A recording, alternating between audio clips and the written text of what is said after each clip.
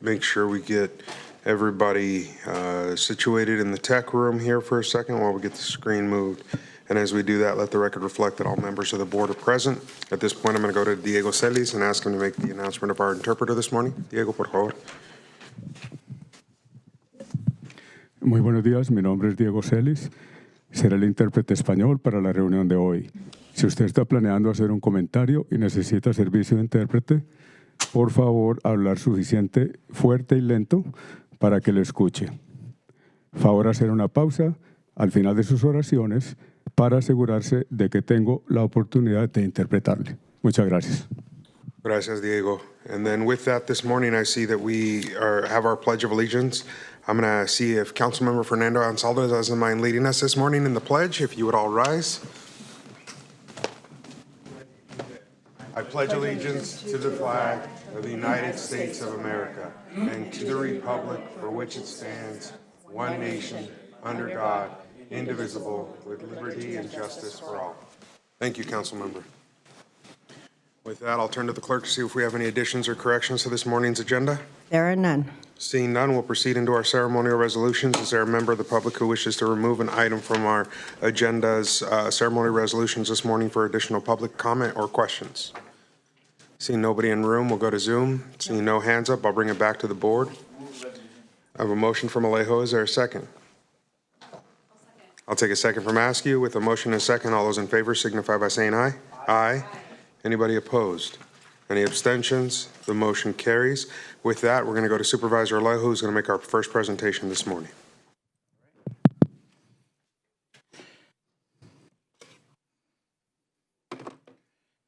All right, good morning, everyone. Next Monday is Cesar Chavez Day, so we don't have a Board of Supervisors meeting next Tuesday, but we didn't want the month of March to end without recognizing the many amazing heroes of the American Red Cross. I want to ask Patty Gasca to come on up. Our fearless hero of the Red Cross. Let's give it a big round of applause, everybody. As we all know, the American Red Cross and its many volunteers do tremendous work through every type of crisis we have in our county. And in the last 4 or 5 years, we have survived many things, from wildfires to the Pajaro floods. And I think more is responding to individual families that are in crisis, and you are there in their time of most need. And so this resolution reads that this March we celebrate the American Red Cross Month by recognizing the compassionate acts of people in Monterey County and by renewing our commitment to lend a helping hand to our neighbors in need. Since Clara Barton founded the American Red Cross more than 140 years ago, generation after generation has stepped up to deliver relief and care across the country and around the world, bringing the best of humanity in the times of crisis. Whereas the contributions of 133 local Red Cross volunteers in Monterey County give hope to the most vulnerable in their darkest hours. Last year, Monterey County volunteers helped 64 families affected by 30 home fires and addressing their urgent needs like food and lodging, as well as providing recovery support. Volunteers installed 655 smoke alarms, collected 1,939 blood donations, provided first aid and CPR training to 1,830 residents, and assisted 153 families of our armed forces. The work to uplift our community is truly made possible by those who selflessly answer the call for help whenever and wherever it's needed. We hereby recognize the month of March in honor of the remarkable service, and we ask everyone to join in their commitment to care for one another. So therefore, our Board of Supervisors, on behalf of all our residents, hereby proclaim March 2025 as American Red Cross Month, and we encourage all our county residents to reach out and support in its humanitarian mission. And with that, we want to present this proclamation. Everyone, let's give a big round of applause once again to the American Red Cross. Thank you very much. Board of Supervisors, thank you very much. Good morning.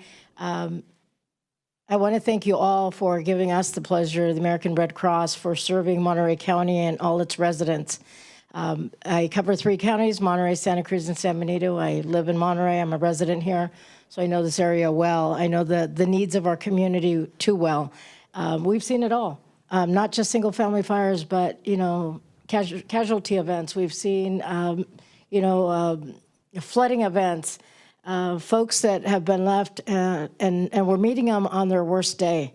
And if any of you have ever had an experience like that, which I hope you never do, but it is pretty scary when you don't know where you're going to be, where you're going to take your family. And our Red Cross volunteers are just amazing. They step up every single time.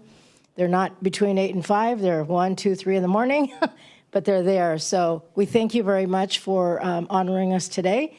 But it's truly our honor to be serving Monterey County. Thank you. Thank you very much. All right. Does anybody have a camera? Eric, would you be so kind to take a picture? My staff is missing. Oh, right here. Okay, I'm blind there. All right. Sorry. That's why I got bad eyesight.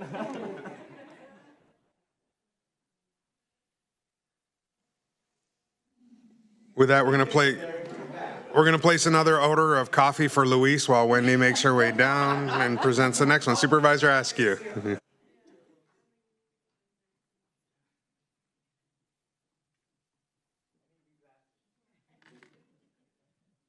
All right. Thank you all for joining us. And I'm going to invite some of our friends from CRLA, the Epicenter, and Salinas Pride to come up and join me, please. Thank you.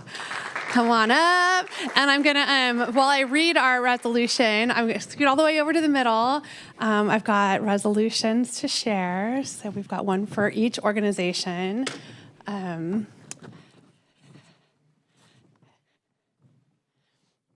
And this is celebrating and commemorating transgender. Who's my next organization? I've got one for CRLA, one for Epicenter, and one for Salinas Pride. Okay, so scoot all the way. We're going to scoot all the way over. Come on either side, and I'll stand in the middle here. So we've got everyone on screen. Okay, perfect, fantastic. Oh my gosh, I love this. Okay, wonderful. So we're here today to celebrate Transgender Day of Visibility. Whereas Transgender Day of Visibility is observed annually on March 31st, it is an international celebration dedicated to recognizing the resilience, achievements, and contributions of transgender people worldwide and here in Monterey County. Whereas fostering a society that embraces diversity and inclusion is essential for the well-being and dignity of all individuals. And the County of Monterey is committed to creating a safe and welcoming and equitable environment for all of our residents and members, regardless of gender identity or expression. Whereas affirming and supporting our transgender individuals strengthens our community and promotes a culture of respect and empathy. And whereas it is important to acknowledge and celebrate the courage and strength of transgender people who live their lives authentically. Whereas we recognize the importance of advocating for policies and practices that protect and advance the rights and well-being of the transgender community. Whereas by recognizing Transgender Day of Visibility, we reaffirm our commitment to building a more inclusive and just society for all. Therefore, it resolved that the County of Monterey Board of Supervisors, on behalf of the county and all residents, recognize March 31st as Transgender Day of Visibility. And I just want to say we've been doing this here in Monterey County, recognizing this Transgender Day of Visibility for a number of years. And especially given the state of affairs nationally, it's more important than ever that we continue to speak boldly with courage here in Monterey County to affirm the values that we have and to affirm the rights of our residents and to ensure that all of our neighbors are safe, are seen, are valued. So it means so much to me that you're all here today, standing up, bravely supporting one another, bravely saying in Monterey County, we're here to look out for one another, and we're here proudly standing in your county government saying that we're going to continue doing this work, we're going to continue speaking bravely, and we're in this together. So just want to say thank you. Oh, and I didn't get to say, so Carla Lopez from CRLA, Angela Soto-Serra from the Epicenter, we've got Sam Gomez from the Epicenter, Fernando and Saldo Sanchez with Salinas Pride. We've got a whole bunch of other folks with us today, and there's so many others in the community who are doing this work day in and day out. Those who are outwardly talking about these issues and those who are quietly among their own communities talking about these issues as well. For all of you who are out there doing the work, we appreciate you, we value you, and we're here in this with you together. So did anyone want to speak on behalf, make a comment? Yes, okay, fantastic. Hello, everyone. Is this a good volume? Yes, Yeah? Okay, cool. So my name is Angela. I use they, them pronouns, ella, in Spanish, and I wanted to speak a few words about what visibility means to me. I lived in the east side of Salinas for my entire life. I've gone through almost all the schools here in the area, and I wanted to speak about how visibility for me meant hope. Let's take us all back to sophomore year of high school. At the time, I did not have a supportive environment at home. I was going through a lot. I was growing up. I was dealing with mental health issues. And my environment was telling me that I shouldn't exist. And that, for me, did not have, that meant in my head, I genuinely didn't believe that I would make it past 16. And so when I came to this epicenter, and I was welcomed, and I was embraced, and I was given an environment where I was genuinely accepted, that gave me hope, and that hope has saved my life. And I wanted to give a huge thanks to the epicenter staff, to Sam, to Jacob, having that visibility of people who represent the same backgrounds, who represent the same identities. That has genuinely saved my life. And I want to give back to the community. And there are so many youth at our center who give me hope, who give me new ideas, who give me that inspiration to continue the work that I do today. And I just appreciate that very much. I appreciate the recognition, the official, this paper that says that we exist, and that's really beautiful. And I really do appreciate everybody being here. I appreciate everybody's work, and I just wanted to just give that quick message. The visibility matters, that visibility is hope, and that visibility is life-saving, and it was life-saving for me. If I could invite my colleagues to come and join us for this photo, I think that would mean a lot. Thank you. We're going to have the whole board come down for a photo with us. Thank you so much. Squeeze in real tight here. We're going to double up. If we could do 2 lines, maybe we'll do tall and short, but all the way in. So just come double up in the front. Yeah, just stand tall all the way in the front. Yeah, perfect. Good. Okay, scoot in. We got to get everyone in here. Whole crew. We got the whole county on board here.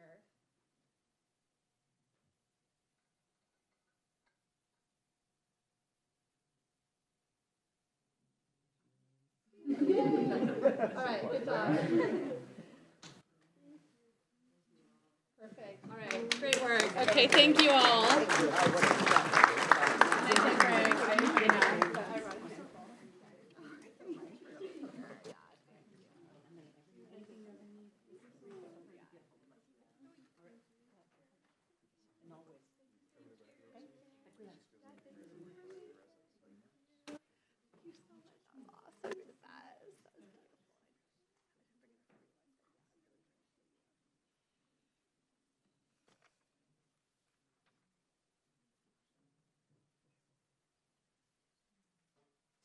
All right, that concludes our presentations of resolutions this morning. So next up, we have appointments. So I think I have this Karina listed here. Is that? There we go. Perfect. Karina Bakanovic, if you'd come forward to make a presentation on item 8 for us this morning. And Supervisors, I've asked Karina to be present to provide just a brief presentation about this process, given that we went through something similar last year. So this is an opportunity to just refresh. And then she'll bring up what we're requesting of the board today and then provide an alternative as well.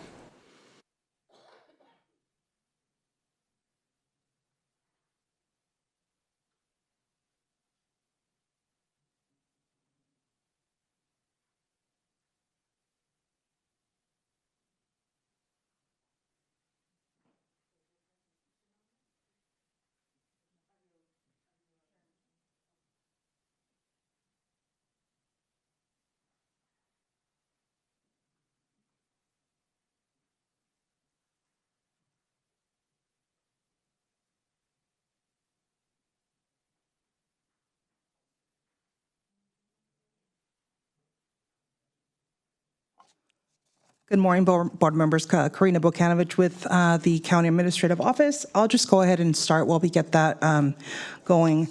The item before you today is requesting nominations for the California Coastal Commission. The California Coastal Commission was established by voter initiative in 1972 and made permanent by legislature through adoption of a California Coastal Act in 1976. Excuse me.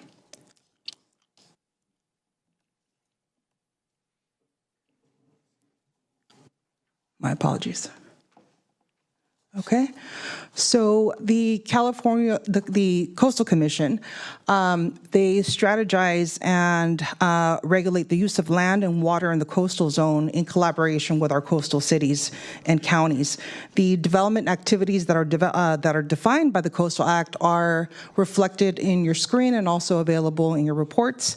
The commission is also comprised of 12 voting members, including 6 local elected officials and 6 from public at large.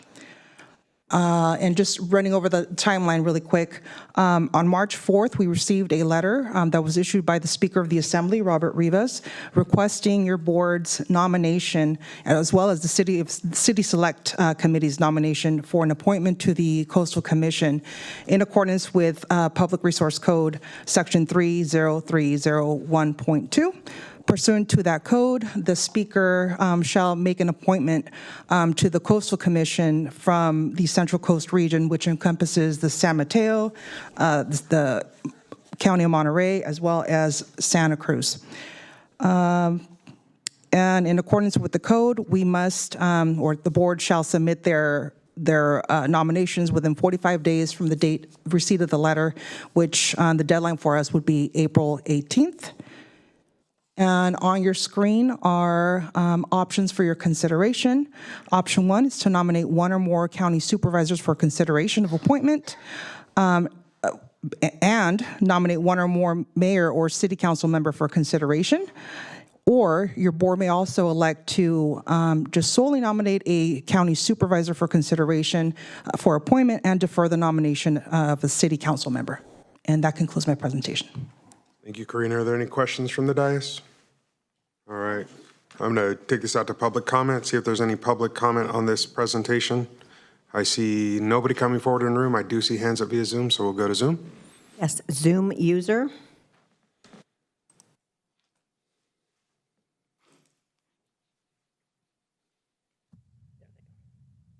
Hello.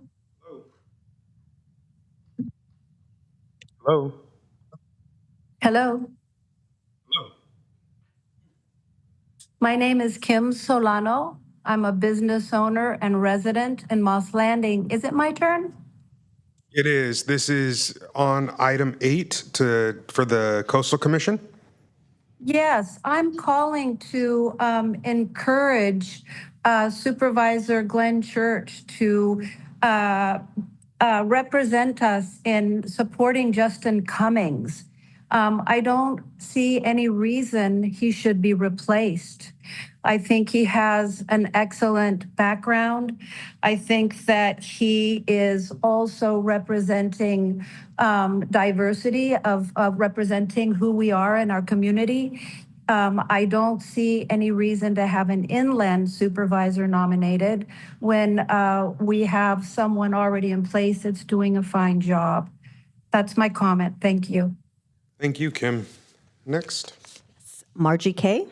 Margie.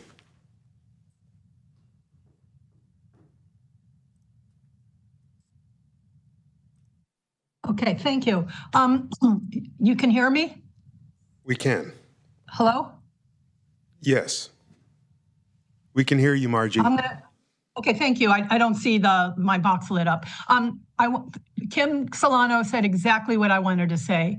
Thank you, Kim, for expressing it so well. I've been following the Coastal Commission meetings for at least 20 years or more.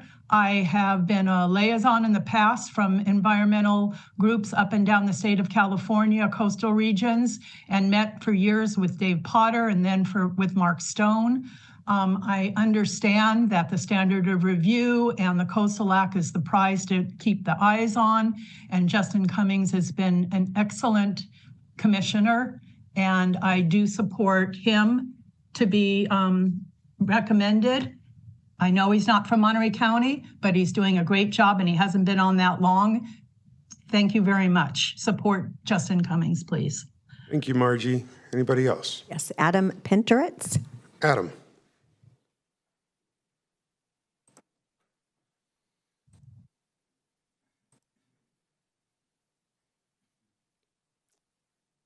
Can you hear me? We can. Good morning. My name is Adam Pinteritz, and I'm so appreciative that several speakers have already brought up diversity.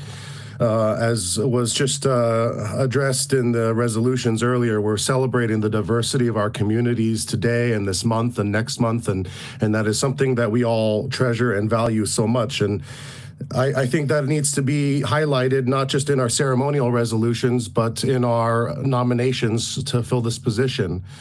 It's so typical of state boards and commissions that smaller communities and historically disenfranchised communities are underrepresented in these sorts of boards and commissions. And I think we need to begin remedying that by nominating one of our own Monterey County elected officials for this position. And we have many great elected officials in Monterey County.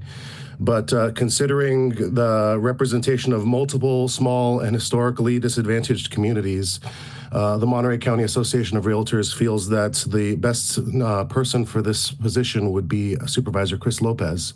So we're hoping that that's something that you all will consider. And if there's a determination that we need to also nominate someone from a city position, similarly, for representing a small and largely underrepresented community, Mayor Marianne Carbone from Sand City, we feel would be an excellent choice. So we hope you'll take this into consideration. It's past time that Monterey County be represented on the Coastal Commission and that historically disadvantaged and disenfranchised voices be represented. Thank you. Thank you, Adam.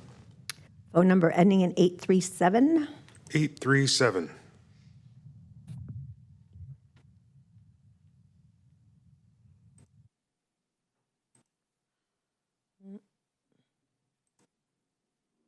Not unmuting. How about phone number ending in 705? 705. Hello? Oh, now 837 came on. Okay, I've got 837. All right, I'm going to go with 837 first. I'm going to go with 837 first. You did unmute, so we'll give you the floor now. Hi, this is Brian Rosen. First of all, discrimination is illegal under the Civil Rights Act, although Donald Trump is going to try to get rid of that, I'm sure. But it's illegal to discriminate against anybody by sex or color. You can't discriminate for somebody in the name of diversity. You can't discriminate against somebody. The colleges are loaded with Asian Americans and overloaded with Jewish Americans, and we're not going to discriminate against them. They do well, but we want to provide opportunity for all. So please don't make the choice based on race. Chris Lopez has been wonderful lately, but he has been cutting. He did cut us off on public comment about 20 seconds into the TAMC meeting. I think they started early. And then he also, the Board of Supervisors, he moved public comment around precluding our ability to comment. The public doesn't have all day to, and I am concerned about Justin Cummings because he did support the surf project, and the Coastal Commission has a way of it's a very political body. When the politicians all ganged up on the staff, they ended up reversing their finding and selling out our coast, and that was not right. And so this was what happens. We need someone who isn't just a political animal, someone who's independent in protecting the coast. And I think that's going to be a hard animal because you're all politicians. You're probably going to do your own ilk, but please consider protecting the coastline because Trump is going to do everything he can to destroy it. And we need strongest possible protection of our coastline and not people who are going to sell out for the money.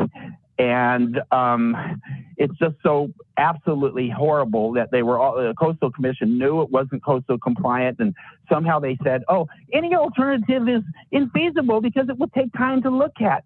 And it was crazy. It was all sell out to the money. And Thank you, Mr. and Rosen. you've got to really...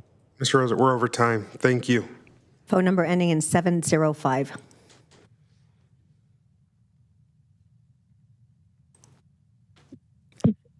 Yes, good morning, Supervisors. Lorna Moffett here. And if I were a Coastal Commission representative, I would mandate and approve that there would be thousands of eucalyptus and cypress planted all along our coastline to help unheat our bay from all the traffic that the Coastal Commission is bringing in. And people like me would never, ever be allowed to be on the Coastal Commission. I would be considered too radical. So what is happening is the Coastal Commission is approving this enormous, Fisherman's Wharf project, which is heating up our bay enormously, killing off our most important sanctuary. And you can't even get them to plant trees. There should be at least 100 trees in that parking lot. And so the Coastal Commission, whoever you appoint, please, start thinking about global warming, because it's here and it's real, whether you want to believe it or not. And our world and our lifestyle is destroying nature and ourselves. So it's very important that you start planting trees, not cutting them down, and asking the questions. How many trees are you cutting down? No, you can't cut down those trees. You're going to have to figure out something else, because trees are what are going to save us. They're the vacuum cleaners of CO2. That's all we've got. Thank you. Thank you, Lorna. Any other hands? Molly Erickson. Molly. Thank you, Mr. Chair, members of the board. You can hear me? We can. Great. Thanks very much. Thanks for taking my presentation. This is Molly Erickson on behalf of friends, artists, and neighbors of Elkhorn Slough, speaking on this issue before you for the appointment or recommendation to the speaker for an appointment to the Coastal Commission. It was helpful to hear the presentation that, in fact, this board has until April 18th to make its recommendation. We're now, March 25th? There is 3 weeks for this board to take its time. This is a very important decision, and it would be helpful for this board to publicize who is putting their names forward as candidates, so that my clients and other members of the public can comment on those specific candidates and allow the public to review and hear from those folks as to their interest. That would be very helpful. I urge the board in doing so to specifically focus on a coastal representative who has a significant number of coastal constituents. Having constituents and significant number of constituents who have elected that coastal representative is a very important prerequisite, in my client's opinion, and I think in many people's opinion, to the Coastal Commission. They need to be both accountable to the state of California, but more importantly, to their local voters and their local constituents. Coastal regulations are very complicated. These are nothing not to be taken lightly, and it's a huge additional burden. So having a coastal elected official who is already familiar with those requirements is extremely helpful. So thank you for your attention to this. And again, I urge you to put out the names as to who is in the running, and we would all be happy to comment on whoever those folks are in the future. Thanks again for my call. Thank you, Molly. Next. That's it. All right. Anybody else in the room? Seeing none, we'll close public comment. We'll try to mute those phones and bring it back to the board. Supervisor Alejo. Thank you. Thank you for putting this item, as we don't have a meeting for the next 2 weeks. So I think it is important to weigh in early. The speaker did, Speaker Robert Rivas, open this position up. And I think last time our board supported both Justin Cummings, the appointee, then of former Speaker Anthony Rendon, and we also nominated Supervisor Lopez. I think that's a good way to go as well. I just wanted to speak on the position. Obviously, everybody recognizes the Coastal Commission is a very powerful body that enforces the Coastal Act of 1976. It is comprised of 12 voting members, 3 ex officio members who are secretaries of, I think, 3 different state agencies. But the appointees, there's 6 public and 6 elected official voting members, and all of them are either appointed by the governor, the Assembly Speaker, or the President Pro Tem of the Senate. In this case, this seat is Speaker's appointment, and the Speaker, by providing this letter, wanted nominations. He opened it up. He could have just reappointed Justin, but he wanted more nominations. But I did want to speak to Justin and then speak to Supervisor Lopez. Our colleague, Justin Cummings, Santa Cruz County Supervisor, I think is doing a good job. He's the current chair of the Coastal Commission. I think he's, in fact, the first African-American chair of the Coastal Commission. And for me, I take this all due seriousness because the Coastal Commission is under attack by the current federal administration. It's under scrutiny because in light of the fires, whether they're going to help expedite the rebuilding of homes, very reasonable questions at this time in the aftermath of the worst fires in California history.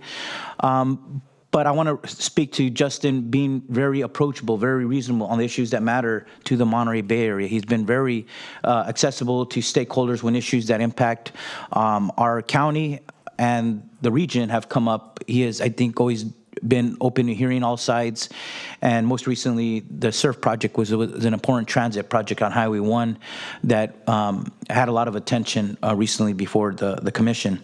But also somebody who has a lot of expertise in this area. He has a PhD in ecology and evolutionary biology. I think he would continue to serve us very well in an effective way as one of the choices before the Speaker. Now, to other nominees, the Speaker obviously signaled something that he wants to get some other options, to see who else is potentially interested.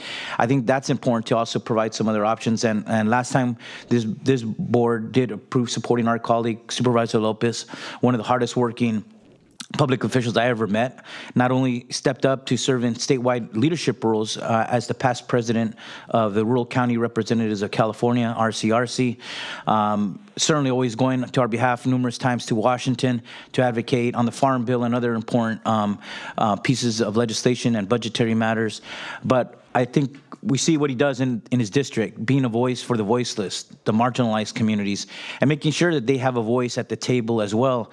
And his perspectives of his constituents, more inland, are also important at the Coastal Commission, because that's the Coastal Commission's job, is to ensure public access, not only looking at development and environmental protection, but public access to the poorest people in our state that often don't have the greatest access because they live more inland because it's cheaper to live there. But yet many, as we know, many here in the Monterey County, they wake up every morning and commute to the coast to work. They work there. The number 2 workforce in Monterey County is our hospitality workers, and that's who they're serving. They're working on the coast. So yes, his constituents and his views deserve to be at the table as well. And you don't have to be an elected official in a coastal district to be able to serve on the Coastal Commission. In fact, one of the earliest, or in fact, the first Latina ever Coastal Commissioner was from Salinas, Lily Cervantes, a deputy district attorney who was appointed then to serve on the Coastal Commission.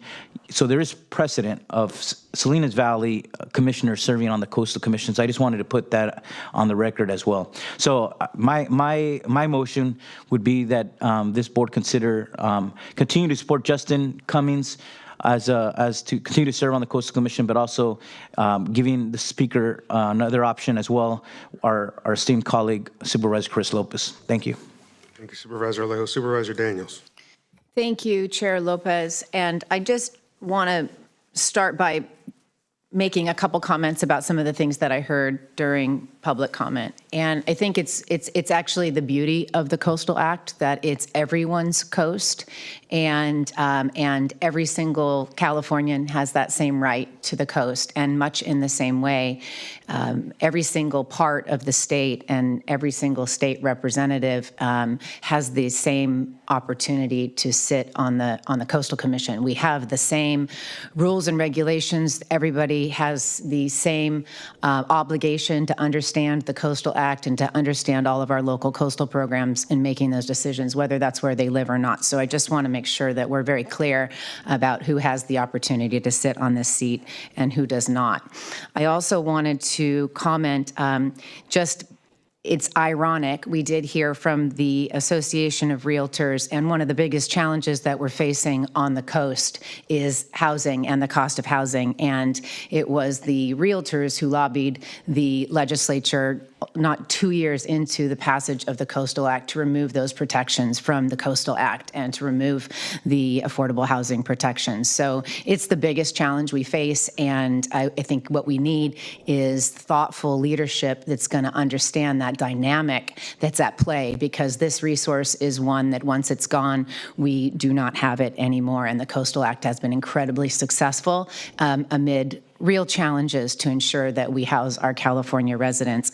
I want to speak on behalf of Justin Cummings because I live in a district that has a lot of coastline, and we have a local coastal program through much of District 5. The local coastal program covers much of District 5, and Justin has been incredibly accessible. Even if he is in Santa Cruz and not in Monterey County, he has come to various parts of our district to talk about the Coastal Commission, to hear our challenges with our infrastructure, with our natural resources, with protecting the environment and addressing the need for public access. And I'm very, very comfortable with his leadership. I also think that it is really important that we have representation in spite of what we heard in the public comments. Supervisor Alejo is correct. He was the first African-American elected to the county city council and the county board of supervisors, and he's only the second African-American to serve as chair, and he just got the gavel. It's only been a couple months. He's only had the opportunity to serve a partial term, and under this particular onslaught that we're seeing, not just an attempt to strip the Coastal Commission of its authority, but also to open up the coast and parts of the coast again to oil drilling. This is a desire of the current administration. I think that that stability and retaining leadership that we know has been a strong voice, but that's also sort of shepherding in the new era of the Coastal Commission and wanting to address some of the real challenges that we have is something we should hold on to at this time. So I do believe that we've been well served and want to make sure that Justin Cummings is on that list. Thank you. Supervisor Askew. Thank you. Yeah, I think I'll echo many of Supervisor Daniel's comments. Justin was appointed just before Speaker Rivas was appointed as Speaker, and so I think it makes sense that the Speaker has, put out the call. This will be his first opportunity to make an appointment. But speaking as a supervisor with a large section of coastline and a number of 4 of my 5 cities along the coast. Justin Cummings has been a phenomenal representative. He's been available. He's been proactive in reaching out to me, both when issues have arisen, as well as just on a regular basis when we don't have any issues in particular to be working on. I think the trust that the commission has placed in him by electing him as chair is indicative of the fact that we do have a great representative in our region. I appreciate that the speaker is taking the opportunity to say, hey, from the 6 agencies that put forward a list, this is a chance to say, hey, is this the right name? Like, are there other names that we should add to the mix? But I would be very comfortable continuing to say my faith is fully with Justin Cummings. in the spirit of acknowledging, I hear that there's interest from Supervisor Lopez in having your name added to the list. I know we've talked about that in the past, and I'm just going to be. I think I need to just speak to some of the concerns that I have with that, and not to be adversarial, but just I think it's no surprise to anyone that we do have some fairly fundamental differences of opinion when it comes to land use. We've hashed those out publicly at LAFCO. We've hashed those out publicly when it comes to our housing element. It's probably the one thing that you and I are farthest apart on, and that my residents on water issues with the desal in Marina, it's the one thing that I need to speak to clearly, because it is something that my residents have been very vocal and very clear on their position with. So it would be problematic if those were values that you took to the Coastal Commission representing this county, knowing that that the residents that I represent have very clearly and loudly spoken out against those types of things. So I appreciate that what's playing out at the statewide level, but the concerns that I have are not personal. I love you, Chris. I think that you would be phenomenal from a governance perspective. I'm sure that everyone would love working with you. But from a very strictly policy perspective, issues of relationship with oil, relationship of issues with housing, any housing is good housing, how that works and how that would play out on the coast. And issues of how land use and water would work are concerns that I just need to be on record with. So those would be my concerns. I would encourage us to put forward Justin Cummings' name. Supervisor Church, any thoughts? Sure. Yeah, and I want to. I don't know if I'm second, third, fourth, whatever it is on Justin's work here. Over the time I first met Justin, he got elected at the same time I did a couple of years ago, and I met him up in Sacramento at one of the new supervisors conferences, and had a chance to talk to him. He knows the Monterey Bay area. It's been a long time since we've had anybody in the Monterey Bay area that's been on the Coastal Commission, and he been accessible, as has been pointed out. Feel he's done a really good job onto that as well. But invariably, this comes down to being the speaker's call on who the speaker wants, and at that point, and I think we have you realize that's exactly where the final decision is going to be at this point, and we should put forth, as we've done in the past, with the names that are of interest. Do you know, Supervisor Askew, if any mayors on the Monterey Peninsula are at all interested into this? I'm bringing this up too because I have a really half, I think, pretty darn close to half of my maybe a third of my geographical territories in the coastal zone, and it's a big issue in the rural areas there, and with some things. It was a question. Yeah, thank you. I just want to make sure through the chair. So just to be clear, I think that the speaker is required to choose from the names that are provided by the six jurisdictions. So unless a name is included on a list, the speaker is not able to choose. So it's really up to us to provide the names for the speaker. But I think the question was, is there a mayor or... Tyler Williamson, the mayor of Monterey, is very interested. So if we, and we'll be asking the mayors to include his name on the list. Yes. Well, we could include him as well. Yeah. Correct? We could include Tyler's name as well. But I think from the perspective where I'm sitting is I would very much support us just putting Justin's name forward as a board of supervisors. So I appreciate that. I'm going to support the motion made by Supervisor Alejo, and I would like to add Tyler Williamson to the motion if you're supportive of that, Supervisor Alejo. Okay, so with that, I will second that motion. And I just want to be clear, I do not disagree with the characterization of my values. The one that did get me was all housing is good housing. I do not agree with that. I think we have to put land forward to be developed as we block land to be developed. That's just against all housing, and that I think is the value that I've not seen the movement on that I support. So just to be clear on that.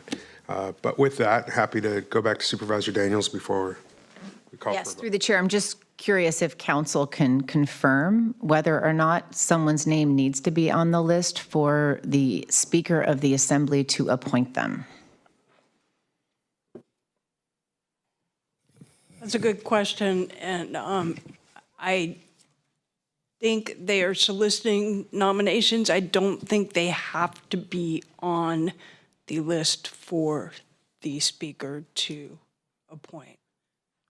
But I think that's an important question to have answered. I can try to look that up very quickly, but I don't. I know Karina looked at the nomination solicitation, but it was just a solicitation. I can look up that code real quick if you can provide me that code section. Maybe also helpful to look at the letter from the speaker. It's attached as one of our attachments on the agenda. Susan, the code is 3031.2.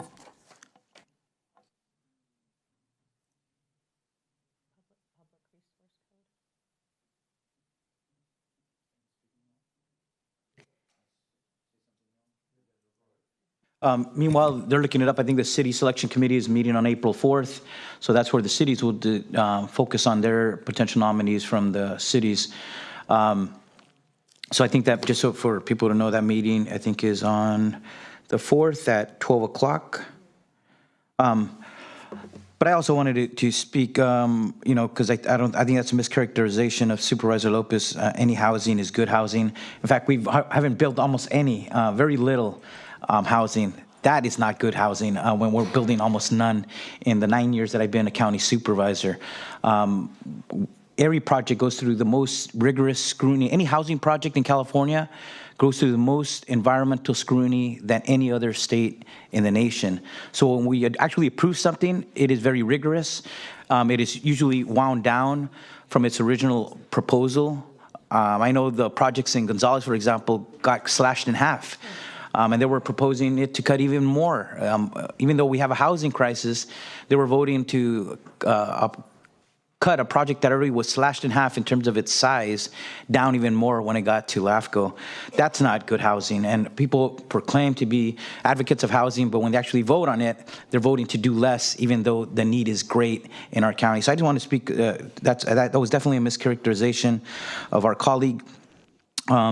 And also on the desal, Justin supported the vote to the desal when it came before the Coastal Commission. The governor strongly supported. His staff were very involved on that controversial vote. So to try to judge one of our colleague here and not put the same scrutiny to the person you just mentioned that you supported, I think is unfair. But Justin did support it. It did go get the approval, overwhelming approval of the Coastal Commission, and including the governor on that. So I just wanted to speak to those two issues.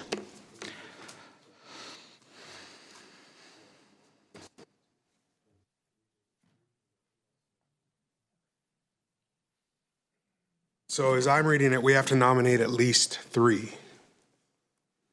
The list says not less than 3 in regions composed of 3 counties, and we are 3 counties, so yeah, and same with City Select, they have to nominate at least 3. And the answer is specifically, they have to either take someone from the nomination list or go back to the board and say, none of your nominees are acceptable, and I would require a new list of nominations. Through the chair, so today's action cannot just be one person? Correct, the way I read the statute. And the motion has 3. And the motion has 3, so we're I'm trying to I've been reading a part in here too where I'm a little unclear on, maybe it's just because we're doing this on the fly here. But your statement is, in regions composed of 2 counties, which this one is, the Board of Supervisors and City Selection Committee in each county within the region shall nominate not less than 2 supervisors and not less than 2 mayors or city council members. So that'd be even more than... One, we're 3, and if you keep reading, it goes to 3, and it says we have to nominate at least 3 of each. And that's what I didn't follow through on. Thank you for Not that. less than 3 supervisors and not less than 3 mayors or city council members. So the motion's at a minimum right now. Is there anybody else who want to add? The motion as amended has 3, Correct. so I think it's, I just want to add, having served as a planning commissioner, the way that I characterize a coastal commission meeting is 3 planning commission meetings back to back on the same week that you have a board of supervisors meeting. And so it is a lot of work to the folks that are out there and are interested in doing this work. We need you to be fully prepared and able to take on this huge responsibility. With that, we do have a motion and a second. I'll call for the vote. All those in favor signify by saying aye. Aye. Opposition?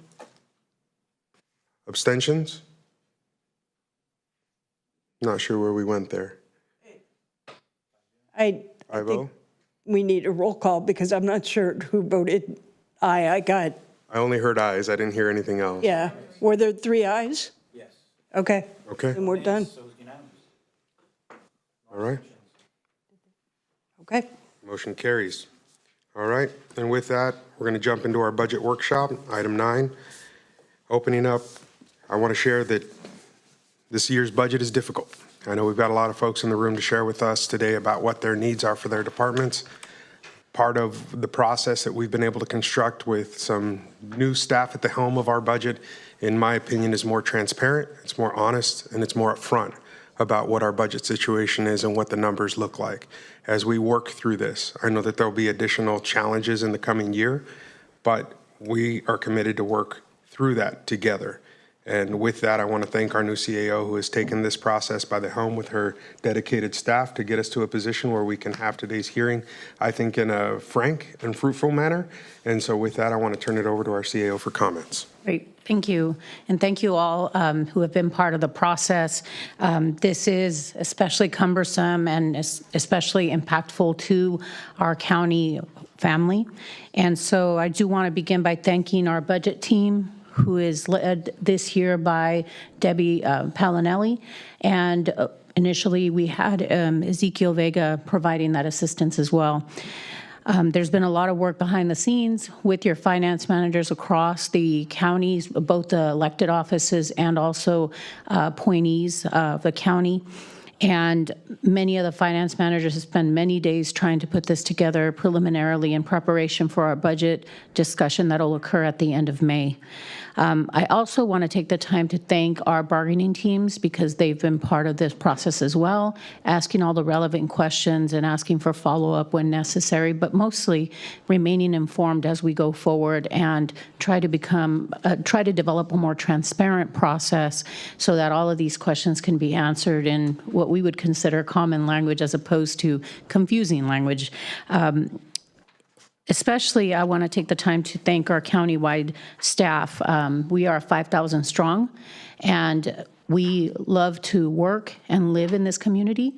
And to that effect, we also understand that many of the agreements that were made, the negotiations that took place, were to allow us to continue to do just that, to live where we work, where we grew up, and also the ability to thrive while we continue to raise our families in this community. But most particularly, as we have our aging parents, to have our children see where we have grown and then have the ability to someday grow up in this same community with their families. So as we move forward, what I ask is that we move forward together.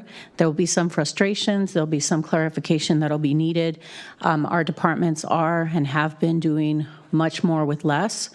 But at the same time, we also have to arm them with the resources that are necessary for them to be able to move forward. So what I was charged with as CAO of this county was to provide that clarity to the budget process. I don't want to say transparency because I think there's documents out there that you can read that'll tell you what our budget is made up of, where those resources come from, what resources are already tied up to either state or federal services that we provide. But most importantly, clarity in the services that we're providing to the community. And some of that is not quantifiable in the budget itself or in the numbers. What we're talking is the investment of our people and the investment of our workforce into the community that we serve, into the way that we treat our people, in that we're doing it with dignity and respect. And so with that, I do want to just thank everybody that's been a part of this, everybody that's with us today and going forward. Although we know that there's challenges that we'll encounter, we're going to be very deliberate about this and thoughtful as we build with the limited resources that we do have. So with that, I'd like to turn it over to Debbie Palinelli, who will take us to the presentation. Thank you. Thank you. Debbie Palinelli, Assistant CAO. I'm going to start by sharing my screen.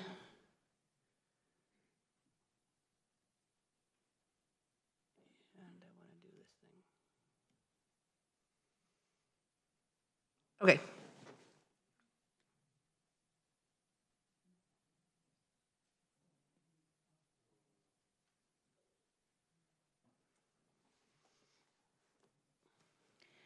There'll be department presentations that follow as well. So we have the presentation stacked one on top of the other. So Debbie will provide the broader county presentation on the budget workshop, and then we will be followed by the various departments. These are available as attachments to the item itself. And so we'll be going through a course of different presentations today.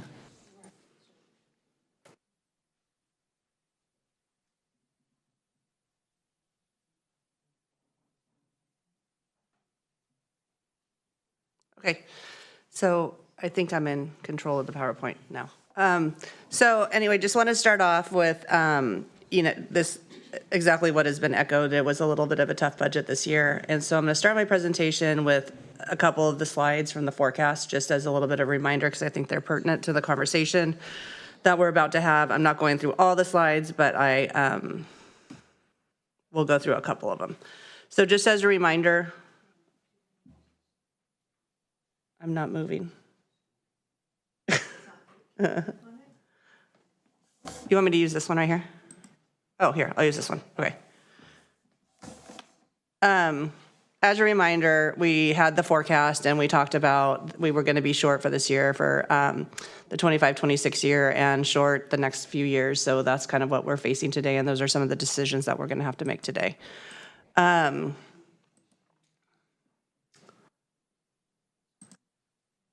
And as part of that, we do have increased revenue every year. So, but our expenses were, going faster than, or are increasing faster than our revenues. So that's kind of putting us in the negative of where we need to be today. And our two biggest cost drivers, as a reminder, two biggest revenue drivers are property tax, which is on this screen here. And as you can see, it is increasing. So it's not that we're losing revenue. We are gaining, our expenditures are increasing. So property tax and this slide right here, the TOT, are part of our biggest revenue drivers that we have for today's discussion. So we've already seen all these. I'm going to skip through them all and go to this. So the budget process, as we did department forecast, and we presented those in the forecast that I presented a few weeks ago. Then the department started with an initial baseline budget and then made their budget, and things that they couldn't put in their budget became augmentation requests. Some of the augmentation requests are status quo to remain the same services that they have right now, and then the additional ones will be extra requests that they have. After the budget workshop today, we'll take back to the budget team the suggestions made by the board, and we'll come back with a requested budget based on discussions of today. I will start with my presentation. After my presentation, there'll be a capital projects presentation, and then the departments will discuss their budgets after that. So the overall county baseline budget is increasing from last year to this year. It's about 2.38 billion more. There's a couple of reasons for it. Wages went up, revenues went up with it. So, but that's the overall budget. Where we're concentrating most today is on the general fund baseline budget. You can see an increase here too. That looks like it's a lot more than what you would normally expect. And that's an accounting change. It's basically really simple. So the cost plan used to be put all into expenses. They would net the revenues and the expenditures and dump it all into the expenditures, whatever the net was, they're budgeting them each separately now. One is revenues, one is expenses, and that's what's driving the big difference between those two. It's about 63 million in revenue and expenditure. So it's just increasing the numbers, but the difference between the two are the same. Yes. Sure.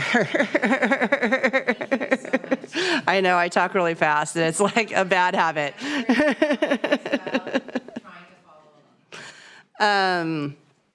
So we come into the augmentations, and this slide right here is a summary by fund. So you can tell that the departments have submitted $121 million in augmentation requests. The big ones are $57.8 million from the general fund and $2.1 million from the behavioral health fund.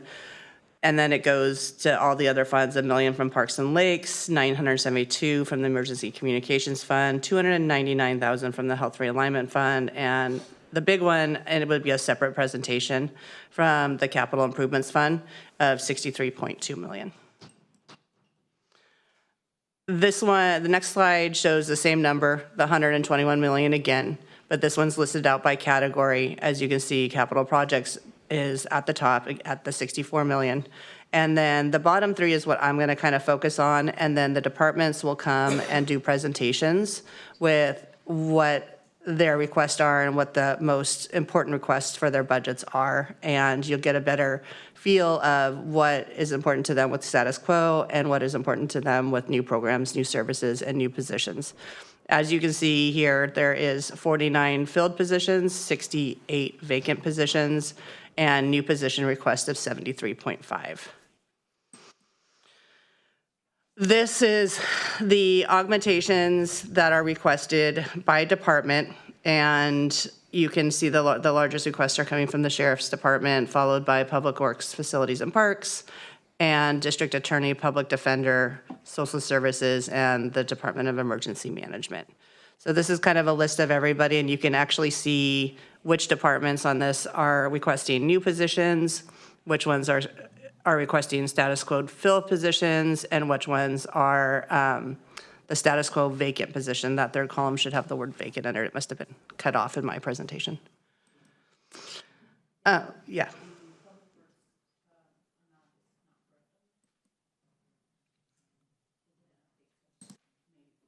Oh, on this, yes. So on the slides that you have, it was a typo. So the Public Works, Facilities and Parks line on here, I think probably says 7.2 million on yours. And it is actually 8.2 million. When I was looking over it, I did have to change that. Just in the written word, the table doesn't change at all, just in the written words on the right. So here's the three that I'm going to focus on in my presentation. And like I said, it's the status quos. And this is filled positions of 49.07 for about $8.7 million. The status quo of the vacant positions for about 68 positions for about 10 million.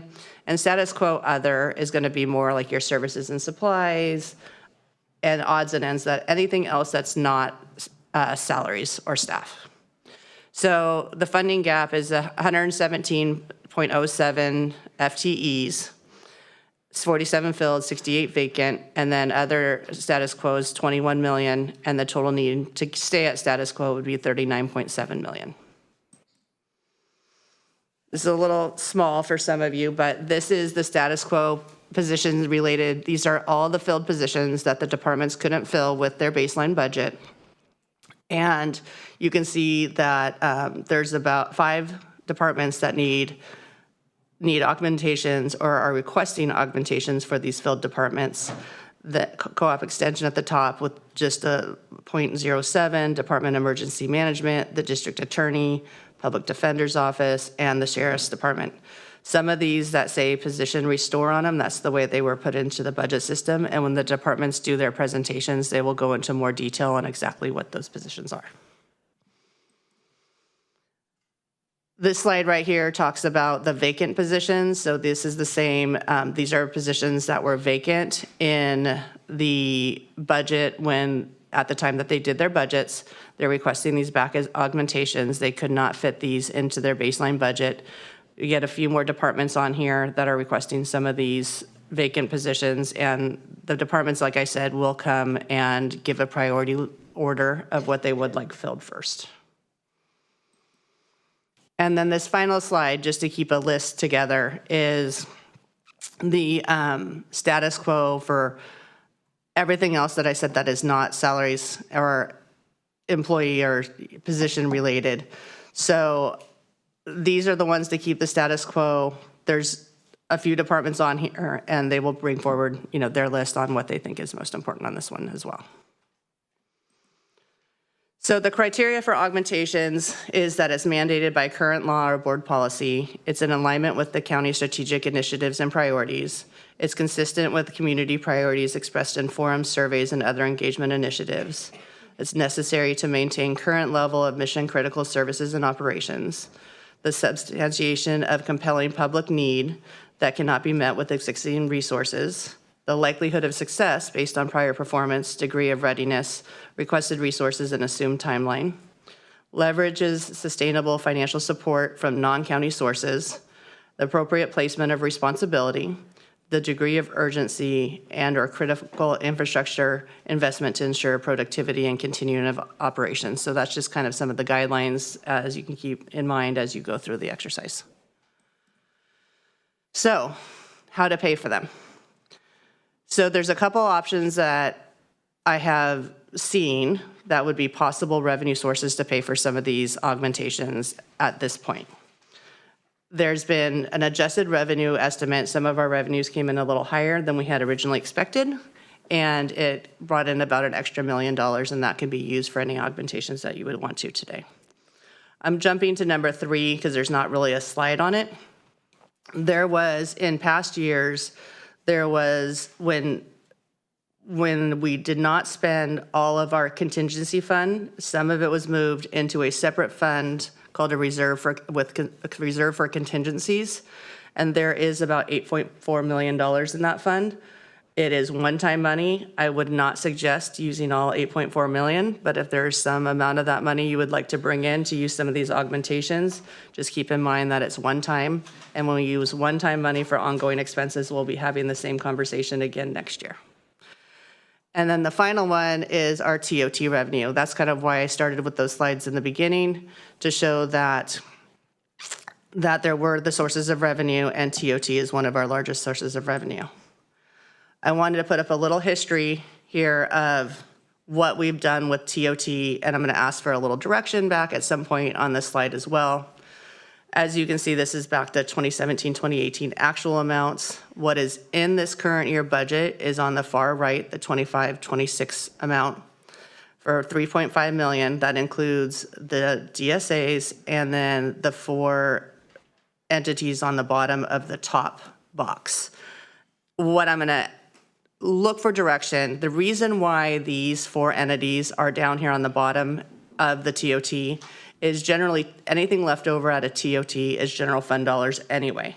So we can move them into just being a regular augmentation, or not augmentation, a regular item that we take out of general fund at the beginning, but they're on this list because there hasn't been a decision to make them permanent. If we decide today, if you decide today that you would like to make them permanent, we don't have to talk about them every year. We can move them as part of our baseline and just move them up there and they'll be done. If they want to leave them here so they come up for discussion, that's fine too. Just a little, however you would like to do it going forward. And then the final thing I want to point out is the road fund. They would get 25% of TOT. That was reduced down to about 15% where you could see it there. And then last year it was increased up to 25%. So if there's any adjustment made to that, I will tell you if it went down to 20%, it would be about another $1.9 million in revenue. And if it went down to 15% to where it was prior, it would be about $3.8 million in revenue. With that, I don't know if you want to do, if you would like to do, these are the next steps. We're doing the budget workshop today, and then we're coming to budget hearings on May 28th, 29th. And I don't know if you would like to do discussion now or if you would like to go into capital projects right away. I'll take questions from my colleagues. Supervisor Church. Just a couple of questions. The use of those, and I just want to make it clear that the use of those past reserve funds, any use of them is going to be one time. Right. And now, and looking at the slide, I want to make sure I'm understanding this right. But I mean, it projects some deficits going ahead. Right. But does like next year's deficits? Well, you can't really make this assumption, so I'm going to step back on that. But what cuts we make this year are going to reduce future year deficits too, correct? That would be correct. Okay. So, and could you maybe just pop up the slide of what we're at here in projection? So we can kind of get a whole picture again here and let everybody in the public know as well. I'm sorry, I'm faster on this on my laptop than I am on this. So you want to go all the way back to the Yeah, they're one of your original numbers original here. slides? Okay. Yeah, but that showed the projection on the. I think you had one here on future deficits. I feel like there's a faster way to do this, slide by slide. See all slides. You do what you're doing, Yeah. and then you go to see all slides. Okay. A lot different on my laptop. Okay. This is the one you're talking about. Yeah. Okay. So this is the one. So, my bearing here. I'm trying to. The deficit is 67 and 93. 67 and 93. So. I guess I'm just missing it, but anyway, so okay, it's over on the side. That's why it's not on the slide. Yes, the forecasted here. So 43 this year. Yeah, I see it, and right here too. Okay, great, thank you. So we're gonna have to deal with the 43 this year. Mm-hmm. So essentially for next year we're looking at another 24, and then after that probably another 26. Correct? That is correct. And these are estimates. Like I talked in my forecast, they are using conservative revenue estimates and conservative like assessed value estimates that are using 3% going forward. Hopefully the assessed value will come in higher and we'll get a little more, maybe TOT. And so hopefully they won't be as bad as that when it comes forward, but yes.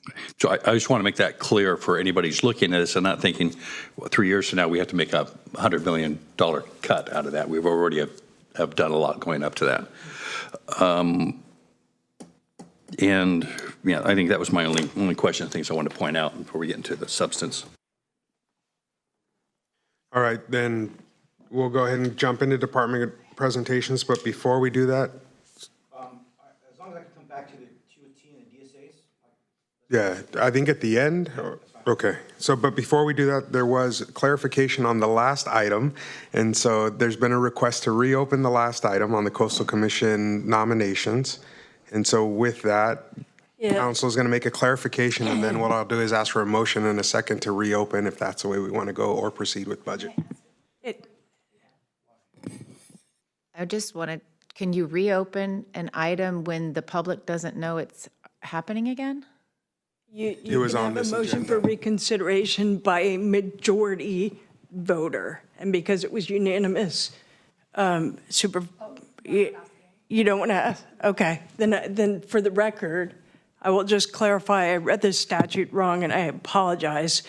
It is for in regions composed of 3 counties, the board can do 1 or more supervisor or 1 or more mayors or city council. So the vote and the action complies with the statute, but I had indicated it required 3 or more, and that is for districts with 1 county, not 3. But the speaker's letter asked for a minimum of 3, so Correct. we comply with what the speaker requested specifically from us. And it complies with the statute, Exactly. but there was a technicality that I got wrong in reading this statute, so we're we good? good? Okay. Okay. All right, then with that, we'll consider that done and go back to first presentation from social services. I think we normally do capital projects next. Okay. So John Snively should be online and ready to present. John? Good morning, Board of Supervisors. John Snively with Public Works Facilities and Parks, giving a brief presentation on the capital improvement plan as it's been drafted for next fiscal year. Can you see my presentation? Hello? Am I coming through? You should be seeing a title slide for the CIP. It's on, John. We have it. Okay, thank you. So I'll give you a brief summary of what's in the draft CIP as it stands at this point in time today. We do expect there to be ongoing developments as projects move forward, and there might be last minute requests, but currently in the funded projects that are anticipated for next fiscal year, we have about 92 projects, a little over $100 million of work planned there.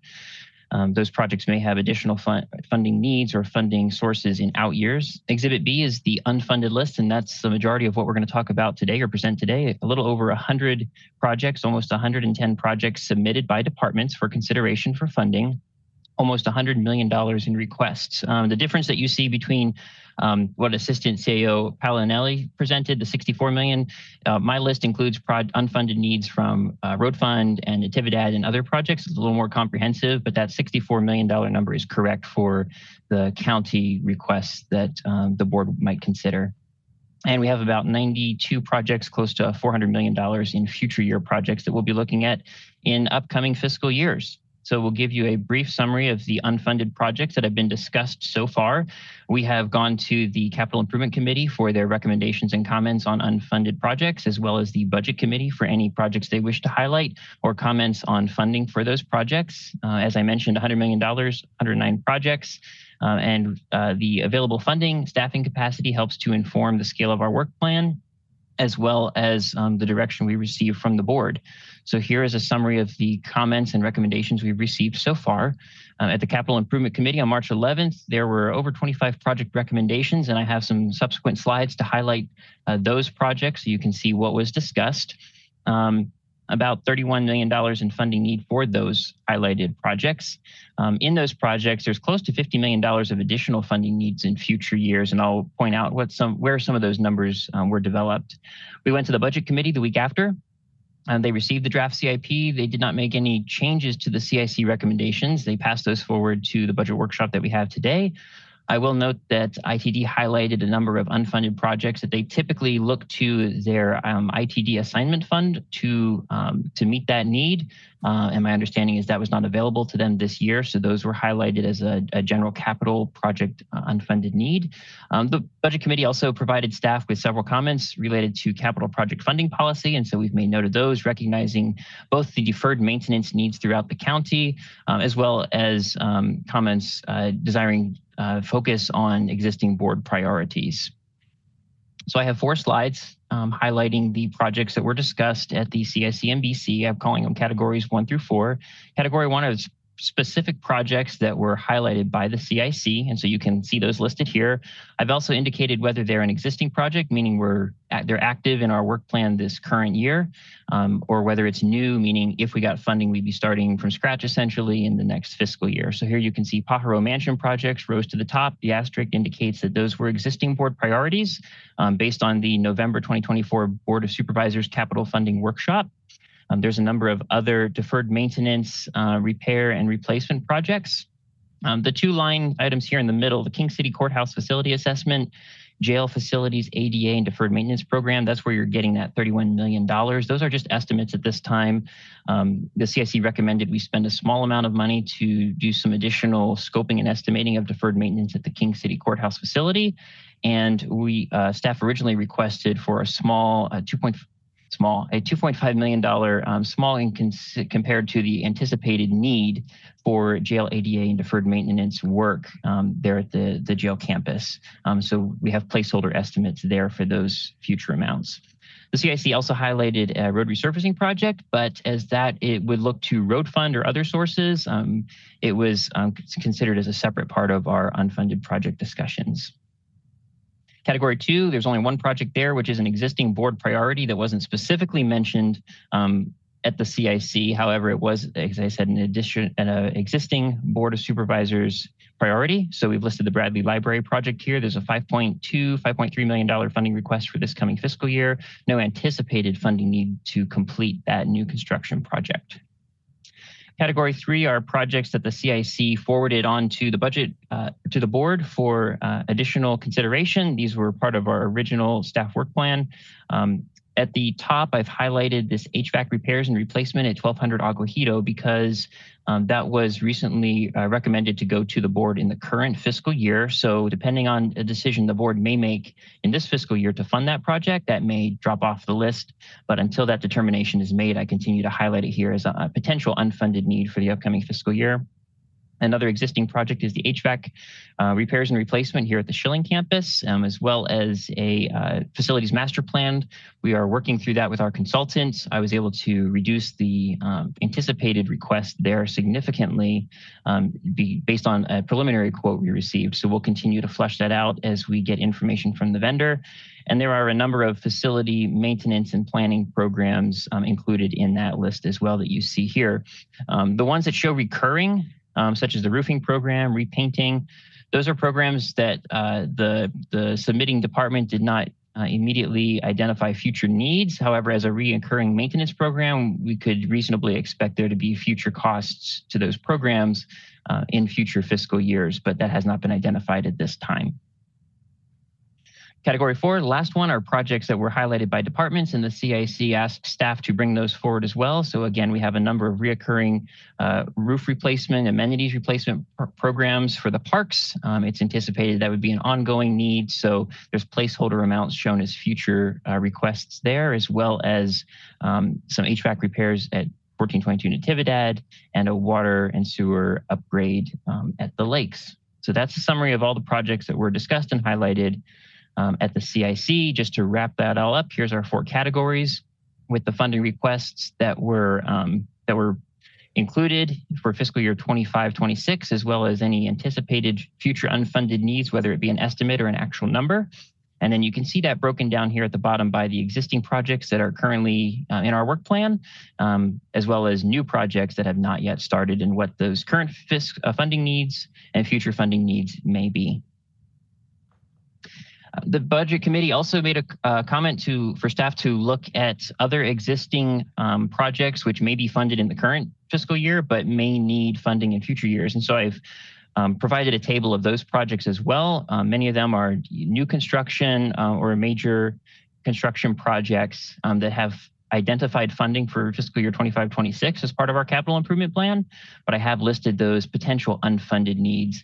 And a lot of these major projects continue to develop. So for example, the last line here, the Mental Health Rehabilitation Center, this is a number that was submitted in the CIP back in February. That was the latest number that we had. I checked with our project manager today, and this continues to develop. So we will reflect those updates in the CIP as we bring it forward to the budget hearing. Just to compare those funding requests that we have with future funding needs, here again is a summary showing the existing projects and their funding requests, the new projects that the CIC recommended and their funding requests, and then those active projects which I just reviewed and potential future funding needs that they may have, close to $260 million. As a reminder to the board that in addition to the projects that were highlighted through our committee meetings, there's a significant amount of deferred maintenance repair needs throughout the county. And this slide reminds us that staff continues to try and chip away at the deferred maintenance at our county infrastructure with the funding that is made available to try and stay ahead of that as best we can, despite the significant workload that we face. So the next steps for the CIP process, there are maybe departments that wish to comment. I know of one department that did not have an augmentation request presentation, but did wish to speak to some of the capital projects. Staff would take any Board of Supervisors direction in relation to projects they wish to highlight, recommend, change, or any comments made based on funding sources. We would work with the CAO's office throughout the recommended budget book development process. And ultimately, we would prepare an updated report out on the CIP for the budget hearings, which occur at the end of May. And that concludes my presentation. Thank you. Thank you, John.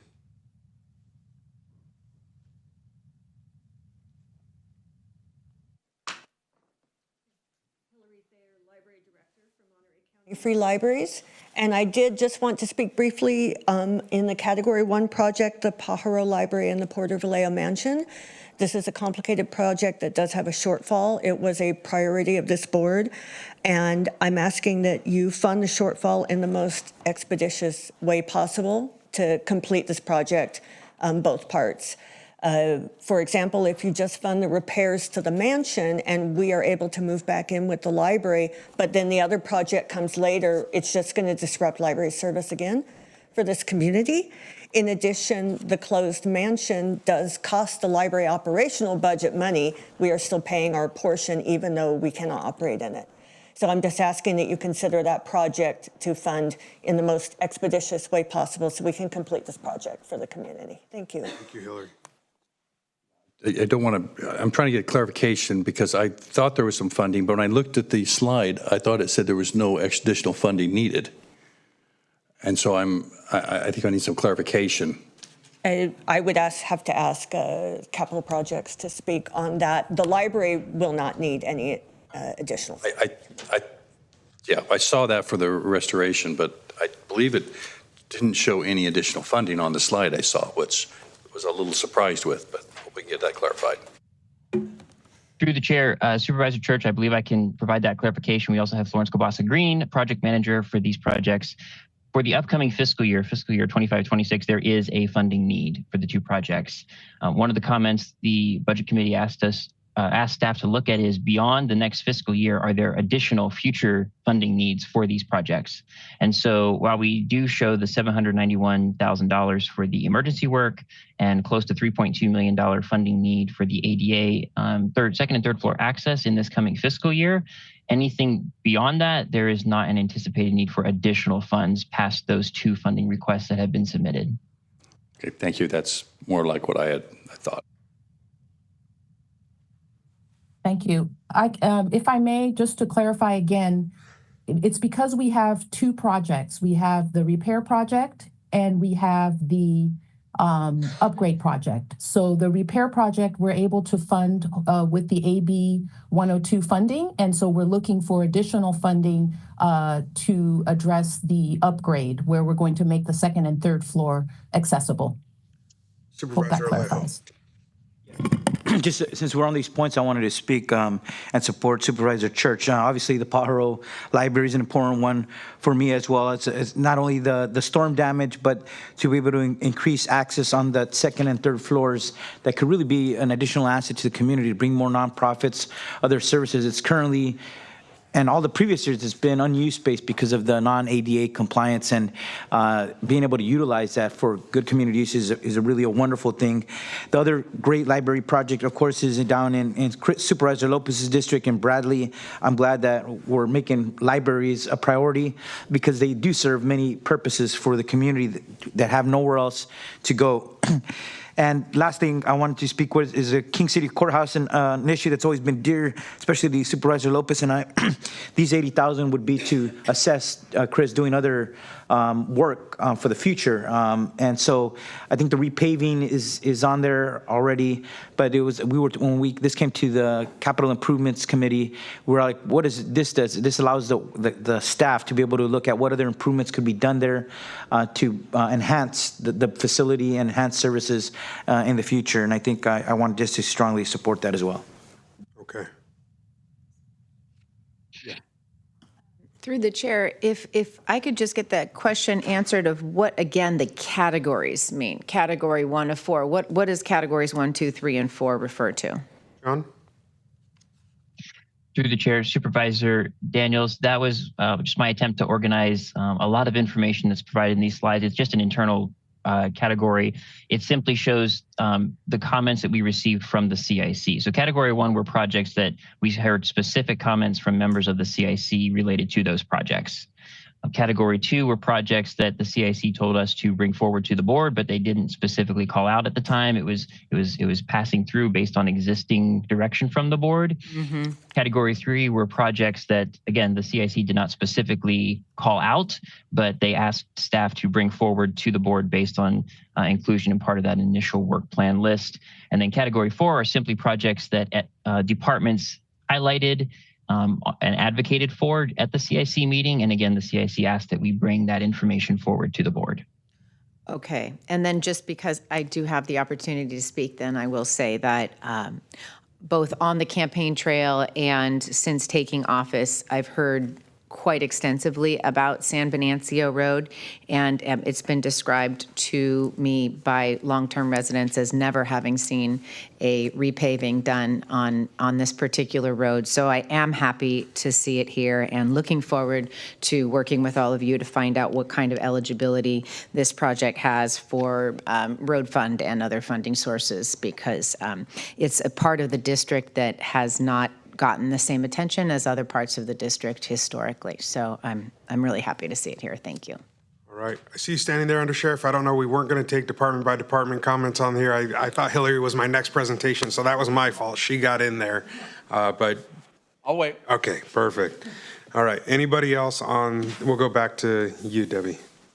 I just wanted to point out for the capital projects, we do have Fund 478, which gets money from the cost plan every year. So an additional funding, it cannot be used for the original projects like the salaries and that I presented in status quo. But for these projects, there's about I expect about another 13.5 million for this year that you could use for these capital projects. I don't know that I would run it dry. We ran it dry this year, and we're holding off on some HVAC projects because we ran it dry, but you also have that available for funding for these projects. Thank you. All right, any other questions on the CIP presentation? Then we'll go back to you, Debbie. Who's next? All right. Then with that, I'm going to go ahead and take the Health and Human Services items, which begin with Social Services. Director Franks, the floor is yours.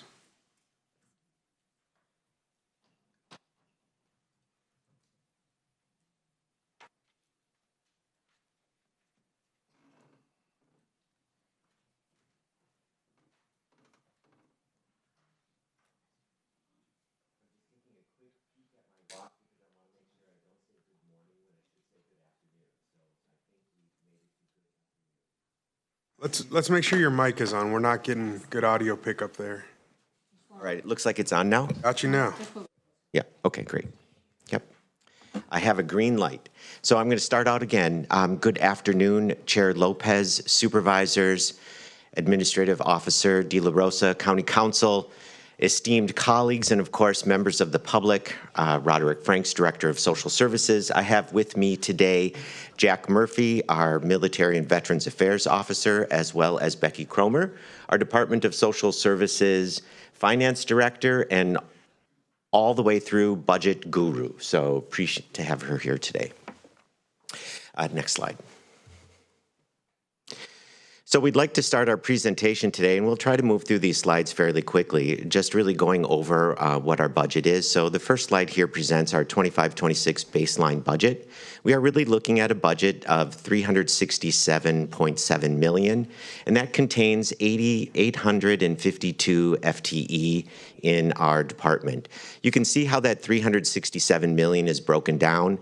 Program administration, about $190 million. Community programs account for almost $13 million. And our entitlement programs account for about $161 million. You can see the various programs that are included in each of the categories. So this slide shows our available revenues.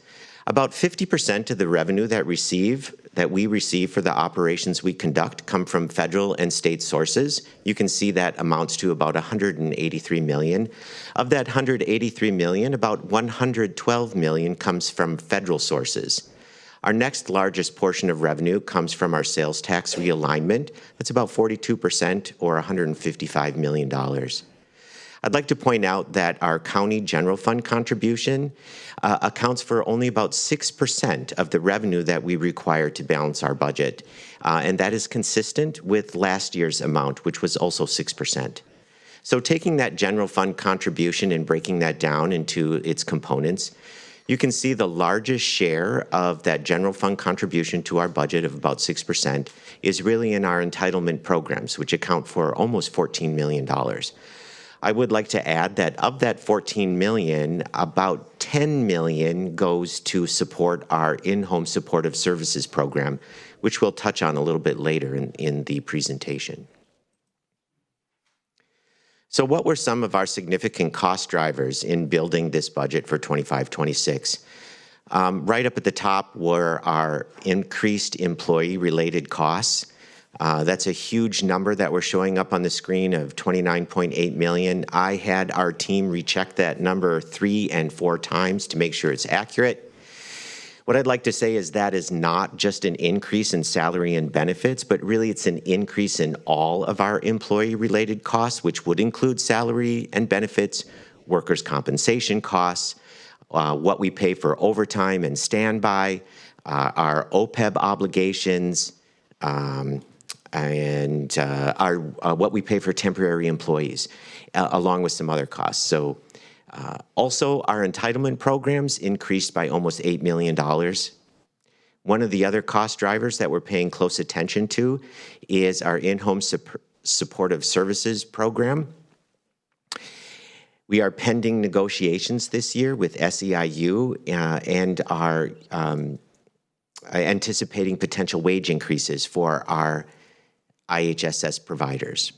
Also, I'd like to point out that our maintenance of effort is always 4% of our IHS program, and that accounts for about $873,000 this year. Next slide. So these are the reduction strategies that we employed to really bring about our balanced budget at $367 million. We historically have had about a 7.5% vacancy savings rate, and that's really due to just typical churn in a department our size. It also has something to do with our necessity to utilize Cal HR and the merit system, which significantly slows down our ability to onboard new employees, even when we have vacancies to fill. We're also utilizing about $3.4 million in one-time realignment funds. We're reducing our outside contracts and temp agencies, but really our biggest cost reduction strategy is to reduce the number of vacancies we currently have by about 64%. So we currently have about 123 vacancies. We're proposing in this budget to reduce those vacancies by 79 positions, but also we found a way to fund 44 of those vacancies moving forward into next fiscal year. I would just like to point out that 3 of the, positions that we are looking to, vacant positions that we're looking to eliminate are 3 in-home supportive services social workers. They're currently unfunded, but we are anticipating the state of California through a new rebase methodology for the in-home supportive services program that we would be beneficiaries of additional revenue, and we're hoping we would be able to fund those 3 IHSS positions. To the right, you can see the positions that the vacant positions we are looking to eliminate in this budget. And running the whole gamut from line workers to highest management level staff. So we are coming before you today and requesting 5 augmentations. You can see them listed here. We will go through each of them. The largest one right up at the top and our highest priority augmentation request is $1.5 million for our county-dependent out-of-home care children. Again, our general assistance program to restore a few of the vacant positions that we are looking to eliminate. So we'll start out with our out-of-home care. Next slide. So this is a mandated service that we must provide. Just want to get to my own paper here. There we go. So we are required to provide out-of-home placements for those children that are our dependents who have come into our care due to abuse and neglect. So you can see that our rate of increase continues to go up. However, the number of children that we actually have in out-of-home care has not risen, but our costs have significantly risen. For example, in fiscal year 23, we had an actual expense for dependent children in out-of-home care of $853,000.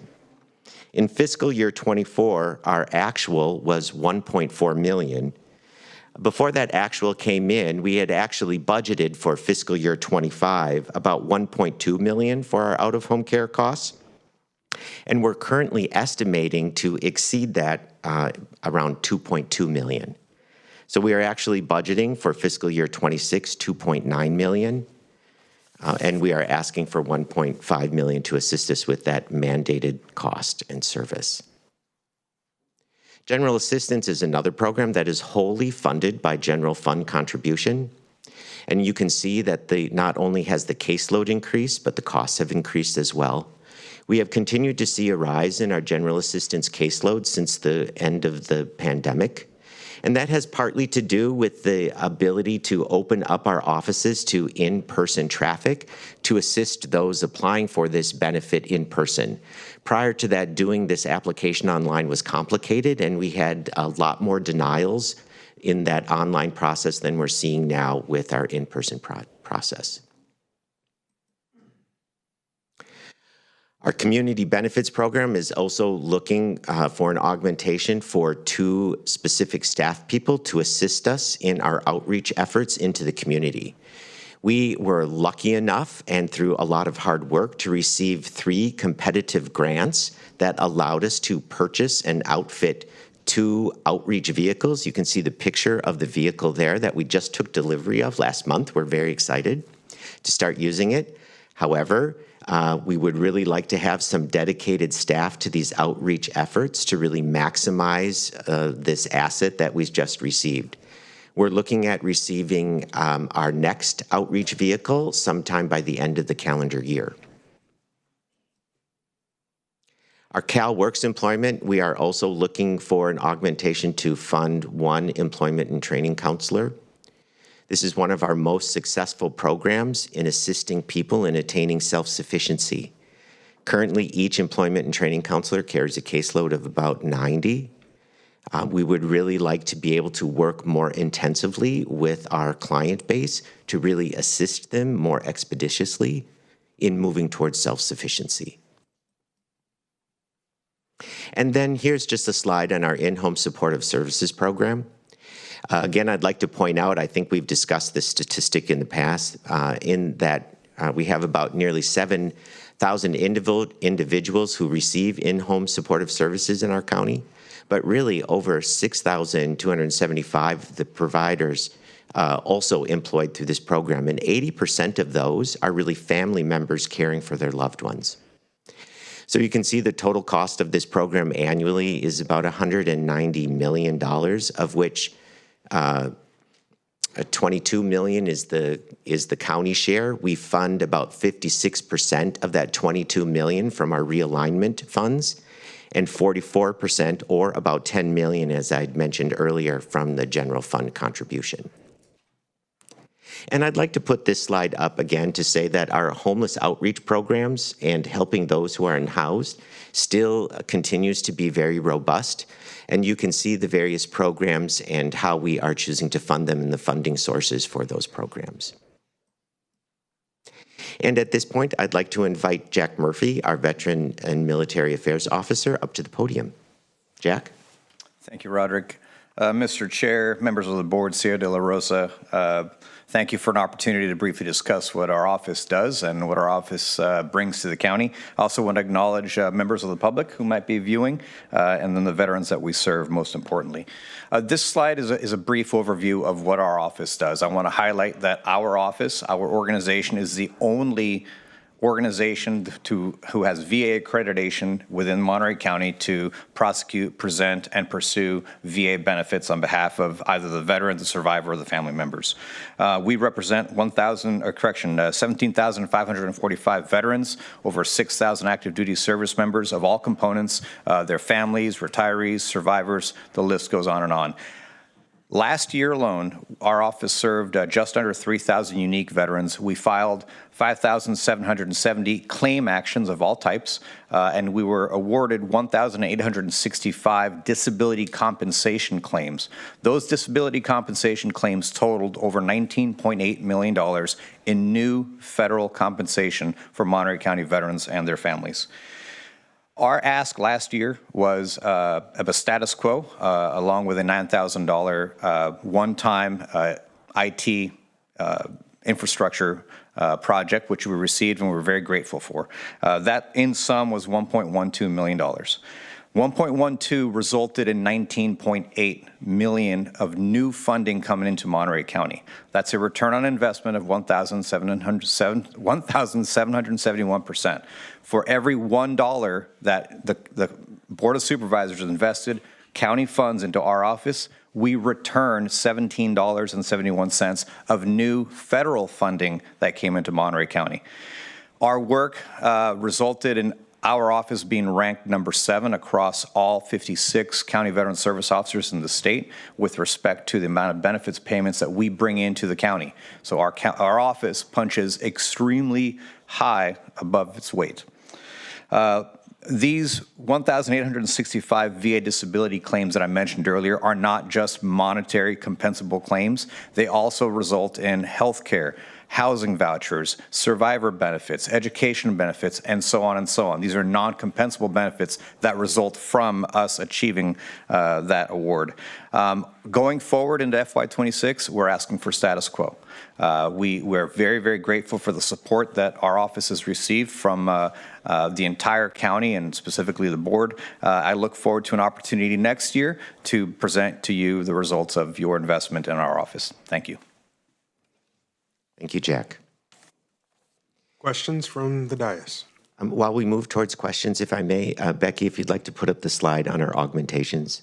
Supervisor Daniels. Microphone. Yeah. Through the chair. And excuse my naivete, the 1.5 million cost, the out-of-home care and the general fund contribution that's needed, is that an ongoing need, and would it be needed again next year and the following year, or is there a plan in place for how that might be funded in future years? Chair Lopez, Supervisor Daniels, that's an excellent question. So as I laid out, since fiscal year 23, we've seen just an ongoing increase in the costs of county-dependent children in out-of-home care.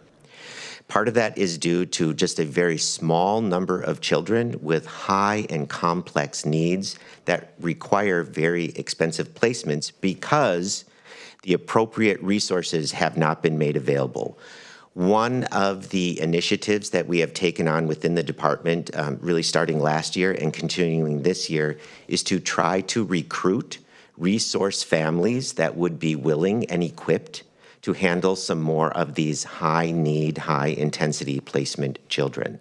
So those efforts have been moving along and have yielded some results. So our hope is, instead of waiting for the state to come in and give us a solution, that we can actually create one locally homegrown here and to support our families to actually support some of these high-needs placement children.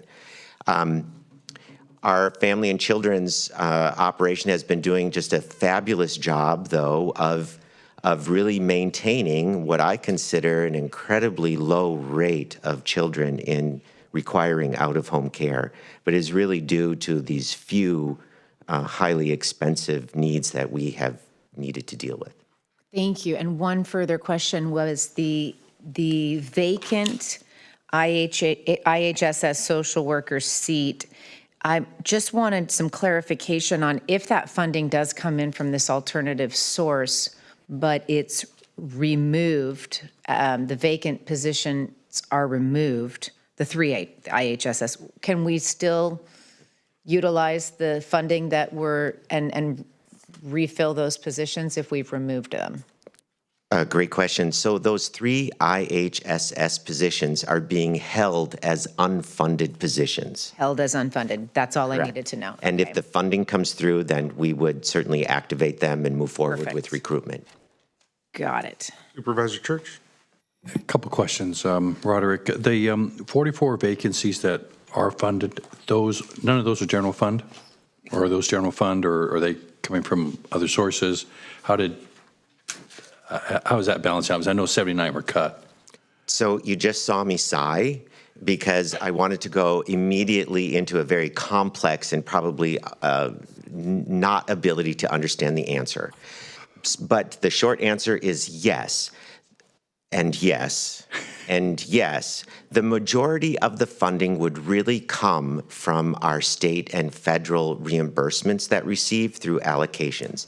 However, some of the positions, as indicated in that first slide, you might have seen that we do use some general fund allocation for our administrative programming. And so there could be a few of those dollars wrapped up into that. And see, a lot of slides to see here, of course, the numbers crossing out. What are those numbers then that you approximately? Yep. Could you go to the general fund slide, Becky, please?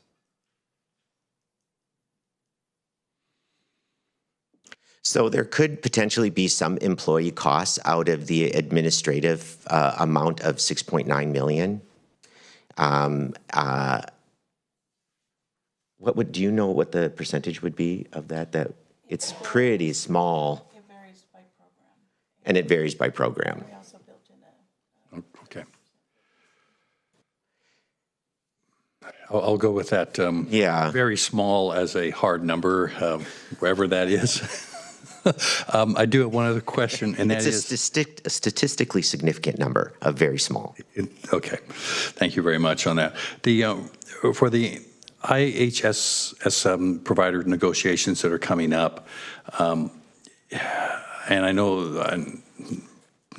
those are negotiations to come. This is going to be something that's going to be added on to the budget. What depends from that? Is that correct? That is correct. Whatever increase might be negotiated or when that might take effect, it is not included in our budget. And that's just been ongoing historical practice. Sure. I just want to make that was clear onto that. I mean, I do think that program there's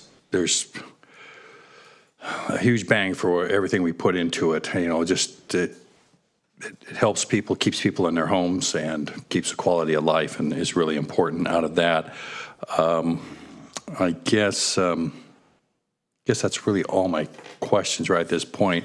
And my questions are really just going kind of in the line of just generally I want to make sure we protect as many positions as possible. And so when I saw you come up with 44 vacant ones to be filled, I wanted to make sure I understood that was largely coming from state and federal funds. That is correct. Okay. Overwhelming percentage of it was, apparently. About 92% of our total revenue comes from realignment and state and federal sources. Okay, thank you. Supervisor Alejo? Yes, just to get more clarity on the out-of-home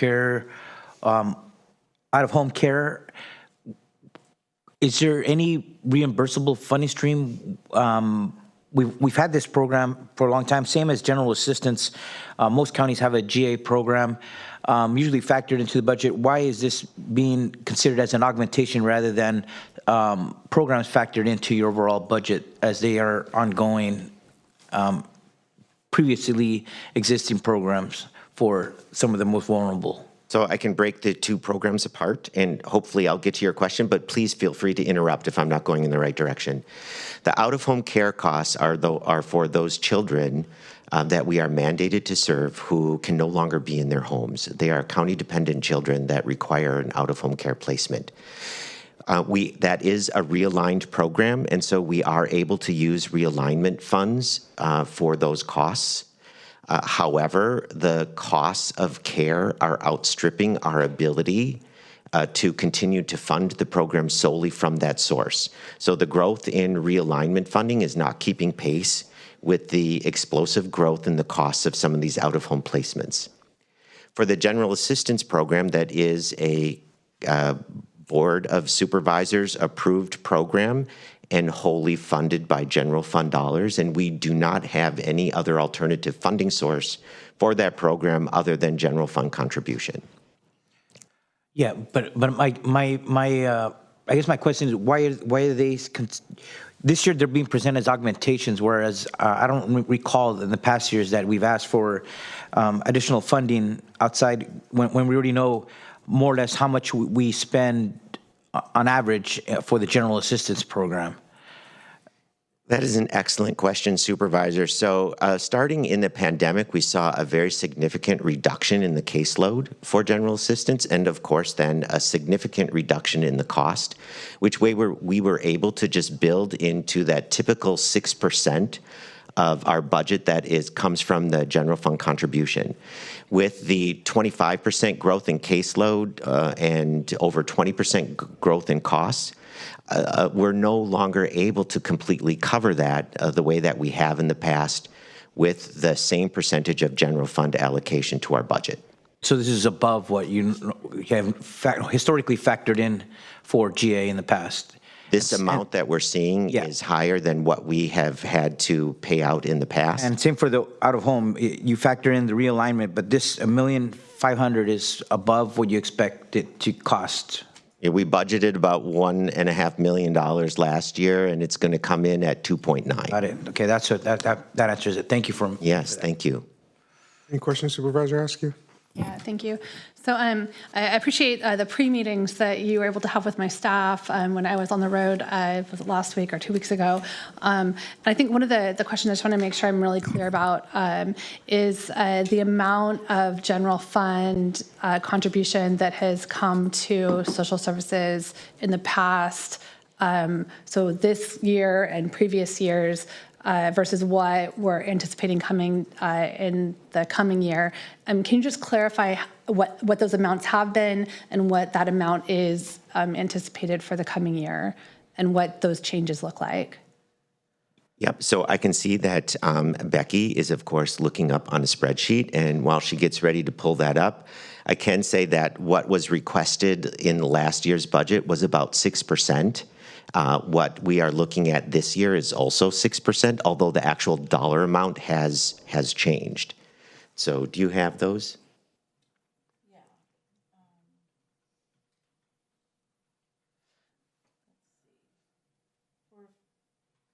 Microphone.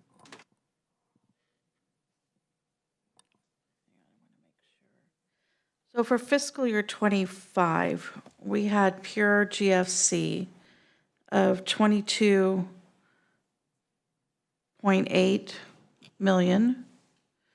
And then as we went into this year's budget, you know, they made some accommodations for the increases of some of those expenses that we can't control, like workers' comp and CalCap.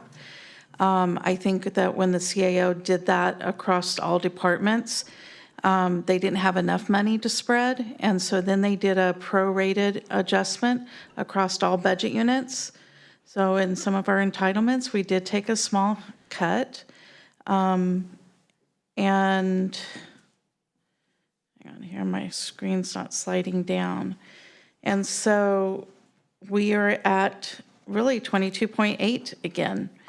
And so although they reduced about 133,000, we did get an increase in some of those costs that we can't control. So we're basically status quo, 22.8. Okay, so the last year general fund contribution was about 22.8, and this year, for budgeting purposes, you're looking at 22.8 general fund contribution again. Yeah. Okay. Which is from knowing that the cost of business increases, that like we've had increases to salaries via a negotiated agreements with our labor, and health benefits increases. That sort of effectively that means that you're having to cut programs or cut benefits or cut services in order to account for that, maintaining the same general fund.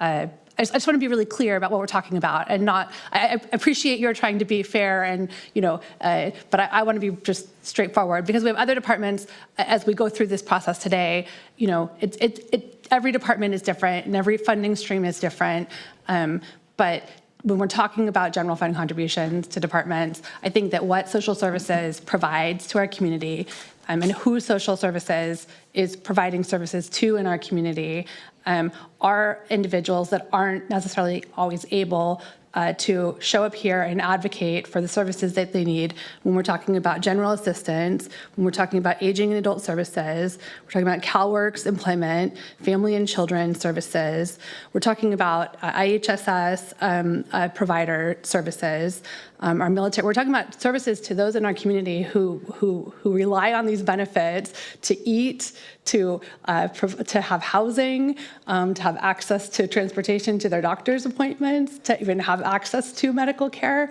So this is like the most fundamental of our safety nets and a most fundamental provision of service that the county provides that touches the lives of the vast majority of our county residents.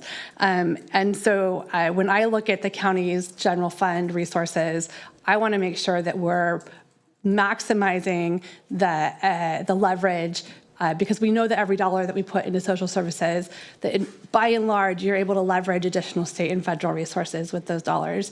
So when we shortchange our general fund dollars to social services, we're not just limiting that dollar to social services, we're limiting the $5 that you're able to leverage. So I just want to be really clear about how I want to see us investing our resources. I know it's limited. I know we're trying to stretch this year, but just wanted to be on record and make sure that we're all clear that effectively we're making a cut to social services by not making a respective increase to the amount of general fund money that's going. And that wasn't made clear in the presentation that we have in front of us. So that's why I just wanted to be on record with that. So that's partly why you're asking for augmentation, to be able to do the things that our community has come to rely on so that we have the most basic of services. Thank you very much, Supervisor Root-Askew. I would like to say that as an agency, we certainly looked internally first before coming before you to ask for any increases. I had indicated in the presentation that we're already utilizing about $3.4 million of realignment fund balance. We're also using about $2.2 million of our DSS internal fund balance. And then really utilizing this time as a way that, okay, how do we gain the efficiencies in our department, both programmatically and financially, to be able to build back and sustain what we are coming to you to ask for in our augmentations. But I would like to point out, for example, about leveraging federal and state dollars. In the augmentation requests for staff that we have, we are able to draw down about 50% from federal sources as participation from the federal government in those positions that we're requesting. So for example, an employment and training worker, total cost of about $146,000, and we're able to pull down $73,000 in reimbursement from the federal government. Supervisor Alejo? Just a follow-up to, going back to the out-of-home care. You said the overall cost, I think, was now $2.7 million. How many youth are in out-of-home care? How many youth do we serve total? So we are projecting to close this year at a cost of of next fiscal year of $2.9 million. So I just want to be clear that we have not realized that cost. That is what we are forecasting. Last week, when I checked, we had just under 140 children in out-of-home care. And the reason I bring that up, let's see, I just want to see how much is it costing us, as important as that service is for, you divide 2.9 million by, 140 kids. It's a significant amount of funding here. Let me see what that number is. And while you are doing that figuring, I would like to point out that some of the children that we're providing this out-of-home care for with their complex needs, the cost can run as high as $75,000 per month. Right. And that's what I want to get at. It's something we should really look at. It's a really high cost. And we're sending kids out of county. It begs the question, can we have a service closer to home? And Roderick, we talked when we were doing the briefings before this meeting. Door to Hope was one of those, right? And I think it's the only facility of its kind. It's a home where it's geared towards serving out of home care for girls. Only 6 beds, but nonetheless, they're serving out of county youth in Salinas, where they said they hadn't had one youth in 2 years, right? When I visited, did a tour of that facility, I think that week they were getting like the first referral.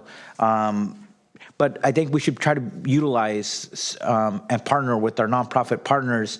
And if Door to Hope can open another facility for that cost, that seems to be something where we should be saying, can we have partners that could do service less expensive, closer to home, and keep youth in our county rather than sending them out of county where the expenses are skyrocketing, right? And so it just seems like for that amount of money each year, we might be able to open some more opportunities with our local nonprofit partners to serve some of those 140 youth that are in that predicament. Thank you so much. That is certainly our hope. It is always our goal to keep children in families when possible, and when not, to keep them locally if possible. This issue with out-of-home care costs is certainly not something that's unique to our county. You may have read in the news, these are issues that are happening not only statewide, but nationwide as well. And instead of waiting for a solution to come to us, we believe we need to take the initiative, just like you're indicating, and really grow our own solutions locally. So a question for you, going back to the augmentation slide, your first and second lines there with the 1.5 and the $480,000+, are those all or nothing? I mean, if we can find $500,000 and throw it at one of those. So as an example, if we were to fund what we anticipate for a total cost in fiscal year 26 of $3 million for out-of-home care, without an augmentation, that would require us to deplete our realignment reserves almost to nothing, which would not allow us some of the flexibility to deal with some of the contingencies that we know are coming up, such as the IHSS negotiated provider agreements that may be coming, or some unforeseen circumstance. Okay. All right. That's all I need. All right. Anybody else? Because at this point, we're at 12:35. We're coming back at 1 from lunch. So, all right. Then thank you, Rod. At this point, we'll break for lunch. We'll be back at 1 o'clock here for everybody. Thank you. Thank you so much.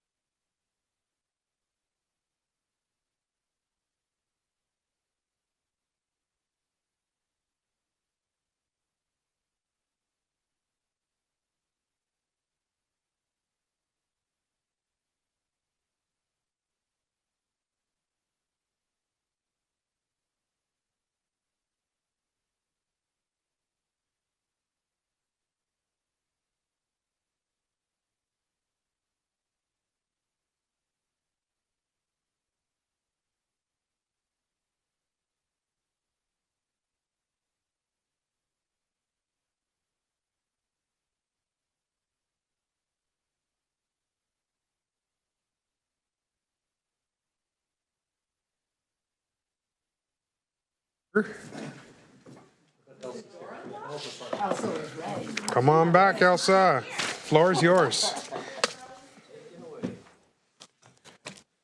Let them know that since they missed call time, they are not granted augmentation requests. Oh, yeah, we got 2. And the sheriff, they got 3 there.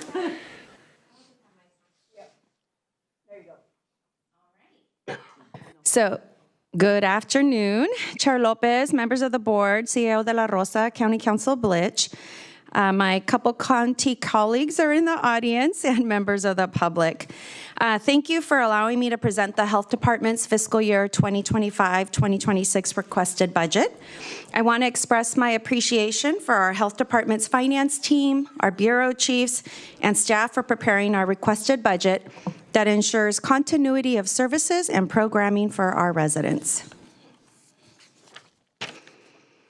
The Health Department continues to expand its services and programming through receipt of new grant dollars and expansion of billable services. We continue to rely on the general fund for those services that are not reimbursable through our means.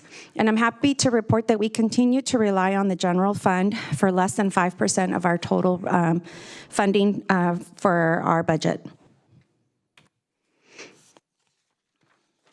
This slide summarizes only our augmentation requests for general fund, albeit we have other augmentation requests for new positions, new programming, but all of that is covered with outside revenue. So I'm going to focus today on our augmentation requests for general fund.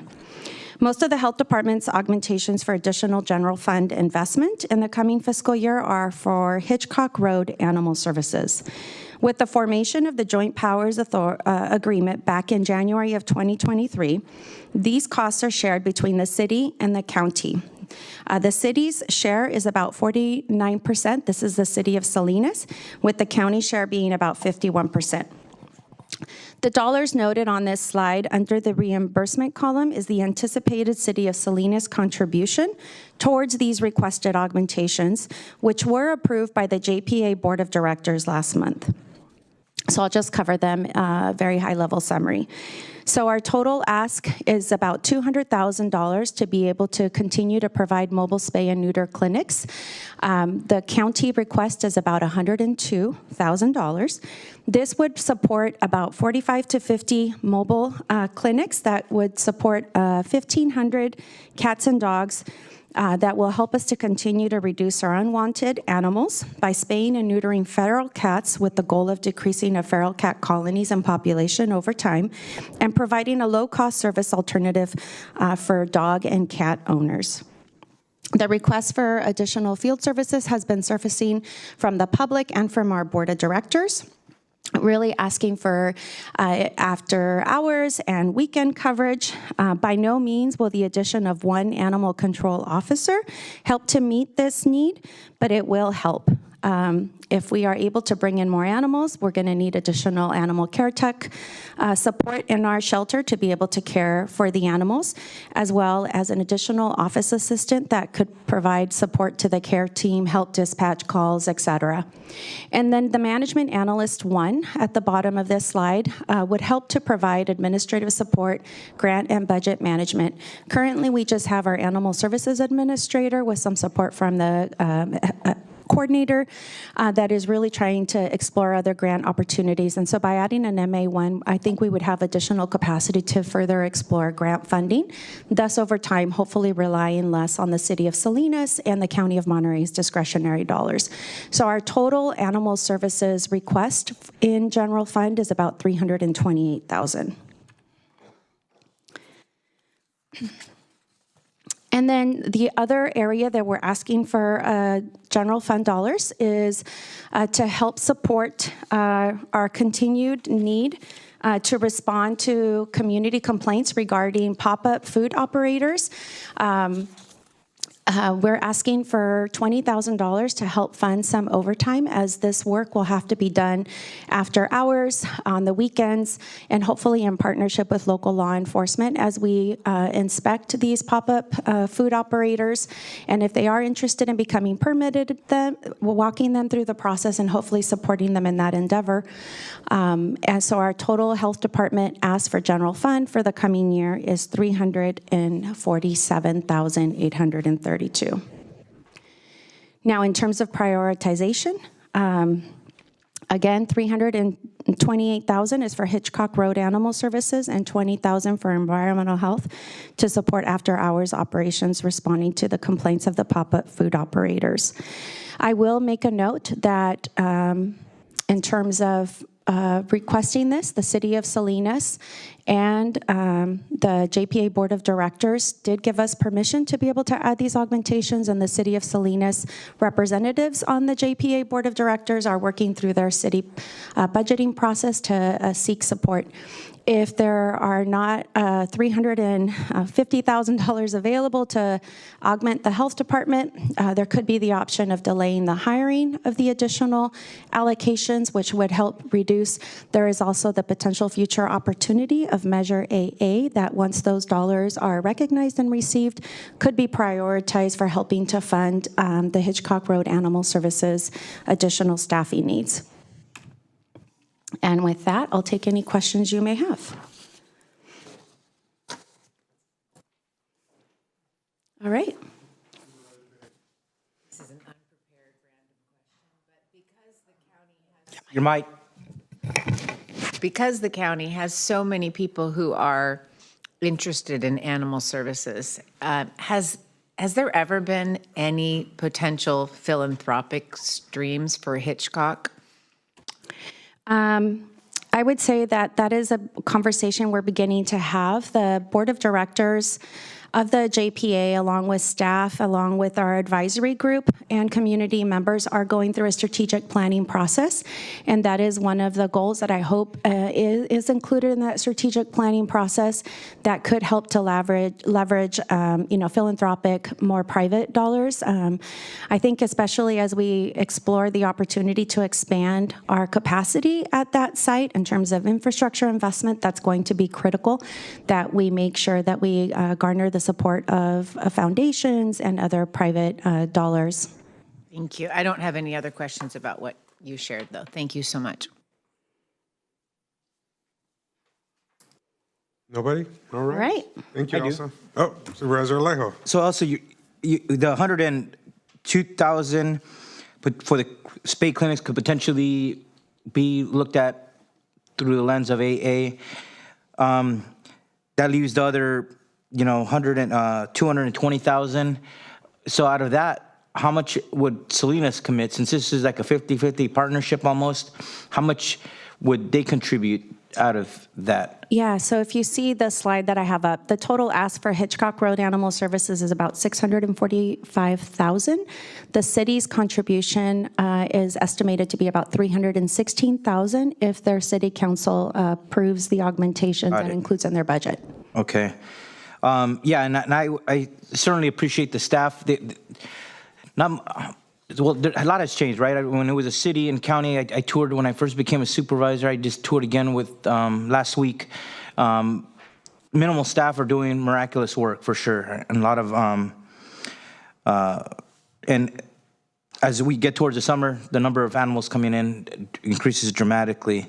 So I recognize the need for those spay neuter clinics, and hopefully the city will, whatever we put up, that they will also contribute a similar amount. I think that's great. But certainly I think on the philanthropic dollars, you look at what the SPCA is able to raise. That's a good question, Supervisor Daniels. There needs to be some intentionality to try to raise that kind of funding. They do get a lot of volunteers, but to be able to raise some philanthropic dollars, I think would go a long way.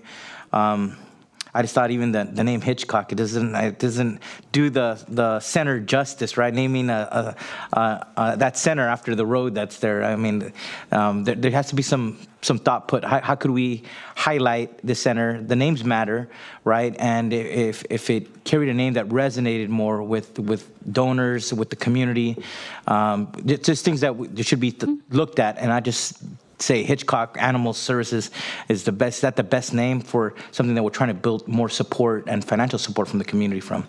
But thank you, and to all the team over there for showing me around. I will ask that. I guess it's the same question that I asked of social services in terms of the county general fund contribution to the health department from last year to this year. So you could see here that our adopted GFC for fiscal year 25 was about 18.2. Our baseline ask is 17.5 with the augmentation of 350,000, so 17.9. Pretty status quo. So pretty status quo, but like with a slight decrease. Correct. But you will, if you look above at the appropriations, you'll see that we continue to grow even though our general fund contribution is pretty stable. Okay. And again, similar comments that I made earlier.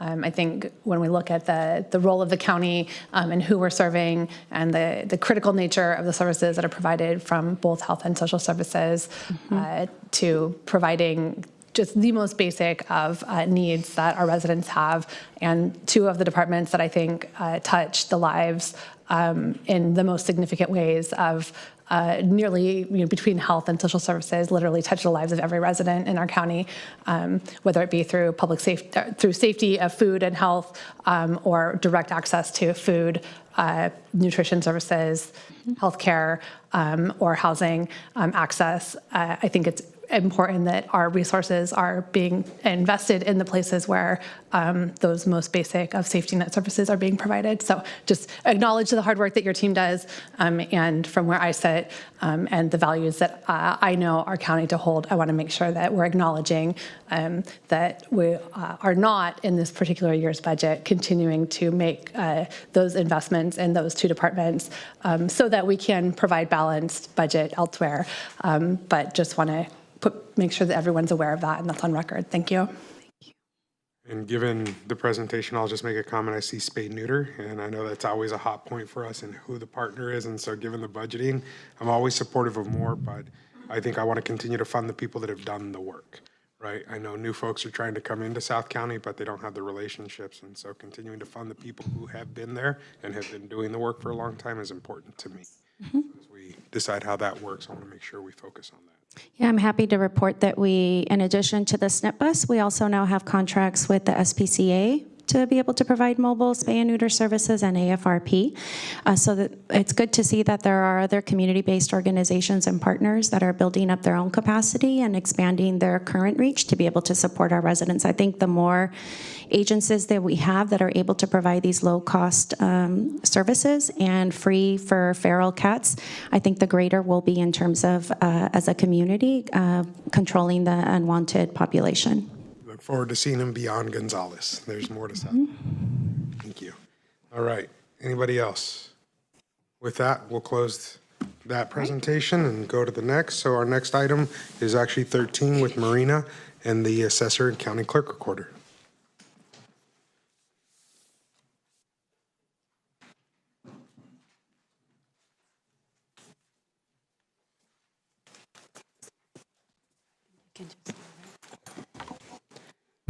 Good afternoon, Chair Lopez, board members, administrator, and county council, my colleagues, and the public. Marina Camacho, assessor, clerk, recorder, and I'm here to present my request for an augmentation just to meet the status quo on the operational needs for my department. That consists of enrollments on value that contribute to the general fund and the discretionary funding that this board determines how it's spent. Continue to provide the same level of service to the public in general. Before I go into my presentation, I would like to just give a little bit of information to the board just to get perspective as to my request. For the last 2 budget years, I've worked really hard and had to reduce my workforce. Thankfully, positions that were vacant just to meet the GFC, and having to come back to the board to request for augmentation just to keep the status quo and continue to provide the same level of service to the department and to the county and the public in general. And that is the reason why I'm here today, hoping that this board will approve the request that I am for funding. And with the other fact that I want to just share with you, I do run a lean department every year, every budget. I am judicious as to how I do my spending, ensuring that I do not spend beyond the budget allotted to the department. However, accomplishing this task hasn't been easy, nor is it sustainable to continue in this path to balance the budget, given that at some point I may not have vacancies and it will impact filled positions. With that being said, I respectfully will continue with my augmentation request. So,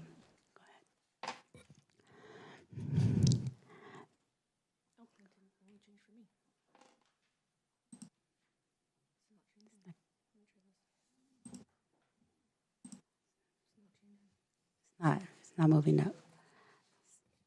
Well,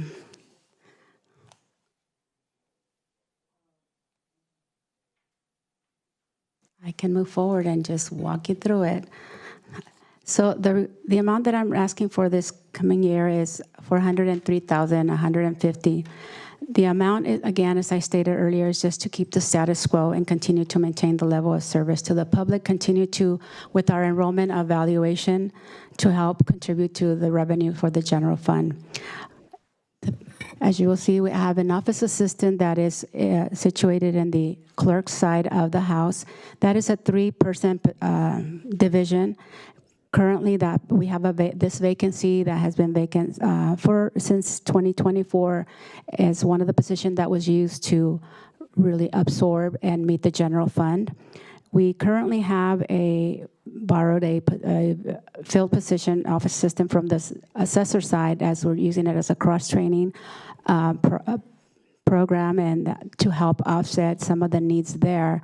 But that also leaves a void in the assessor's office that this position would help continue to process permits, enrollment of value. This area also we started a new service that we offer as civil ceremonies, a revenue generating service that this position would help and would also give us an opportunity to schedule more appointments to hopefully earn a little bit more revenue. There are $100 for application. So far, we've actually generated a revenue of $68,500 for this fiscal year. We're anticipating to hopefully generate at least $91,000 by the end of the fiscal year. That's the first priority. The second priority is I have 2 vacant appraiser positions. These positions are vacant, but I'm just asking to restore them. They were used to offset and meet the general fund contribution, to offset also the salaries increases that have happened through the negotiated contracts.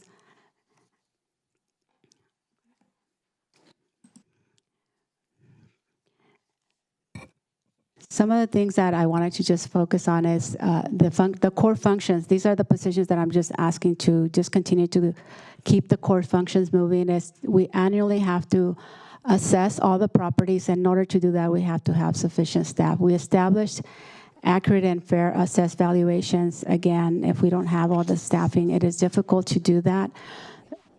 The assessment role is used, as you know, to service the communities, the cities, the schools, the public safety, and we generate about 70% of the county's discretionary fund.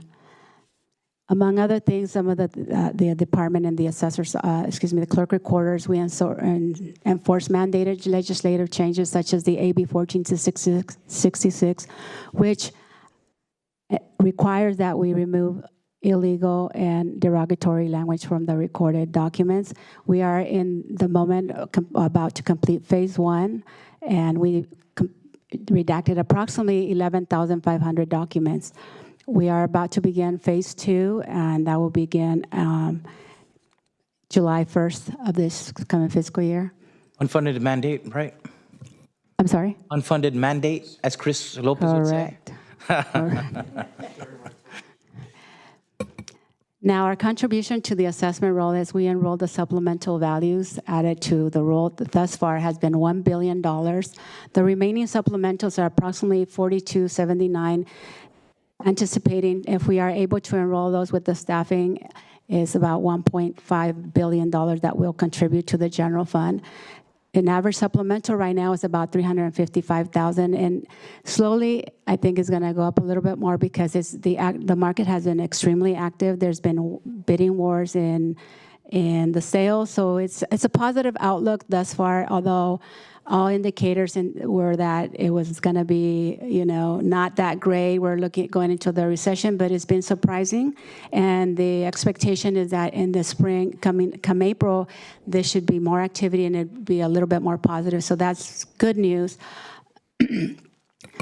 As you know, the assessment roll becomes the basis for which the local property taxes are levied, collected, distributed to the cities, county, and special districts to fund government services. So my ask, while it seems high, it is a very critical part of this whole government process, the funding that you will use at your discretion, and more importantly, fund other departments. The challenges that we face currently, as everybody here, is revenue generated from recorders has been slow and down, hopefully to change. The interest rates continue to fluctuate. They're not quite where every home buyer was expecting. However, the market is busy. The negotiated increases in salaries and benefits, 12% for Unit J and F and 16% for Unit X, Z, and Y. Wage studies that were completed and impacted the staff positively, but we have to sacrifice somewhere, and this is where the sacrifice is for my department. Reduction in staff to absorb salaries and benefits, increase it to meet the general fund just to operate core services. So the impact to these positions is delay supplemental assessment, affects adding significant value to the tax roll generated by recorded sales, new construction, changes of ownership, processing of transfers of Prop 19 base year values. Although they're not a positive thing for the assessment roll, it is positive for the community because it allows people to come to the community and spend their dollars here and make it their permanent home.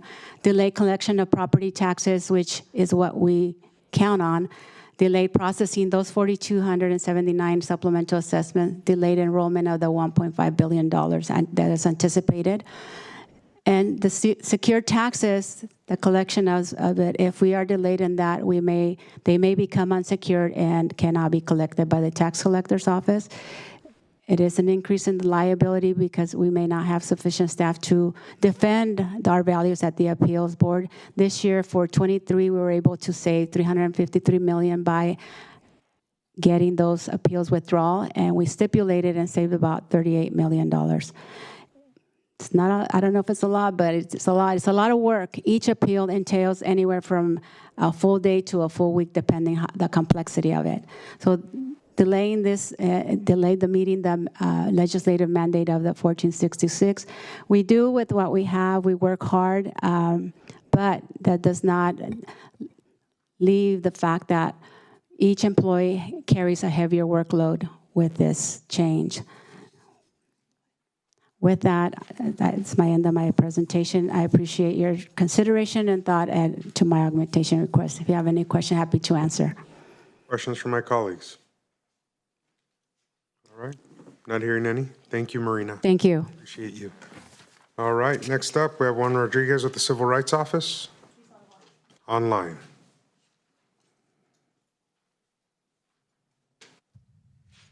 Good afternoon, supervisors. First of all, I want to apologize for not being there in person. I'm feeling a little bit under the weather, and I think our health director will appreciate that I stayed away today, and I'm sure you will too. Good afternoon. My name is Juan Rodriguez. I am the County Civil Rights Officer. I'm going to give you a very brief presentation of our augmentations and essentially the status of our budget this year. So just as a brief reminder for the public, our elevator pitch, when they ask us what we do, we say train, enforce, and advise. As you might recall, or as you know, we have two mandatory trainings that the Civil Rights Office is responsible for. One is the state mandated harassment and discrimination prevention training, which is a sexual harassment prevention training, also known as. And the other one is the Board of Supervisors mandated civil rights training. We also occasionally put on some webinars to supplement that anti-discrimination, anti-racist discrimination, anti-racist programming for the workforce.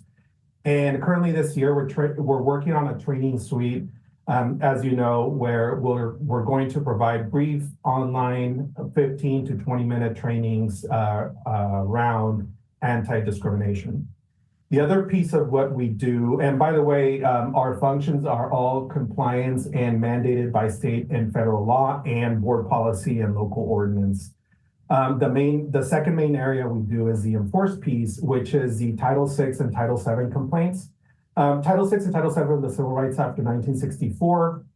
Just a brief reminder, Title VI is when the members of the public want to file a complaint against us as county employees because we're using federal money in a discriminatory way. Title VII complaints is the more, I would say, more traditional complaint where people think of is employee applicant for employment is alleging unlawful discrimination, harassment, or retaliation in any of the employment-related arena.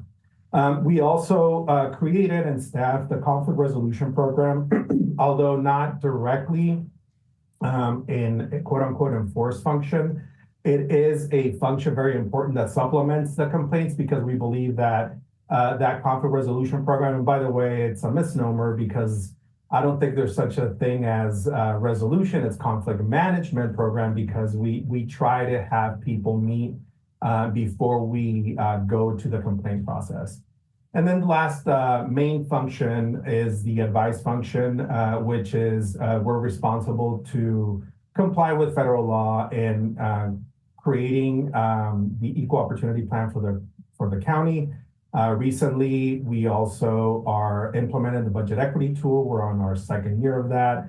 We also staff two commissions, the Commission on Disabilities and the Equal Opportunity and Civil Rights Advisory Commission. And then one thing unique among, I want to say, California counties is we staff the Reasonable Accommodation Review Committee, which is before any accommodation is denied in the county. We meet as a committee with representatives from county council, HR, benefits, et cetera, to determine whether that denial is according to law. This is not exclusive of what we do, but that's, if I only had you for 5 minutes, this is what I would tell you that I would do. So this is our baseline budget, and just want to point out to you that we're a small office, 5 people total for the workforce, and 90% of our budget is allocated into salaries and benefits. Today, I'm here to talk to you about the requested 7 augmentations that we grouped by program, totaling $118,000. These augmentations are meant to maintain base level services and implement priorities. I mention that because these augmentations are not meant to maintain the same level of service that we have now. It's just the basic compliance that will get us hopefully through a better budget year next year. So you'll see these 7 broken down by amounts and program. As I mentioned, just please keep in mind that the asterisks denote augmentations necessary to meet that minimal mandated compliance with state and federal laws and regulations. All augmentations represent that minimal funding requirement to approximate that current CRO levels.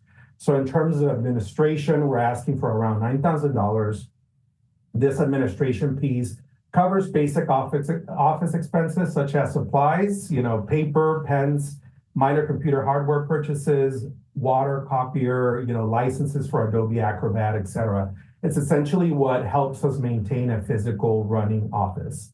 Non-funding, this augmentation obviously would hinder our ability to staff a physical office.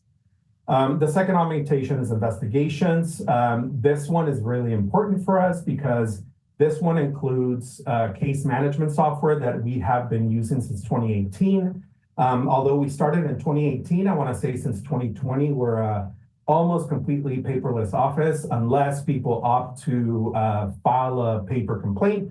We still scan that, upload it to our case management system, and then destroy the physical copy unless we need it for some reason.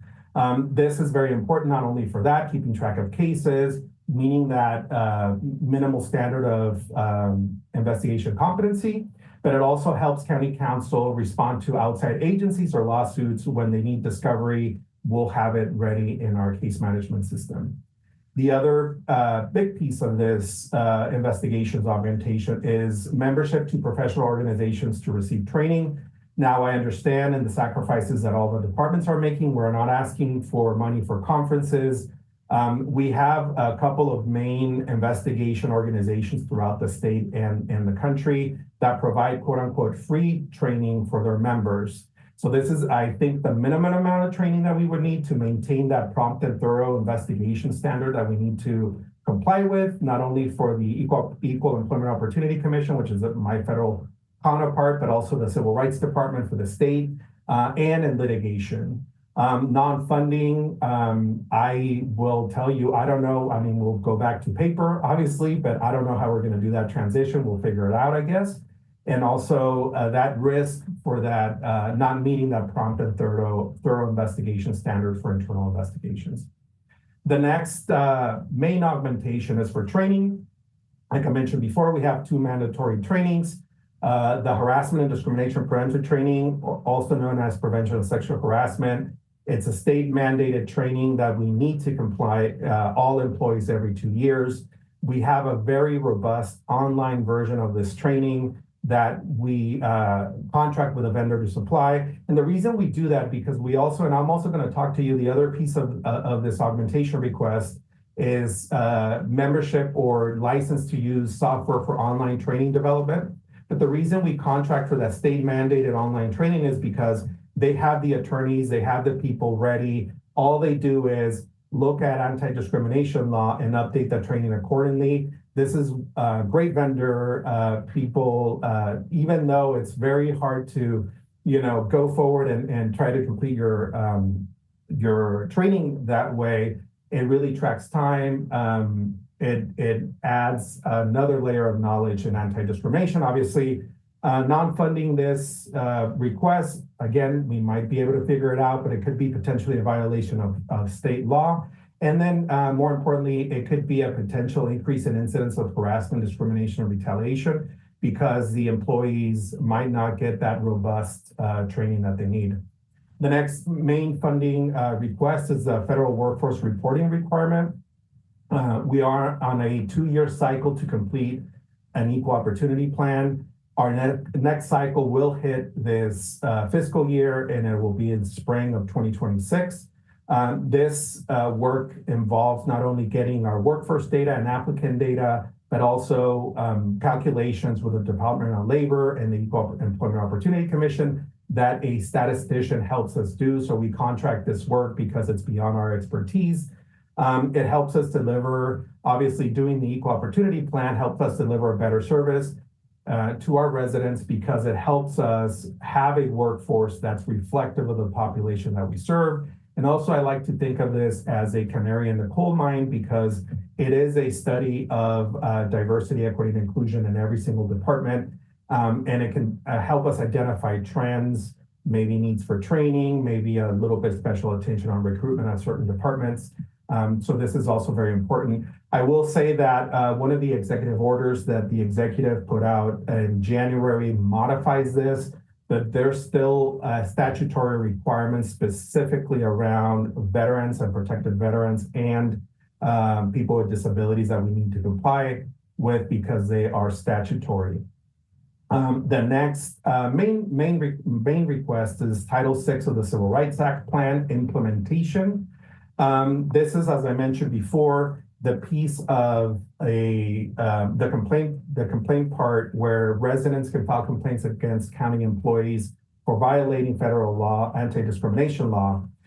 In addition, it has a very big language component, which we are focusing on this year. We're partnering with ITD and other departments to make sure that at least our website, our vital documents, meaning those documents that give or take away benefits, are available in both English and our other threshold language, which is Spanish in our county.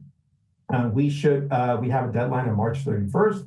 I anticipate we'll keep working with some departments, but that's a main factor in this. This request also includes costs associated with community outreach, because that's another component of it. And then partnership with education institutions for an employee interpretation program and intern support. Now, the intern support main duties would be under Title VI. However, we would also, they can help us on investigations because those are confidential personnel matters. But in the past, they have helped us with training development, training deployment, and other equal opportunity planning commission work. Those are the 5 augmentation requests that are state, federal, and or Board of Supervisors mandated that we need to comply with to meet those requirements, protect federal funding, and limit liability. The next, and by the way, your board in February approved the Title VI of the Civil Rights Act implementation plan. We move over to the Community Impact Action Plan, which was also recently approved by your board in February. And this is essentially a plan that encompasses a 5-year plan that encompasses the whole county, that helps and supports departments currently engaged in service delivery of equitable services to all of the population. This request includes some funding to support those departments and whatever they may need if they need community outreach and developing or deploying a program, surveys, things like that. We're hoping to have, there are leads within each department, some basic training so they understand what the actual requirements and the latest, I guess, academic information is on diversity, equity, inclusion, and belonging.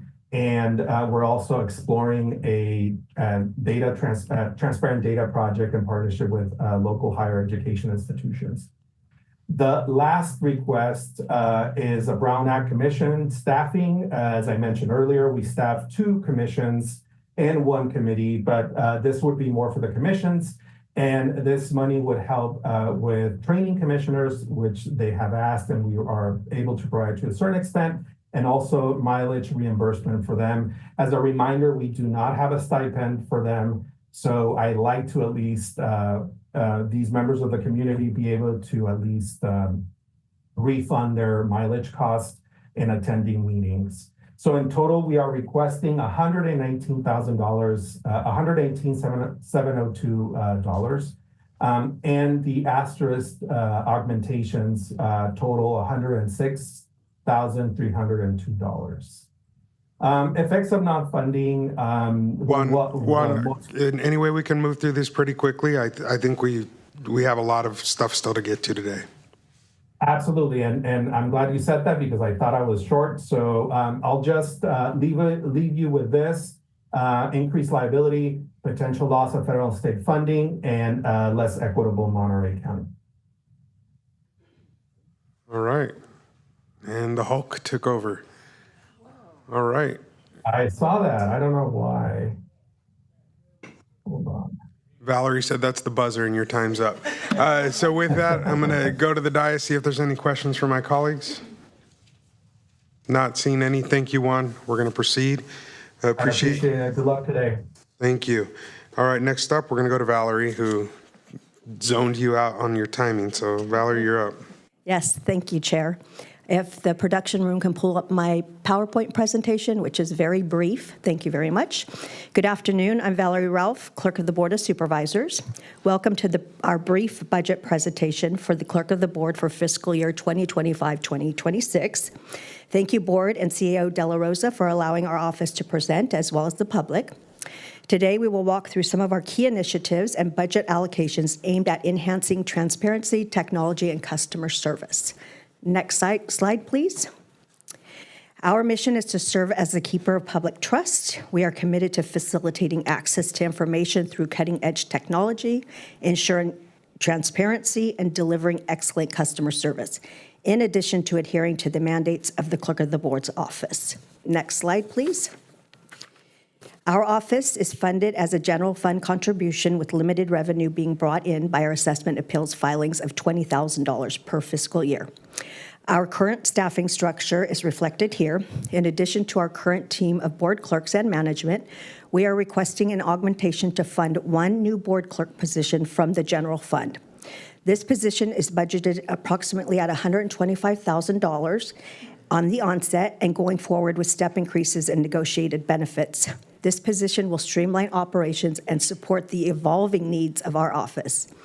Our current total allocated budget is $1,054,349 for fiscal year 25-26. Next slide, please. This slide covers items of need with implementing, enhancing, and maintaining mandated processes. On the technology front, we're investing in automation projects such as the implementation of e-comments and improvements in Legistar to support efficient board operations. We are also emphasizing compliance with initiatives like the ADA and language access plans and enhancing public access through website improvements. In addition to boards, commissions, and committees, full revamp, review, maintenance of appointments and reappointments, training, and reference materials, assessment appeal board project, which is making that manual process an automated process, preserve an image project, which is our records and getting them digitized versus having the actual paper record, enhancing our public website for both the clerk of the board and the assessment appeals board, and creating Legistar training videos for the learning management system and our staff to access. This new position supports our commitment to efficiency, transparency, and adhering to the clerk of the board's mandates. Excuse me. Currently, we have a temporary board clerk supplementing our office over the last several months. With this additional help, we have been able to complete projects and handle the workload more efficiently. Some of the projects that we worked on was boxing up 60 boxes of records and sending to storage at the records retention, as these documents are mandated to be kept forever, such as agenda and agenda packets, clean and organize our file rooms, send over 120 old large archival books out to records retention for better preservation, and started to work on the cleanup of boards, commissions, and committees' contacts applications. These are just some examples of the projects that have made positive impacts on our office. Unfortunately for us, our temporary board clerk will be moving on, and she received a permanent position in the assessor's office, which of course we are happy for her to become a permanent county family employee. Okay. Yeah. If this additional position is added and approved, then it will alleviate the need for our temporary budget line item, which is currently being cut tremendously in the next fiscal year.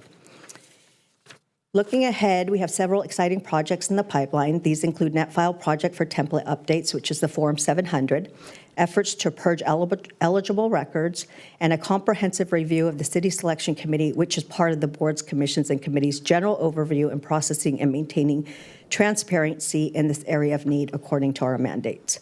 These initiatives will pave the way for further modernization of our process if this additional resource is approved. Next slide, please. In closing, I'm available for any questions. Extra credit for being quick. Any questions? I'm going to go to Kate. So again, brand new language and everything for me here. So this 125, 128 is an augmentation request? Okay, thank you. All right, I'm not seeing anybody else on the dais. Thank you, Valerie. And with that, we're going to proceed. Next up is Susan Blitch with the support of Sandra Taveros. Thank you, Chair. Susan Blitch, County Council. And with me is Sandra Taveros, who is our Administrative Operations Manager. I hope I got that right. And I will say Dolores Villa and Cassandra Zarco are in the back representing our amazing staff. I think I'll jump in while she's pulling up those slides, but essentially County Council is asking for to remain status quo, and you can go to the second slide. The unfunded wage increases for our office alone amount to $569,000. Most of those have come from Deputy County Council increases, which amount to about $375,000. I want the board to note that we're a lean office. We've looked at ways of cutting our budget further. We've let go our retired annuitant, Wendy Strimley, unfortunately, as well as our librarian. We've cut our library budget as well as our training budget. Essentially, there's not much more that we can cut. Go to the next slide. I'll talk about the grand jury augmentation request separately, but for County Council, we are asking for augmentations to keep a deputy county council 4 and 2 legal secretaries. Going to the next slide. Our attorneys and staff are already working pretty long hours.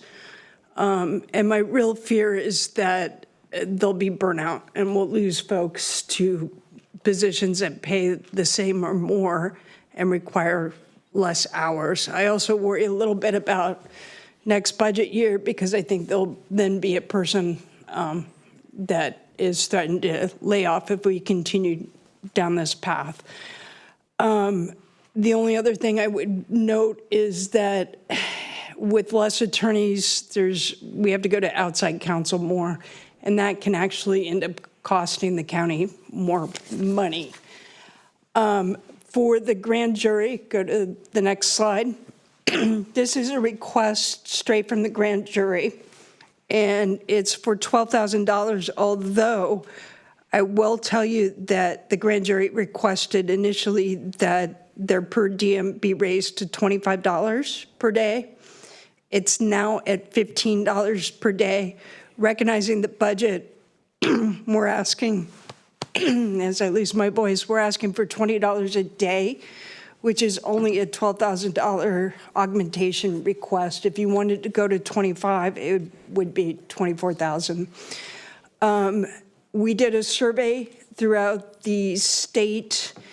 About 25 counties are still at the $15 per diem level, which is the statutorily mandated floor. But the average throughout the state is about $27 per day. So again, I promised the grand jury I would bring this forward. With that, happy to answer any questions. Questions from the dais? I'm sorry? Yes, you get a gold star. I'm going to go to Supervisors Church.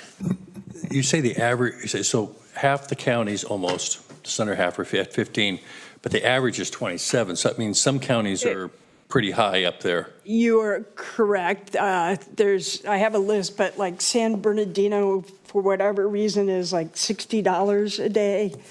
There's a couple really high. A lot of them are 25, but I think LA was the other one that's pretty high. Is that 20? It's per diem. You've got to have a whole lot of them higher than 27 to get 27 as an average, I would think. I have a list. I'm happy to share it. Los Angeles is 60, and I added this up. A lot, as I said, a lot are 25. I just was wanting clarification on because it seemed like from what I didn't know quite how we got there, but that's okay. If you know, happy to have you check my math, but I think, Sandra, you did the math too? Is it 27? I thought it was 25. All right. So we're $2 off. I will say it hasn't been changed in 15 years. I do want the board to know that if we get this augmentation, we'll have to come in and change the ordinance, which is woefully old and outdated because it says $10 or per diem. It's wrong, and it's on my list to change. So, All right, anybody else from the dais? Seeing none, thank you. Appreciate the presentation and the brevity. With that, we're going to go to Ariana Hurtado and Kim Moore on behalf of HR.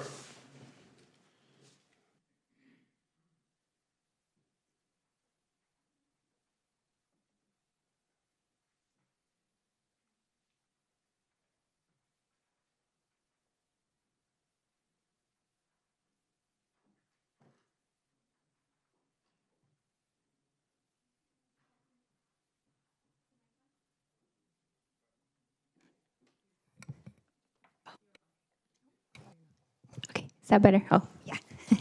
Good afternoon, Chair Lopez, board members, Ariana Hurtado and Kim Moore, Assistant Directors of HR.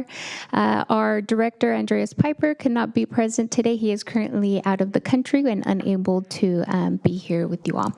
So we will be presenting a very brief presentation on behalf of the HR department. As I heard earlier, there's extra credit being given for short presentations, so we're going to make this very short. As part of the packet for the board agenda, there were several slides that were provided. We're only going to be covering about 3 slides just for brevity. The first one, of course, we want to reinforce that we strongly believe that the County of Monterey's workforce is the backbone of our agency, as it is vital to be able to provide those essential services to members of the public. So in order to be able to appropriately support critical recruitment, retention, and supporting of that workforce, it is very important that we have a well-equipped human resources department. So today we will be covering 5 augmentation requests with you all.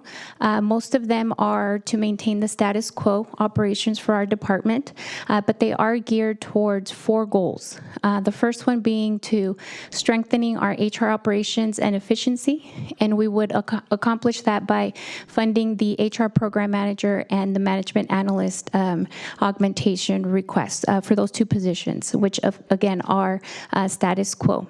By funding these 2 positions, we will enhance our strategic planning, our policy implementation, and operational efficiency for our department. Also, a goal for these augmentation requests is to reduce the classification and compensation backlog. This, again, would be accomplished by funding a new senior analyst for our classification and compensation team, which would help expedite those critical job evaluations while ensuring fair and competitive wages. And improving the retention and reducing costly delays, of course, in hiring for our departments. Also, a goal would be to mitigate the legal risk and compliance costs. This is associated with an augmentation request that we will cover related to legal support, outside legal support for purposes of labor and employee relations, which is a very critical function for our department, as that is a countywide function for all of our departments in our labor negotiations. And then our 4th goal, of course, would be to support the workforce stability and equity by investing in our employee engagement survey, which we'll also be covering, which is our quantum agreement. We will improve the recruitment, retention, and labor negotiations, fostering a more efficient and equitable as well as competitive workforce for the County of Monterey. So for our next slide, I will hand it over to Kim, who will cover just a little bit of the services that we do provide to our departments.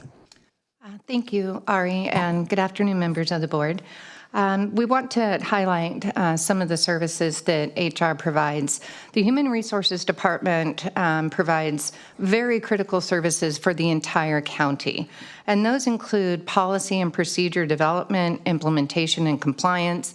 We're responsible for the county's personnel policies and practices resolution, or the PPPR. We also do labor relations and negotiations for the entire county. We have the chief negotiator, who's actually sitting right here, on behalf of the entire county. We also do oversight of the most complex employee relations items. So while the departments are doing their day-to-day operations and dealing with their day-to-day employee relations items, when they become extremely complex, they actually come to our Labor and Employee Relations Division for support in that area. We also oversee benefits administration for the entire county. That would include medical, dental, vision, the FSA, retirement, the ever-popular pet insurance.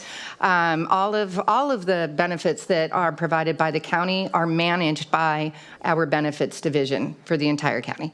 The Human Resources Information Systems Division oversees all human resources systems for the entire county, with the exceptions of systems that are in Natividad Medical Center. So we oversee the applicant tracking system. We oversee the Advantage payroll system on the HR side. We oversee many NeoGov modules that include the learning management system. I could go on and on, but we oversee all HR information systems. We also do classification and compensation on a countywide basis, with the exception of hospital-specific positions at Natividad. So any other class or comp study that is going to be conducted in our county is done by the HR department. And we also do recruitment services for centralized departments. And I'll touch really quickly on that. In addition to all of this high-level oversight for the entire county, we also provide day-to-day operational HR support to 17 of the 27 county departments. So we have 10 decentralized departments that have their HR staff, and then you have the HR department that has the countywide functions and also provides services to 17 of those 27 departments. So then the next slide shows our augmentation requests. They are in order. So we have, I will briefly go over the position ones, which would be priority 1, 3, and 5. And then Ari will go over the items 2 and 4. So the Human Resources Program Manager, Ari had already mentioned, this position is in our Employment Services Division and is responsible for the oversight of countywide classification and compensation and recruitment services. So this position is responsible for establishing policies, procedures, guidelines, and auditing and compliance for countywide recruitment policies and so forth. This position is critical. Currently, an assistant director and the director are having to provide that day-to-day support to this division because we do not have a program manager currently. So this would be a status quo position. The next one is actually a new ask. It's a senior human resources analyst. This is for our classification and compensation division. I think everybody is aware that there is a lot of activity that is going on in the classification and compensation arena. So this position would be critical in helping that team to maintain the ability to conduct these studies in an efficient manner. I would share that currently for this year's studies, we already have 25 that are approved and in the queue. 8 of those are for Natividad. In addition to that, we have another 18 that are under review that may move to the approved in queue. Our submission window is open. It does not close until May 1st. So we have an additional 4 or 5 weeks that we're going to be receiving these requests from across the county. And so we're anticipating that we're going to have a pretty heavy workload again this year. So this position would be critical in helping moving those studies forward. The last position is a status quo position. That is for our Management Analyst 1. This position supports the administration unit with high-level executive support and also policy development and procedure development, and is a critical position to support the executive unit. I will pass it back to Ari. Thank you. So we do have 2 additional augmentation requests that are not position specific. These are more driven towards our function and our program. The first one is for our legal services for labor negotiators. This is a status quo request. Our department has the practice of budgeting for outside legal counsel for the purposes of negotiations. So this is a very important service for us to have at the table because it does provide us the ability to respond quickly to union proposals and just keeps the negotiation process running smoothly. It is especially critical when we run into any potential job actions. When we do have contract negotiations open, there is always a risk, of course, of having a little bit of union unrest. So it is extremely helpful for the labor negotiations team to have that additional support at the table for purposes of if there's any legal filings or just additional legal support that is needed through that process. So we are requesting a total amount of $100,000 for those purposes.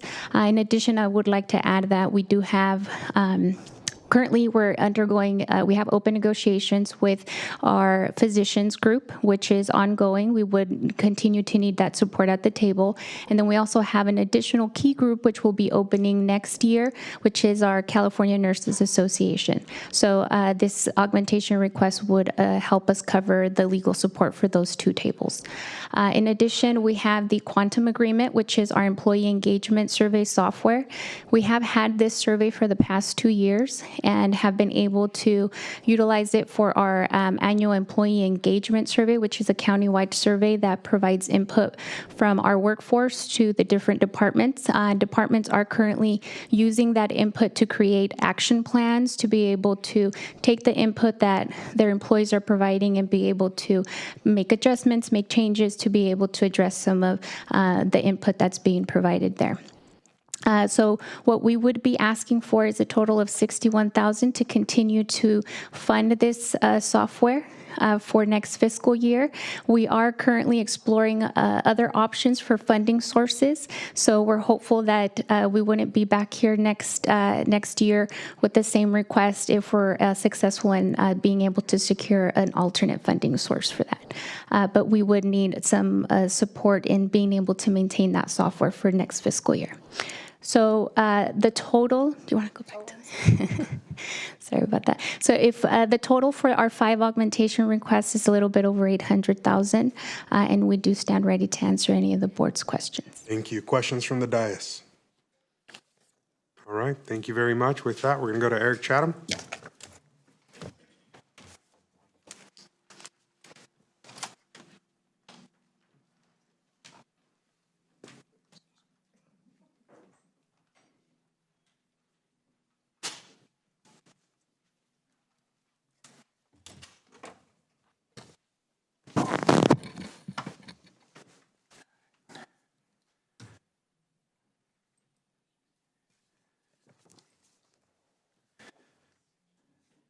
Good afternoon, Chair, members of the board, county staff, and members of the public. I'm Eric Chatham, the Chief Information Officer for the County of Monterey. I'm accompanied by Leslie Madrigal, who will be managing the slides. I'm going to go over 3 separate areas that we are seeking funding this year, augmentation funding. One is in a staff augmentation request. The second set will be capital improvement projects. The third will be a projected ERP overrun in the 25-26 year. I'll go through each item in detail on the next slides. And just as a reminder, as with all ITD services, these augmentations are in support of the entire county and allow all departments to support their programs and constituents.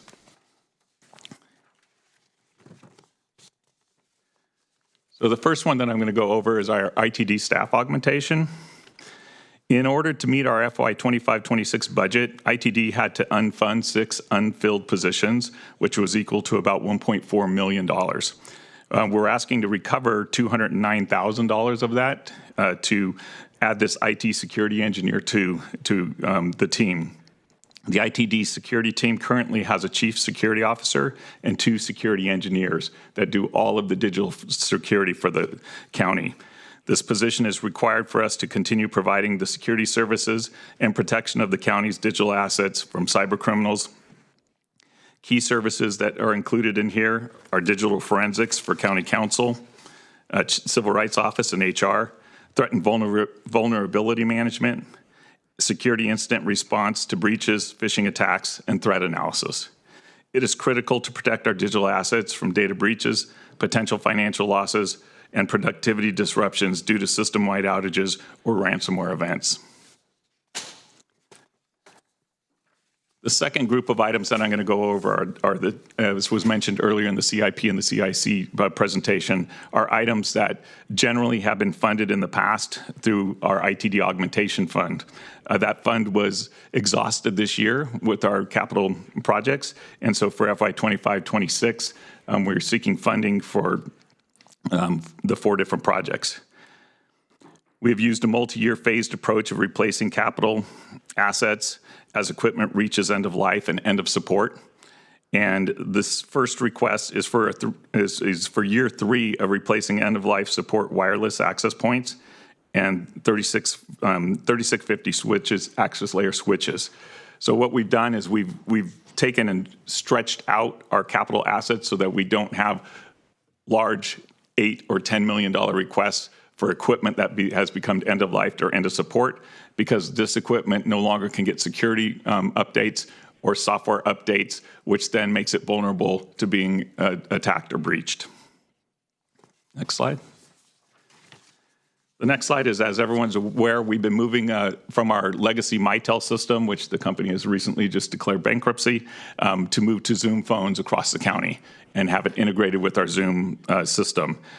We're asking for $150,000 here. This is so that we can basically provide system survivability in the event as everything moves to the cloud. If there is a problem in the cloud, your services are no longer available. This would allow us to have survivability for key organizations so that they can continue to provide and maintain phone services in the event of a cloud failure.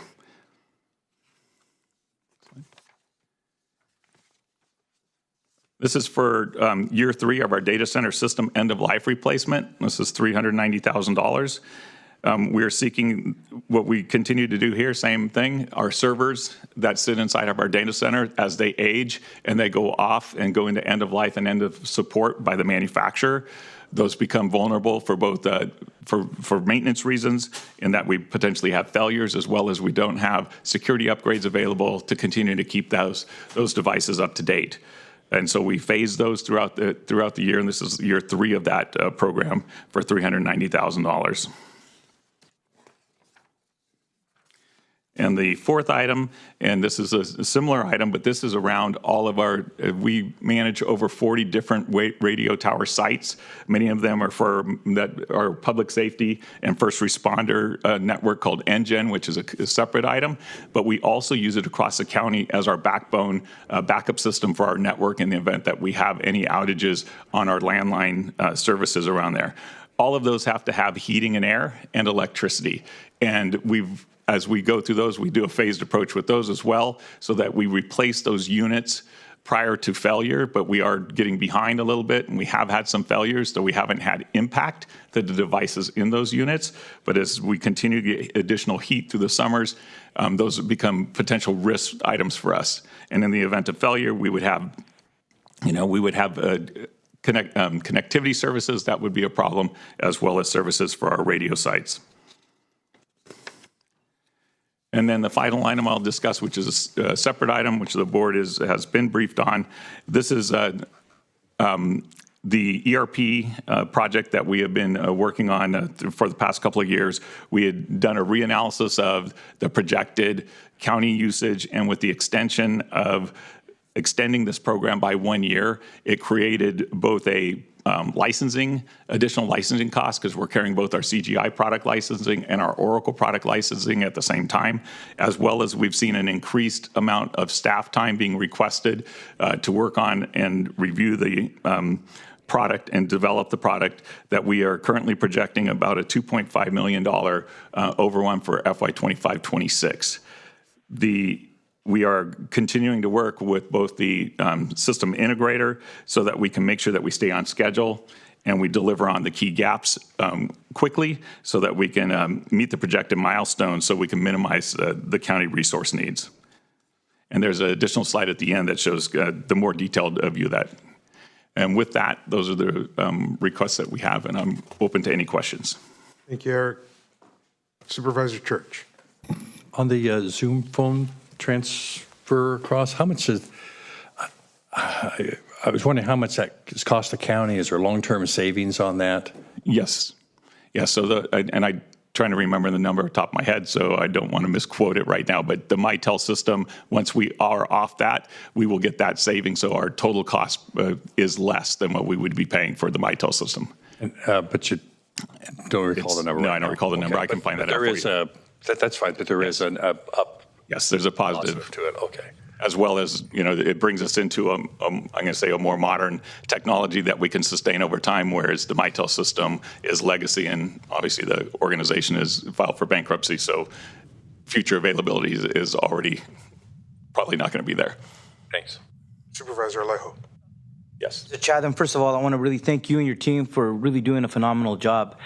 Most of our public don't get to understand how important IT is until you see a crisis that recently happened at Watsonville Community Hospital, where their security systems of their data, their employee information were compromised, now causing them many of their headaches. So I just want to put in that context that what you do really could save us a lot of money by having the right people, keeping them, and investing in the right technologies.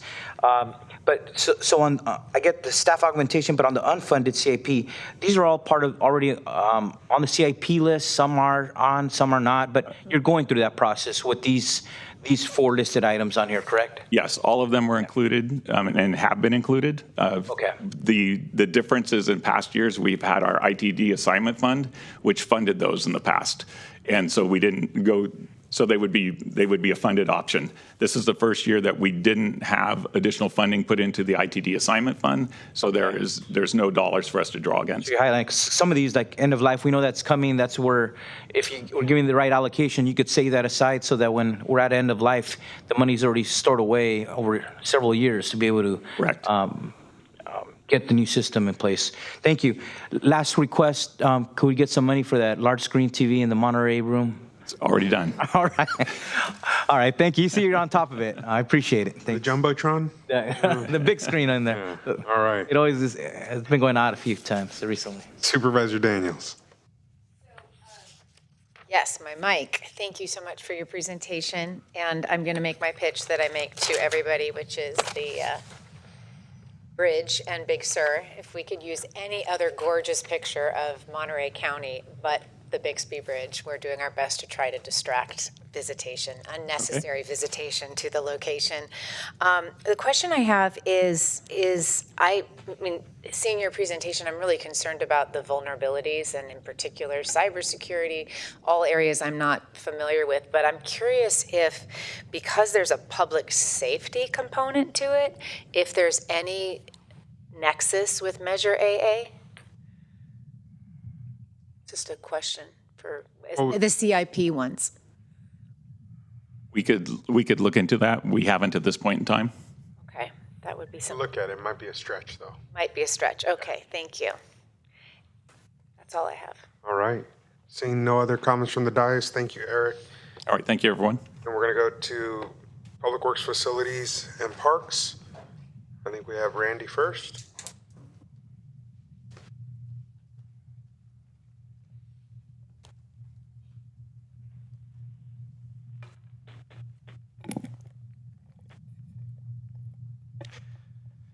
Thank you, and good afternoon, Chair, members of the board, CAO, and County Council. As introduced, I'm Randy Ishii, Director of Public Works, Facilities and Parks. And with me today are various staff members of the Public Works, Facilities and Parks Department. And we have our Senior Secretary, Rowena Reyes, who is bringing up our presentation for today. As we go to the next slide. ITD is holding your project hostage. I see that, Eric. Thank you. As we go to this current slide of our overview and format for today will be a brief overview of the department's and its core functions, the department's general fund budget overview and unmet needs. We will then talk about the budget augmentations by priority, and then we'll wrap up the conversation with a request for support. So going on to our next slide, we'll briefly talk about our department's overview and our core functions. So going to the next slide, by way of background for our public, the department manages many different funds, general fund, as well as special revenue and enterprise funds. So the non-general fund activities include our road and bridge engineering and maintenance. The county has 1,260 miles of county-maintained roads. If you stretch those in on in with each other, that'll get you 1/3 of the way across the United States in the east-west direction. With that, there's also 175 bridges and the other road appurtenances like stop signs, stop ahead warning signs, striping, and so on in those roads.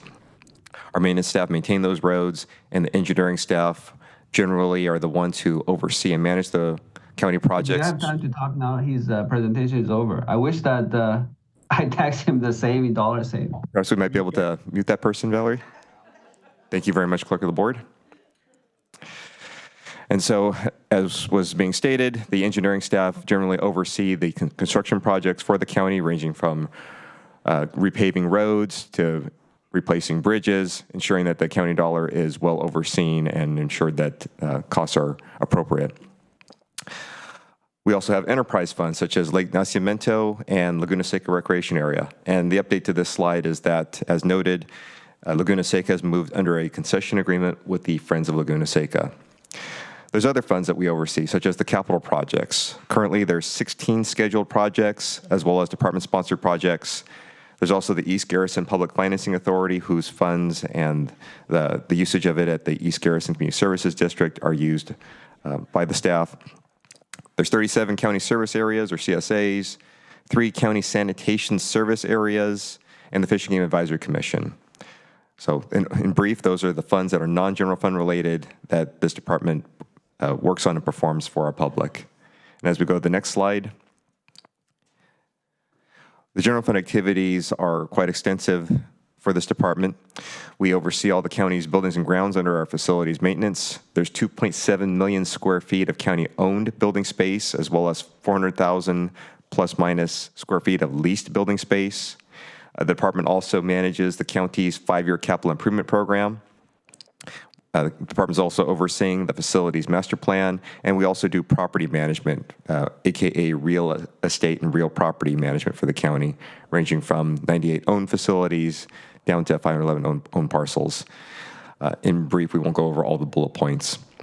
The department also manages the utility payments for the county, so all the expenses for electrical, gas, and so on are paid for through this department.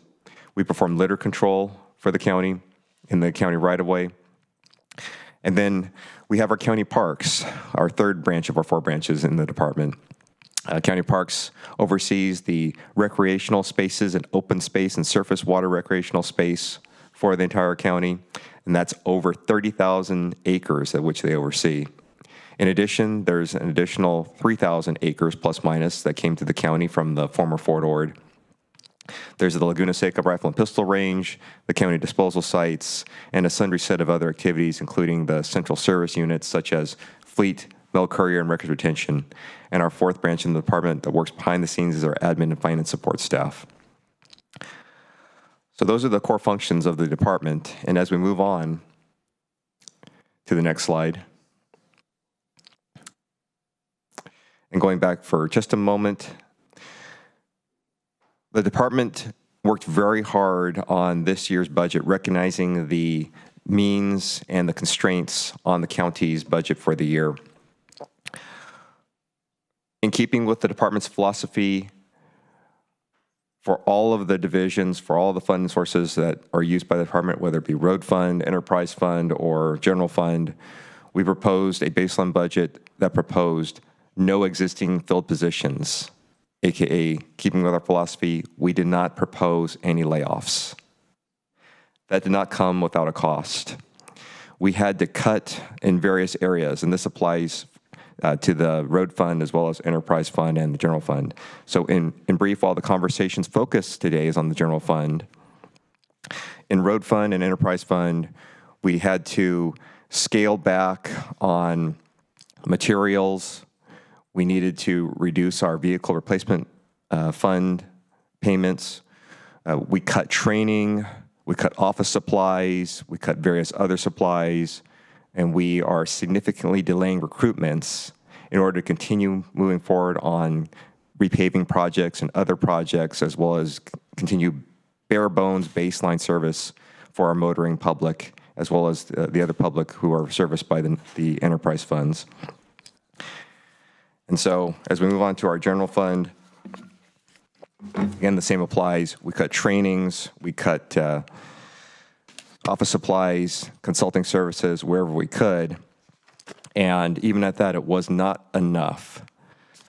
And so at a very baseline high-level overview, the details are in the table itself. So the point to take away from it is, in order to make a baseline budget balanced for the general fund, we needed to cut still $5 million, which we're asking for today to be restored through budget augmentations. And we even cut 12 vacant positions, 9 of which we're proposing today to be restored through the budget augmentation process.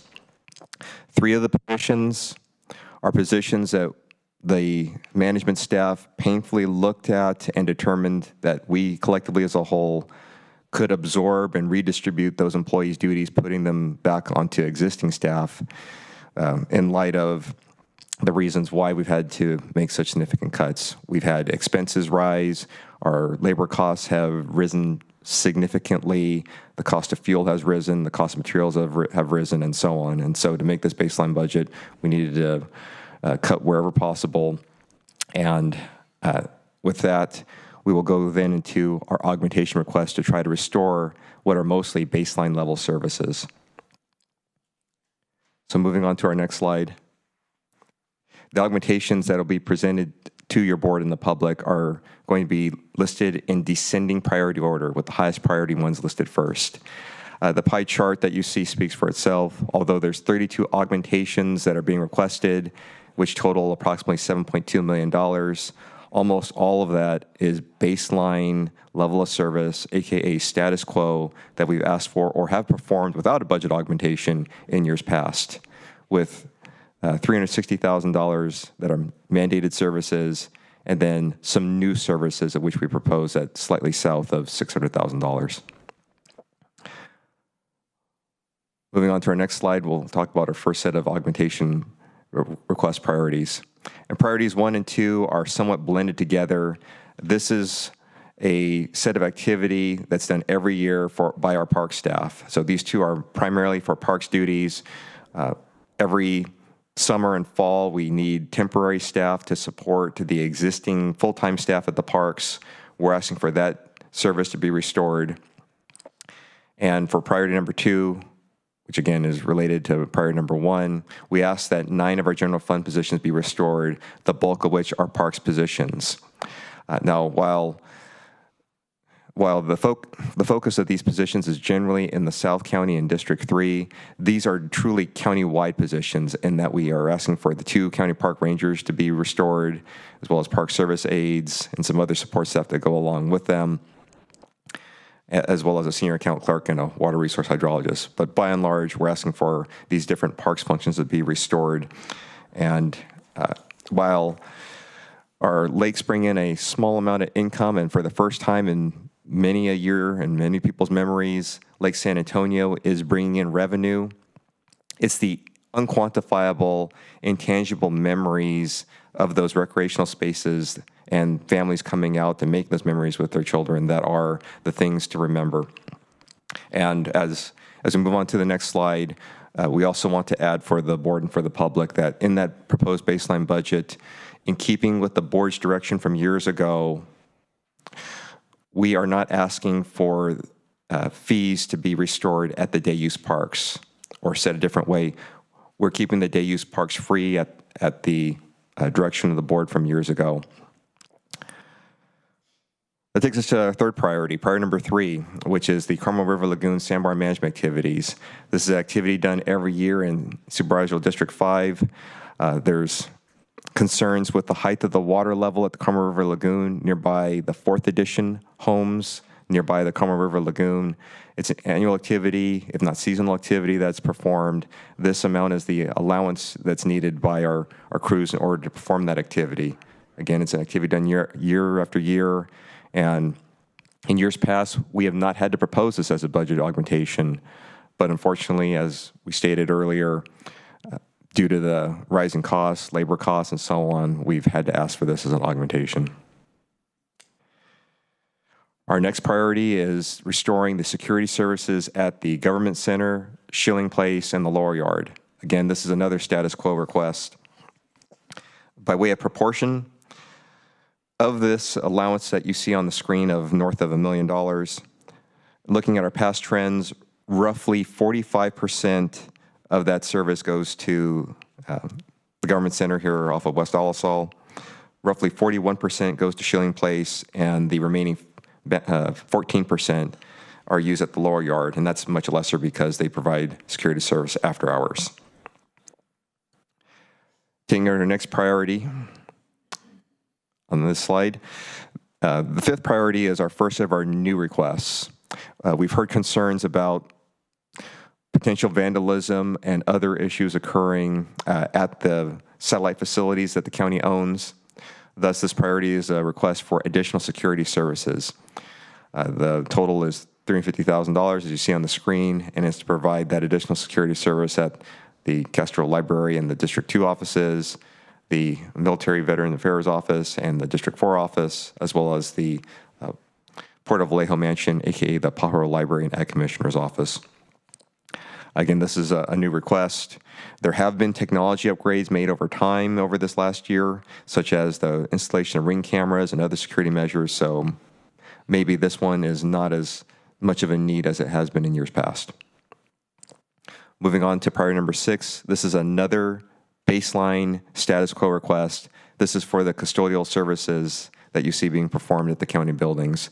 The county does not have full-time employed county janitorial staff.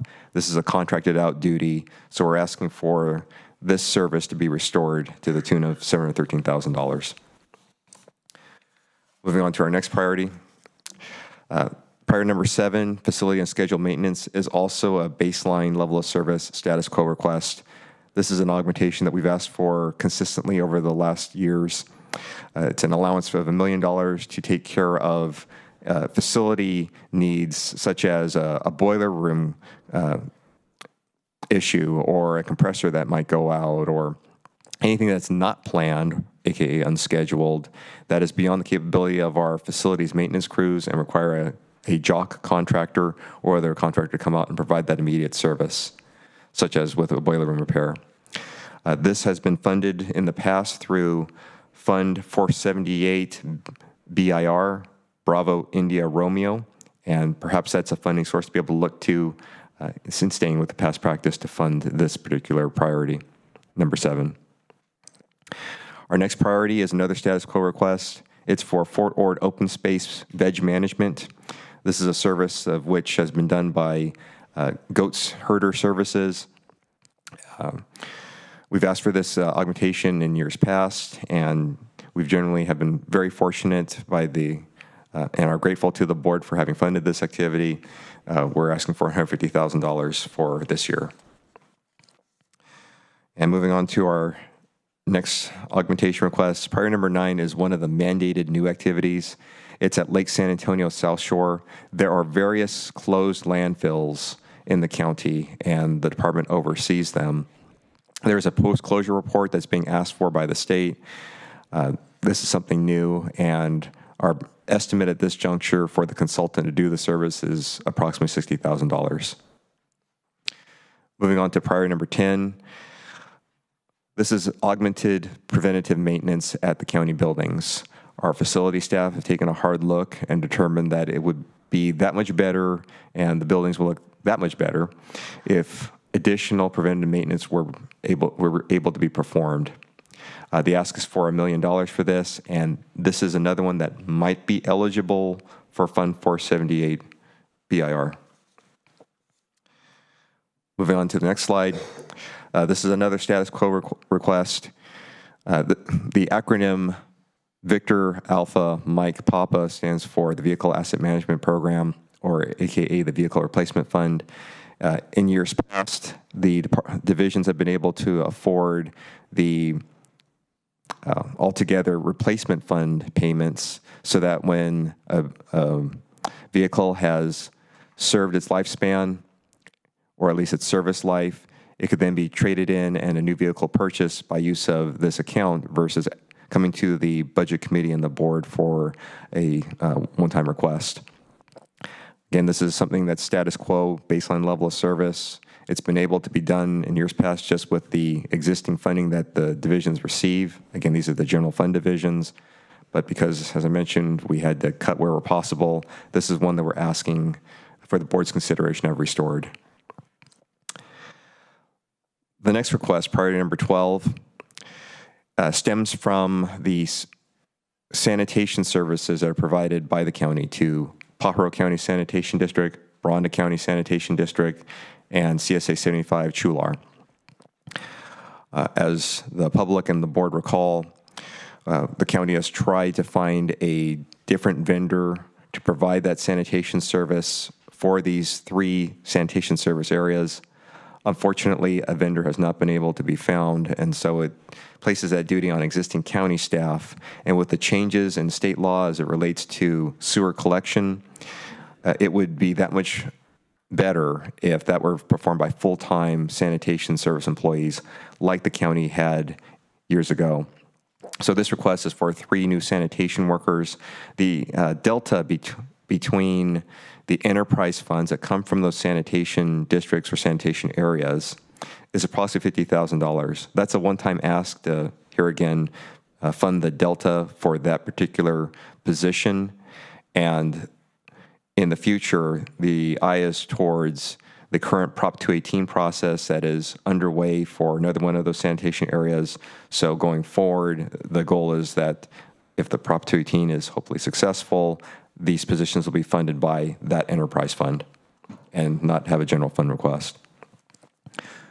Moving on to the next slide. This is a new request. This is an ask for a part-time fleet parts coordinator. Fleet services is managed by this department, and they manage all the county's vehicles. It would be that much better for the operation if they did have a part-time fleet parts coordinator so that the parts coordinator themselves could do other standard activity as well as the mechanics be able to do their activity versus do a sundry set of duties. Moving on to the next one, priority number 14. This is also a new request. Through our records retention, the county provides document shredding services that are contracted out. This is a paradigm shift to doing that service in-house. And so with a one-time expense of purchasing a mobile shed truck, with here again, the ongoing maintenance having to be funded from some other source, the goal would be to have the services of document shredding being done in-house and also seek out those other partnership opportunities, potentially with providing that service at a cost by contract to the cities within the county and school districts and other public agencies. So should the board have appetite or interest in that, that's the purpose of that priority, number 14. And moving on to the last set of augmentations as we wrap up. Priority number 15 is a new position request. With the increase in the number of lease agreements coming up or lease negotiations that are being asked for, the department is requesting an additional real property specialist. Currently, the department has only 1 real property specialist. This is a request to have a second one. And for our last priority for the conversation today is priority number 16 for homeless encampment cleanups at an approximate amount of $100,000. As the board and public recall, the county has recently passed a homelessness policy, and while we, the county, are looking for ways to provide and connect people with services from the situations in which they are in, there's still the cleanup that's necessary on county lands, should this be on county lands. So this is a request for a one-year allowance to provide that duty should there be the need for some cleanups. And if this is not funded through the allowance, then when these do come up, then staff will need to come to the Budget Committee and board asking for funding and appropriations to do those different cleanups. So moving on to our next slide. Should these augmentations not be funded and not be restored, there will be reduced service levels to the public and our county customers. And staff does wish to remind the board and the public that one-time decisions could yield long-term repercussions. So in summary, the department is asking for status quo baseline level augmentations to be restored at approximately slightly north of $5 million. The new requests, the new budget augmentation requests for new services are numbers 5, 10, 12, 13, 14, 15, and 16. Everything else was baseline level of service, aka status quo requests. Moving on to our final slide, we thank you all very much for your consideration, and we would like to hand the floor over to our Chief of Parks, Brian Flores, who would like to say a few words, and we open up for questions and comments. And again, we thank you very much for your consideration. Thank you, Randy. Briefly, Mr. Flores? You know me. Thank you very much. Rowena, if it's possible, could you pull up the first slide on the augmentations? I just wanted to briefly speak to the board about the first two priorities, which the first one was the $130,000 for restoral of the temporary staffing. This is primarily for gate staff at Lake San Antonio for the summer. With this investment of $130,000, we see a realization of about $300,000 in revenue. Without this $130,000, we're going to take a $300,000 loss in revenue. We would most likely have to close one of the gates multiple days per week. What we've been trying to do over the past year is to really keep both gates open to allow as much access to Lake San Antonio as possible. Without these temporary seasonal staff, we would be forced to close some of those days or reduce the hours because the staff need to be there for the mussel inspections, et cetera. The priority two, the positions for the baseline positions for status quo, most of these positions we were in recruitment for currently. The two park rangers, which is the highest priority out of that list. One is for North County, one is for South County to backfill from a retirement. The park service aides help with the lakes, as well as the senior park utility and water system specialist. We contract out for that service now, but we are always constantly trying to recruit for that position. And then the senior secretary, we manage two different commissions, Fish and Game Commission as well as a Parks Commission. The senior secretary is instrumental in acting as staff to those two commissions. And then the Parks Planning Manager, as we're coming up and taking a look at doing a Parks Master Plan, that position will be extremely important. It's also for legally required analysis of housing projects to make sure that we're in line with the Quimby Act, which is the Parks and Open Space Act for California. So these positions are all positions that are extremely important to our overall operations, and just request that you would give serious consideration to funding those positions. Thank you. Right. So a question for you. I'm struggling with the temporary staff question based on the fact that we are turning a significant, what was the profit last year at the lakes? Oh, close to... Close to 2 million? Yeah, it was definitely over that, yeah. So I guess I'm just struggling with why we're cutting what's making us money. I mean, why was that decision made? Why are we put in a position today? This isn't the total amount for the temp positions. This is a portion of the temporary staff positions. But, when finance was looking through this, we had to try to make some cuts where we could. And with regards to the seasonal staff, that's the way it came. So Randy might be able to speak more to that. Anybody else on the dais? Go to Supervisor Daniels and then Church. Thank you. I have a similar sort of follow-up question to Supervisor Lopez. In terms of the priorities, like 4, 5, and 6, for example, I'm trying to understand the process because it sounds like these are services that we're already providing. And so in terms of making the budget to create the budget, did you cut those positions and now you're asking them as an augmentation? I mean, cut that funding for that work and then add it as an augmentation request? Excellent question, Supervisor Daniels. You are correct. In the algorithm and methodology that was used, we looked at places we could cut first without having to cut people or put positions up. Last thing we want to do is put positions up. And so as we went through and looked at what we could fund and what we could not. We went with, again, the office supplies, materials, and so on. And then we needed to look at our contracted services. And then it was only at that juncture where we found that we still could not make a baseline budget balance. So we had to offer up all these different vacant positions and an amount of the temporary services. Okay, thank you. And then in regards to priority number 2 and the restoration of the 9 positions, it sounded like you're actively recruiting for those now. Does the hiring freeze impact that ability to do that recruitment right now?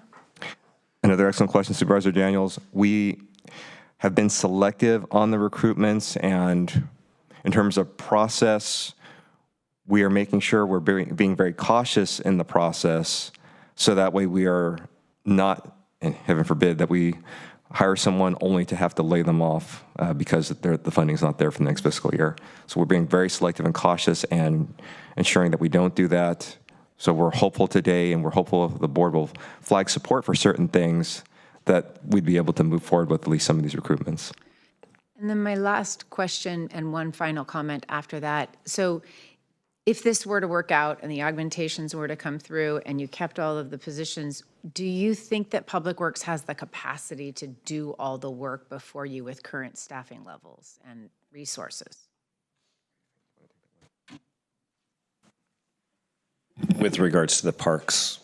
Yes. Well, duties. also, I mean, just being able to include everything that's on the priority list plus the new ones. Plus, I mean, do you have the resources you need to sort of do the capacity? That was what my question would be. Do you have the capacity to do all this? Another excellent question, Supervisor Daniels. While we would appreciate having additional in-house staff, we recognize the limitations and the constraints the county has. We're being very methodic on our asks of the board in these challenging times we'll be entering into.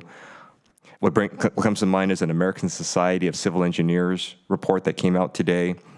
And in that report, it mentioned that infrastructure for roads and parks nationwide are starting to increase for once in their rating after so many years, but other infrastructure is starting to decline.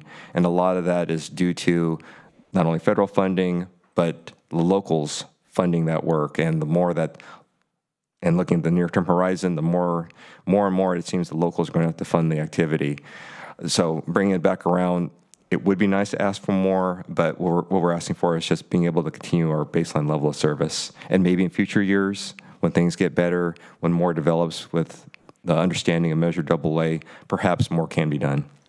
And then the last thing I want to say is just a thank you. I see priority 3 is on this list, and one of my goals, I know that there is certain parts of District 5 that have a disproportionate amount of staff time in terms of addressing things like the sandbar management. And my goal truly is to try and ultimately resolve some of these issues in ways that makes it less of staffing heavy and labor intensive for Public Works staff to have to address these multiple very active communities. And so I just appreciate, everything that you do.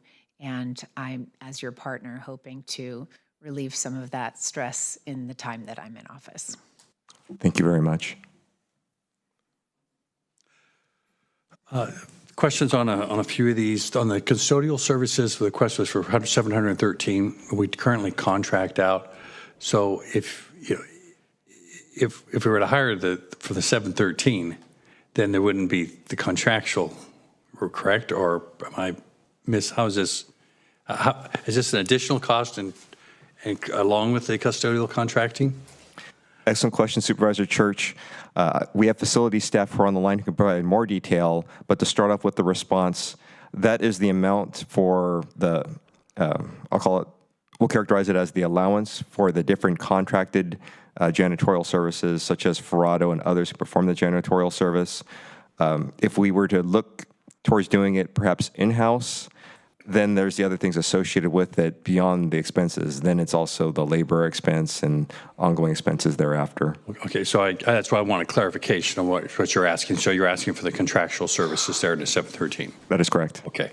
And Okay, so then if I'm going to follow up on that question, if we still, there still is going to be contractual services for other facilities, or if we don't approve that, what are we doing for custodial services? We're hopeful we do not get to that level. However, if so, we would have to come back to the board through the budget committee and the full board to find some allowance somewhere else, or maybe need to get more creative with some of our private partners. Give Brian some paper towels and go out to the parks. Yeah, very good.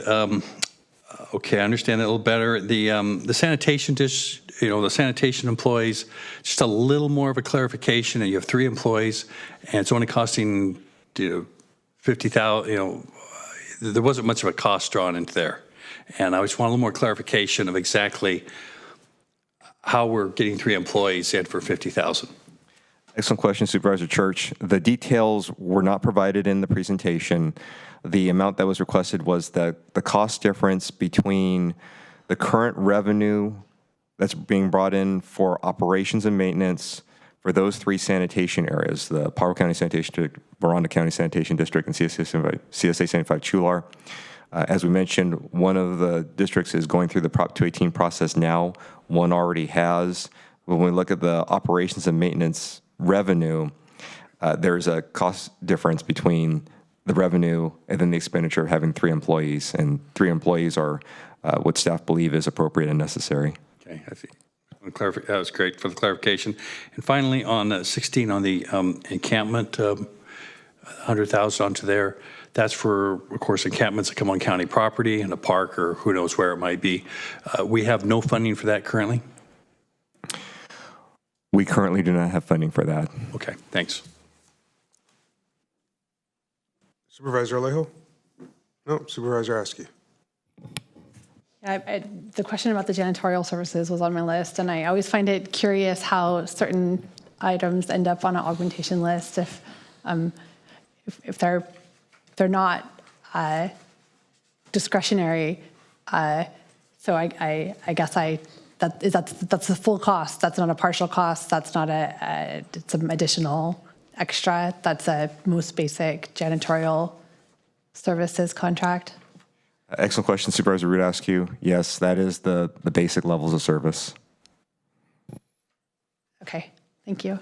All right. Thank you, gentlemen. With that, we're going to jump into our next presentation from HCD, Craig Spencer.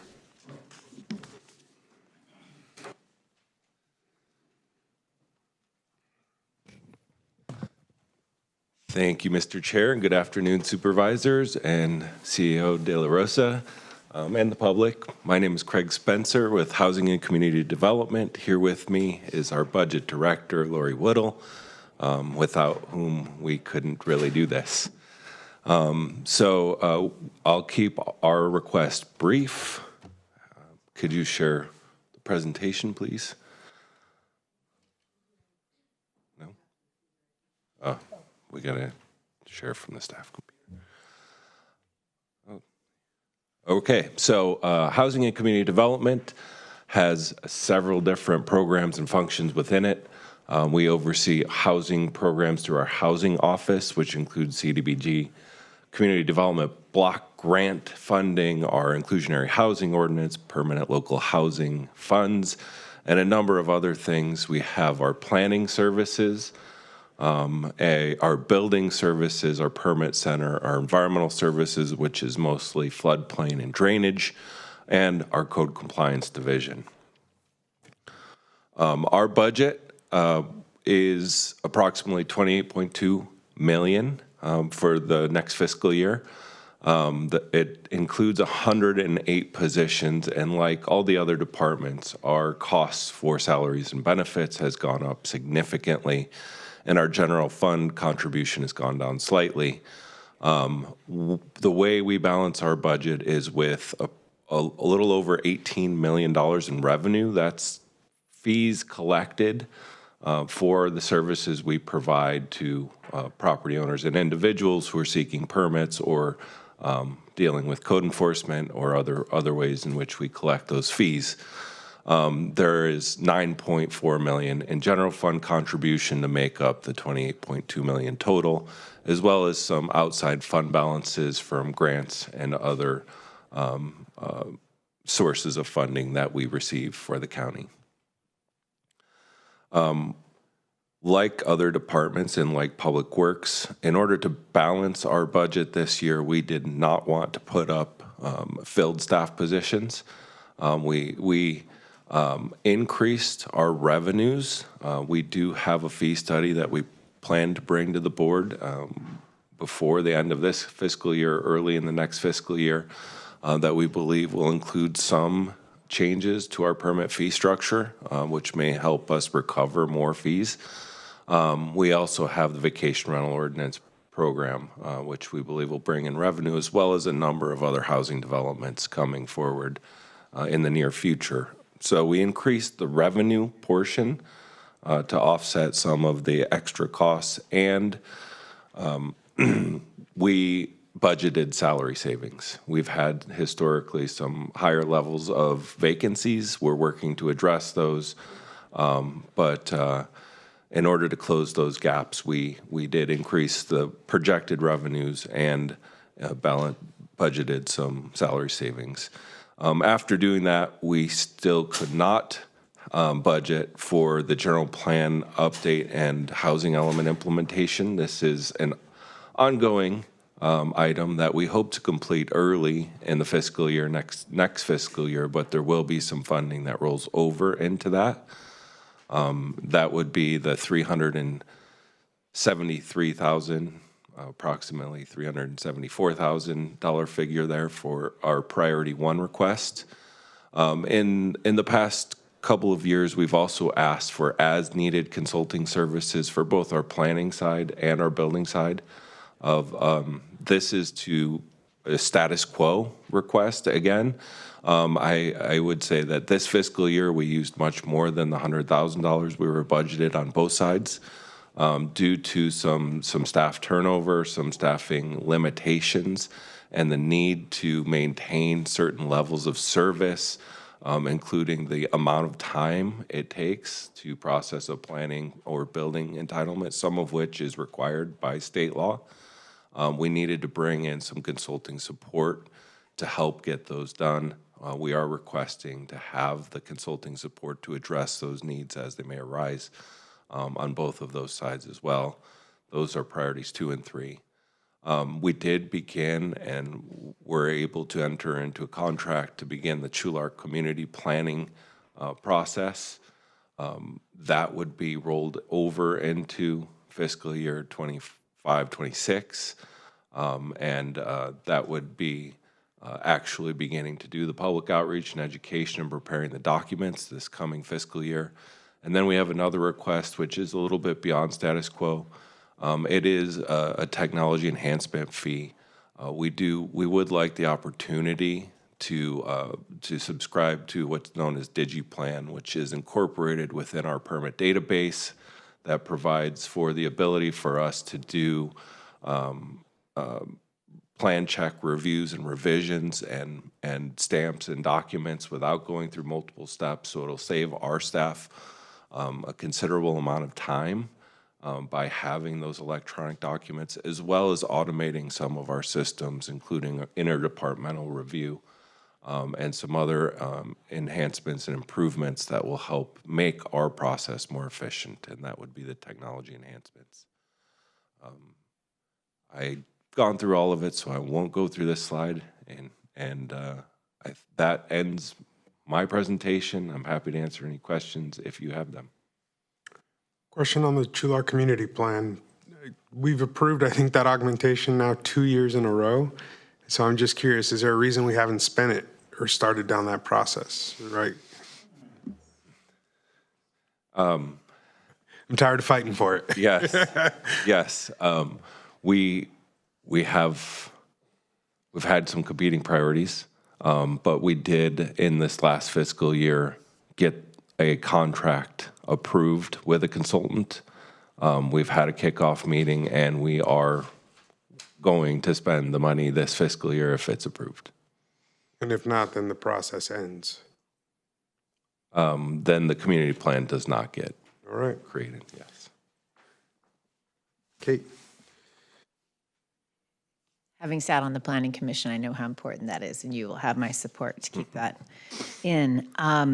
The planning and consulting services, planning consultant services and building plan check consulting, how many projects do you think with that funding, you know, how much can you clear off the desks of staff with that amount of money? Yeah, that's a really good question.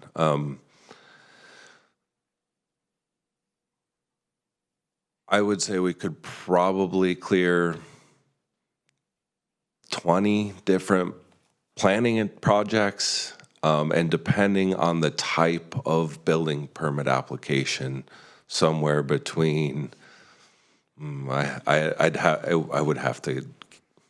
have to check with our building official, but it would be many more, depending on the level.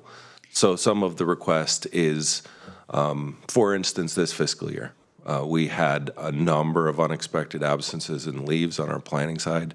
We brought in outside consulting support to act and sort of maintain the levels of service with those absences. We also had a number, probably somewhere about 24 different environmental documents. We helped get prepared with that funding. And on the building side, we took our backlog, which was taking about 12 weeks for building plan check to occur, brought it down to about 8 weeks by sending out a group of projects to help have those checked from our consultants. Without that, we'd have those longer delays. We also have some limitations internally on technical expertise on certain things, like potentially hospitals, schools, that require some unique expertise from a building code or planning perspective. And then one other question about the general plan update and implementation. The housing element and the safety element and the environmental justice element, are these, with this funding, is it just to complete the project, or is there an expedited, like this helps us actually get it in quicker than we would otherwise, because we are so late? And I don't know what the punishment is for the EJ part or the safety element. I don't know if there's the same timeline as there is with the housing element, but I'm just curious, is this just simply to complete the task, or will it also help us do it quickly or more quickly? I wish it could help us do it more quickly. It is to complete the task, and it's a rollover into the next fiscal year for the remaining portions of the work that need to be done. The safety element and environmental justice element are required by law to be updated when you update your housing element. So those are in process alongside the housing element, and majority of the work has been done this fiscal year. But it won't be completed entirely before the end of this fiscal year, and there will be some expenses in the next fiscal year. Are we still subject to the builder's remedy if those portions aren't complete, or, okay, it's just the housing element portion? Thank you so much. All right, not seeing anybody else. Thank you, Mr. Spencer. We appreciate you. And with that, we're going to go to Kelsey Scanlon, Director of DEM.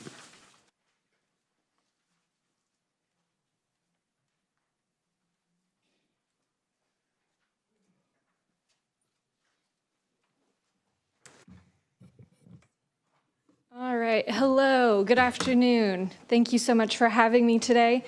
I'm Kelsey Scanlon, the Director of Emergency Management, and I have the profound pleasure of leading a very small but mighty group of dedicated professionals who, it seems like at least once a year now, are actively responding to all different types of emergencies in the County of Monterey operational area. And so today I'm here to advocate for the needs of our department in relation to the fiscal year 25-26 budget. So our current baseline is approximately $2.6 million. There was an error in the original baseline inputs in the new system, such that approximately $500,000 was removed from Unit 8588 into the EOC budget. Typically, our EOC budget is an augmentation request. This would have essentially gutted our department, and so at the direction of the County Administrator's Office, the EOC funds will be utilized to offset the emergency management shortfall, as noted above. Even with merging the EOC budget into the Emergency Management Department budget, we are planning to cut 2 permanent positions. One is a filled administrative secretary position, and one is a vacant management analyst 2 position with a working title of training and exercise coordinator. Over the last several years, this body has strategically invested in the Department of Emergency Management, increasing our capabilities and capacity to serve the community in a disaster, as well as increasing or supporting the increased capacity of fellow departments in their direct services in the community in a disaster. Over the last several years, we've seen new and emerging threats, an increase in its impact on the community. We've seen rising disaster costs. We've seen that it's not always just one disaster, it's the secondary and tertiary impacts that really hit our communities the hardest. But most importantly, we've seen an increase in the community demand for services, as well as their expectation of government to meet their needs in the disaster. And so while we're not currently in an emergency, and I'm really excited to not be presenting about an emergency today, I do tend to talk about what are we doing in between disasters, because we never know when the next one is coming. And so during that lull, it's our priority to prepare ourselves for the next one, whatever that might be. And so we have provided 9 augmentation requests to support that strategic foresight. The list is broken up into ongoing funding versus one-time funding, with our number 1 priority to maintain status quo, to keep our filled full-time permanent administrative secretary position. The second is for a management analyst 3 position, which I'll talk a little bit about in a moment, with our third priority being maintaining the training and exercise coordinator position, which is a management analyst 2 position, followed closely by a new allocation of an alert and warning / public information specialist, which is an MA2 position. And that's when we get into our one-time funding. Obviously, it's not appropriate now to discuss Measure AA funds, but the one-time funding could be a potential project that would be funded under Measure AA. And those start with a management analyst 1 position, which would be full-time limited term for 2 years. The EOC budget, the emergency operations plan update, AB 102 management and administration, and the 2025-2030 5-year DEM strategic plan. So our total augmentation requests are approximately $1.7 million. Of that, $700,000 are ongoing expenses. So our administrative secretary plays a critical role as they're the first interface with the community throughout day-to-day operations, but as well as during emergencies. This position typically answers most of the phone calls from constituents regarding disaster information until such time that emergency contracts with 211 can be activated. This person supports our day-to-day administration, maintaining files, handling correspondence. The consequence of this would be assigning her duties to emergency services planners and ultimately workforce reduction and layoff. Our second priority is for a management analyst 3. Over the last several years, the Department of Emergency Management has essentially provided a centralized point of contact for all FEMA public assistance cost recovery, in that we are assisting other departments in navigating the FEMA public assistance process and ultimately provide subject matter expertise to those departments regarding eligible or ineligible expenses. Additionally, we are very fortunate to be the recipient of a $20 million recovery grant fund in the community of Pajaro, as well as the ongoing responsibility and honor of administering the Homeland Security Grant Program, to name the top 3. However, we have about 15 active grants at any given point in time, and have reached our capacity in managing those efficiently and effectively. We have done a significant overhaul of our grant program to ensure that we are spending efficiently and effectively within local, state, and federal procurement policies to ensure that no dollar is wasted, essentially. But we are in need of a Management Analyst 3 to oversee the grant administration program, including 2 to 3 management analysts, either currently within our department or included in this request. We are asking to maintain our Management Analyst 2, which is a dedicated training and exercise coordinator. And this position is responsible for ensuring that DEM staff meet our requirements for training related to grants that fund those positions, but also to ensure that we are up to date with the latest and greatest emergency management best practices, and to advocate for CSTI-funded training to come to the county rather than asking our disaster service workers to travel outside of the county. This position is also ultimately responsible for ensuring effective exercising of the Emergency Operations Center, such that we are prepared for the next disaster. This is somewhat new and novel. There aren't many counties that actually have a alert and warning specialist / public information specialist. At this juncture, we have a part-time retired annuitant who is managing our alert and warning system in conjunction with an emergency services planner. That retired annuitant will be released at the end of this fiscal year as part of our budget cuts, and also they truly would like to go back to retired life, and we wish them best in that endeavor. But at such time, we will be limited in our capacity to effectively manage the alert and warning system, specifically with regards to user agreements, training, data management, community outreach, data and records cleaning, essentially, and coordination with our partners regarding emergency alerts that have been disseminated or are about to be disseminated.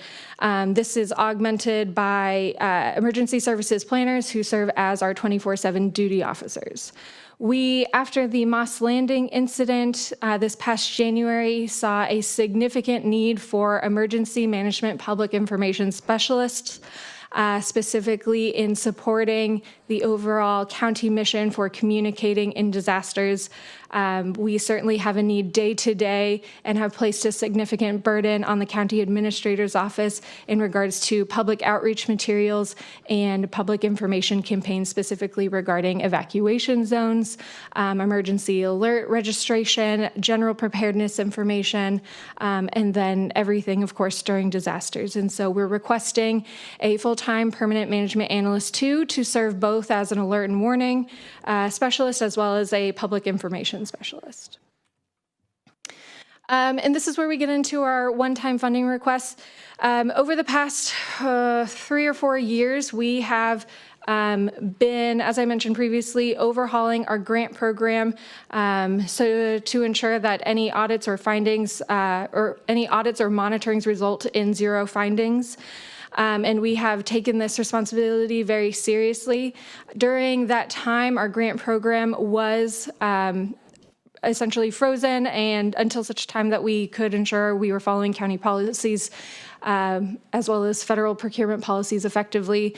And we do have a significant backlog of work with the Homeland Security Grant Program, Assembly Bill 102, as well as FEMA Public Assistance Cost Recovery. When our department was created, quite honestly, we did not anticipate that we could have this significant of an administrative burden from grant administration, especially and most particularly with FEMA public assistance cost recovery. We have been working with FEMA for the last 2 years on just Pajaro cost recovery, to the extent that we are spending a week just to reconcile 41 cents at the request of FEMA. The burden of proof is on the county, and if we don't attempt to meet that burden, we essentially lose out on those funds. And so we are working to start submitting documentation for the February 2024 storms. If documents are not provided adequately or not organized effectively, ultimately this leads to a very prolonged process in which funds go into appeals for several years afterwards, which delays reimbursement by 5 to 7 years. And so it's our priority that the county receive reimbursement from FEMA on all cost recovery efforts as soon as possible. And the best way to do that is to have dedicated staff untangling and organizing invoices and project worksheets in collaboration with other departments and supporting those endeavors. It's anticipated that a management analyst 1 could assist in working through that backlog within 1 to 2 years. Hence, this is a one-time request. The Emergency Operations Center budget is a one-time request such that we really never know what's going to happen every year, quite honestly. We can generally anticipate if it's going to be a heavy winter or a hot summer, but ultimately the $600,000 is our buffer between the initial response costs and the strategic reserve. And so we've seen years where we've gone obviously well over 600,000. An example of this would be in response to the 2023 winter storms. And there's also years where we anticipate we'll stay within the budget, such as this year, assuming no more disasters for the rest of the fiscal year. And so this is ultimately the startup costs for the EOC to respond quickly and rapidly without having to request strategic reserve funds immediately at the onset of a disaster.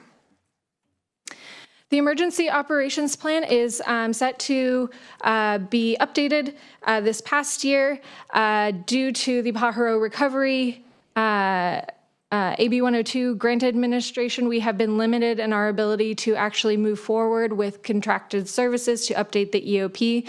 There have been a significant number of legislative changes since the last time it was updated in 2016, and a consultant can help us navigate those community outreach activities to ensure we're meeting all local, state, and federal requirements for updating the EOP. We did request this last year, and we're unable to spend those monies, and so we're asking for these to be reallocated. We, as a side note, are prepared to enter into an agreement after a 9-month bid process. So. And then Assembly Bill 102 to manage and administer direct service grant funds in the community of Pajaro post the levee breach in 2023. This board was adamant that Assembly Bill 102 funds were not used for management and administration, and so we requested ARPA and cannabis funds to support a management analyst 2 to manage and administer those funds, which we have been doing. And we're requesting those funds again from this body to continue to support that position to administer those funds until the end of the grant performance period.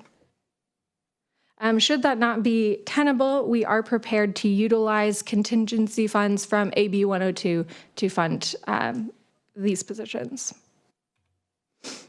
And then finally, a 5-year strategic plan with the increase in disasters in terms of frequency and impact in the community and general novelty of some of the disasters that we're experiencing. We would like to create a 5-year strategic plan such that we can organize our efforts and our resources such that we're prepared over the next 5 years to expand or not expand in an effective way. But ultimately, the goal here is to meet the community needs, whatever they may be, at any given point in time, and to create nimble services that are dynamic in nature, depending on the scope and scale of the disaster. So with that, I will conclude my presentation, and thank you again for the continued investment in our department over the last several years. The impact on the community because of those strategic investments has been quite profound, and I think that just about everyone except for Supervisor Askew has directly seen the benefits of those investments, so thank you. Sorry, We waited for the wood knock. Now that the wood knock is done, questions from the dais. Supervisor Church.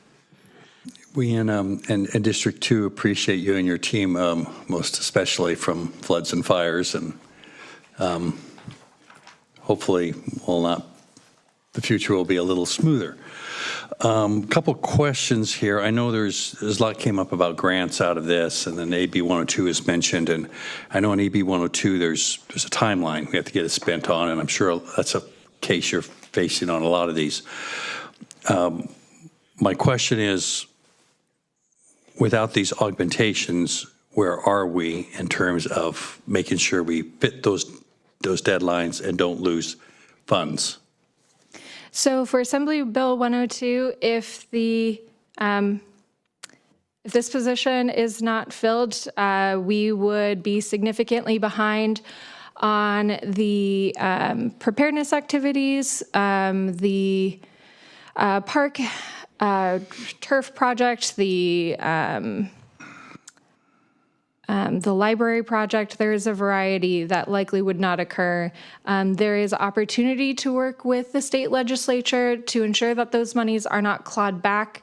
But ultimately, we might have to give back those funds if we don't have the staff to actually administer the grants. With the, let's see. With Homeland Security, there is a chance that we might have to remit approximately $100,000 to $300,000 if we don't have our extension requests approved and we don't have the assistance in working through the backlog after the monitoring in 2022. With FEMA public assistance, we could potentially, as a result, have approximately $10 to $30 million tied up in appeals for the next 7 years. Okay. My last question was on the alert warning system, which I think we've learned is invaluable in many ways, at least to reach out to the community, and the PIO position with that. And I'm trying to picture how that's a full-time position when. If there, well, I'm sure you see it when there's a disaster, but when there's not a disaster. And so then I'm kind of wondering if there isn't a full-time position in that way, of whether or not this just couldn't be worked in better with the CAO's PIO position somehow to work things out and in a way that would be most beneficial for everyone. Yeah, of course. I want to give a shout out to Nick Pasculi because he is nothing short of a magician. I have never seen anybody work so much in my entire life, and he really does the work of like 10 people, but he's also a singular individual, and we are greatly in need of a public information specialist within our department to support him in those endeavors. Emergency management is a very niche industry. It is a very niche department. There are specific things that are not readily available or taught in a basic public information course or public communications degree.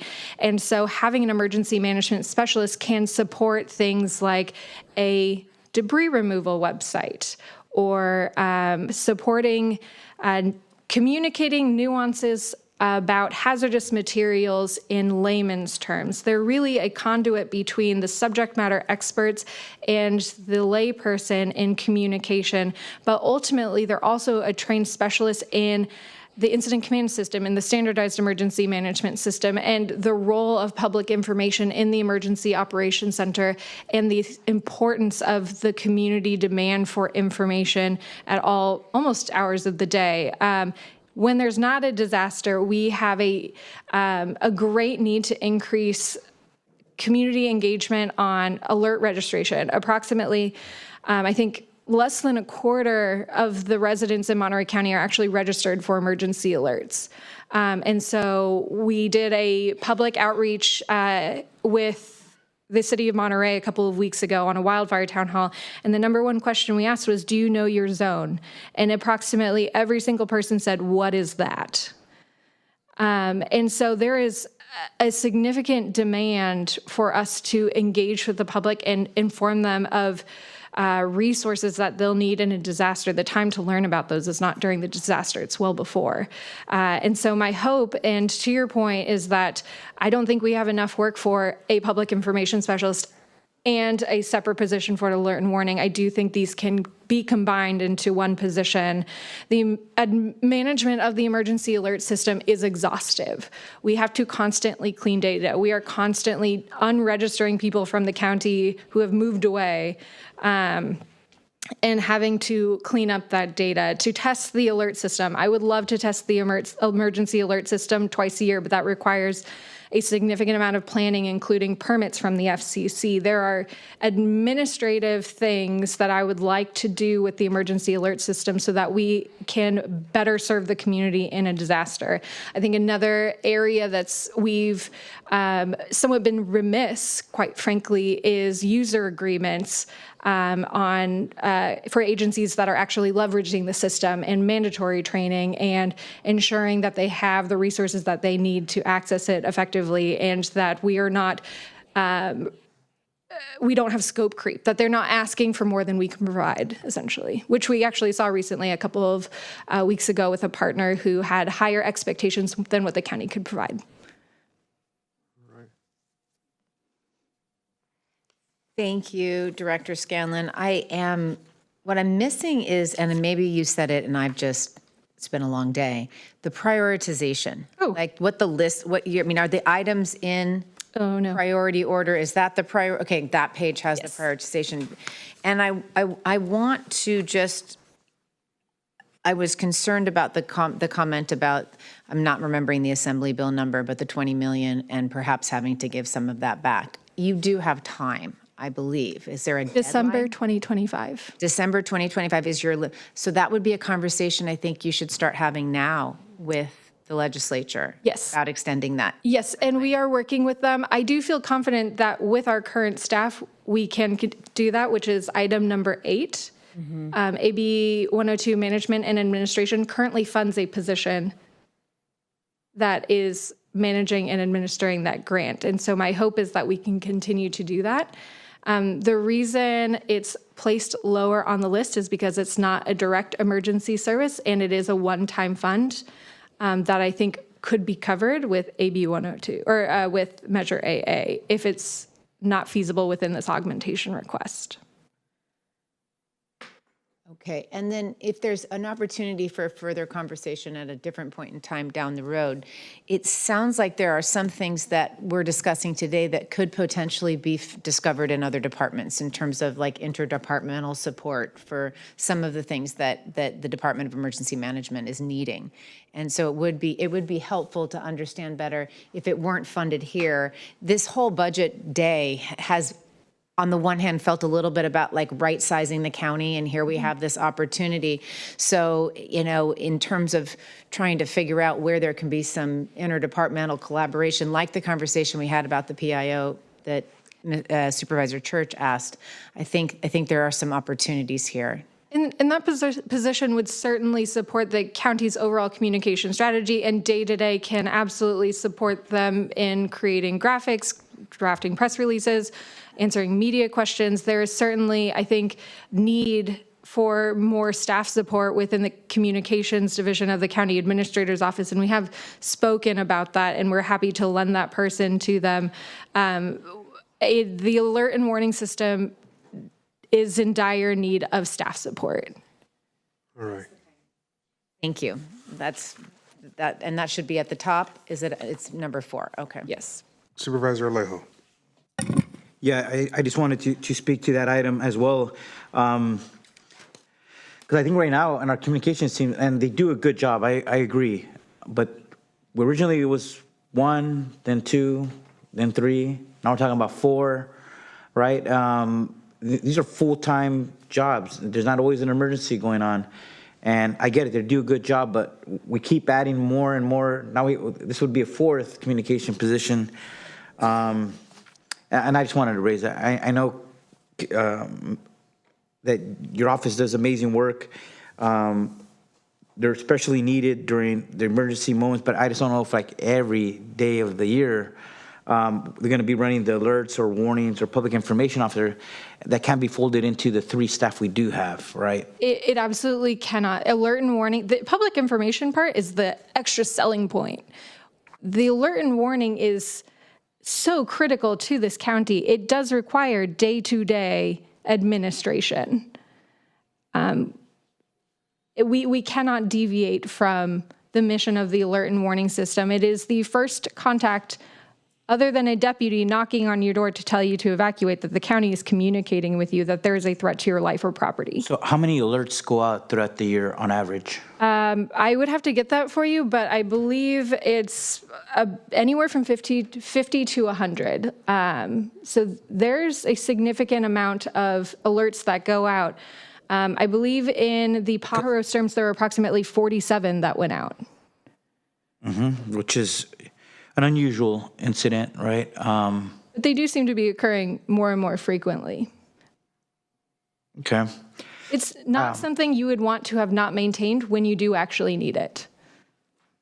Yeah, I was saying that we talked about creating a communication team so it's centralized, and now we have a centralized team, but now we're also going to have somebody working in your office, a new position, where on all the previous years, the work got done, but it didn't require a new position to do this full time. The work got done because an emergency services planner was fully administering the program and not conducting planning activities. And so we can continue to do that, but that means that a variety of emergency services plans will not be updated. And will this position be a bilingual one?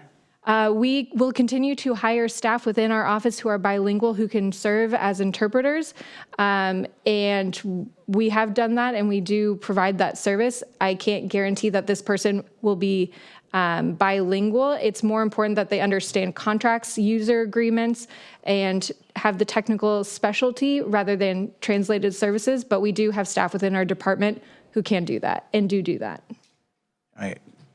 Yeah, well, I'm just saying, if you're sending out alerts, they should be, you have the capacity to have them be bilingual. I do want to delineate that this would be to manage the system. Actually, sending out the alerts is done by an emergency services planner who is on duty, and they work with our staff who are bilingual to record and translate the message into Spanish. Got it. Okay, I just wanted to raise my concerns. Thank you. We appreciate your concerns. Good.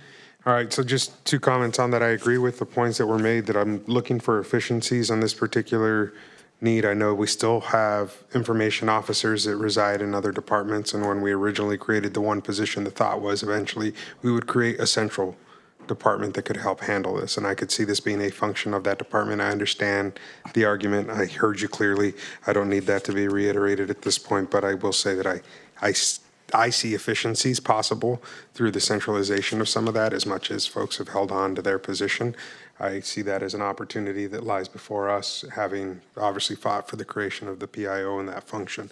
The other is, I don't know what zone I'm in. And I remember fighting for an augmentation to create the zones. And so I think it's important that we come back to this board and do a presentation on what those zones are and where they are, so that we can help disseminate that information to our community now moving forward. So just a Excellent. I will work with Nick Pascali to do that.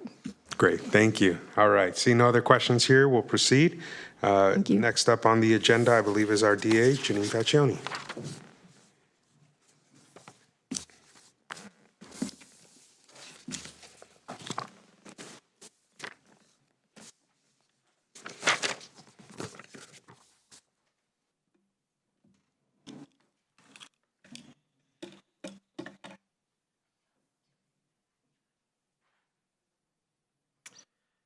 Good afternoon, Chair Lopez, Supervisors, Janine Paccioni, Monterey County District Attorney. And we have our PowerPoint, which is not, we're running it from her Zoom, not from your, she is, yeah. All right, great. So we're here today, you know, this board knows about our mission, so I'm going to bypass that. But I do want to emphasize for the public that's watching that we have 3 locations. Our Monterey location deals with our consumer fraud, environmental protection, real estate fraud, and partially our cold case homicide unit. Our criminal unit is here in Salinas. It's where we have most of our staff. And then our South County is our Family Justice Center. These are only some of the law enforcement agencies that we get cases from. There wasn't enough space on the slide. We actually have 30 different law enforcement agencies that provide cases to our office for review and for prosecution. We handle all the prosecutions throughout the whole county with the exception of speeding tickets. We no longer appear in traffic court because we just don't have the staff to do so. In last year alone, we reviewed over 13,000 cases and we filed over 10,000. Of those cases, Salinas PD had a third of those cases in the city of Salinas. The California Highway Patrol was the second up with the number of cases. The Sheriff's Department was third, closely followed by the City of Monterey, City of Seaside, and City of Marina.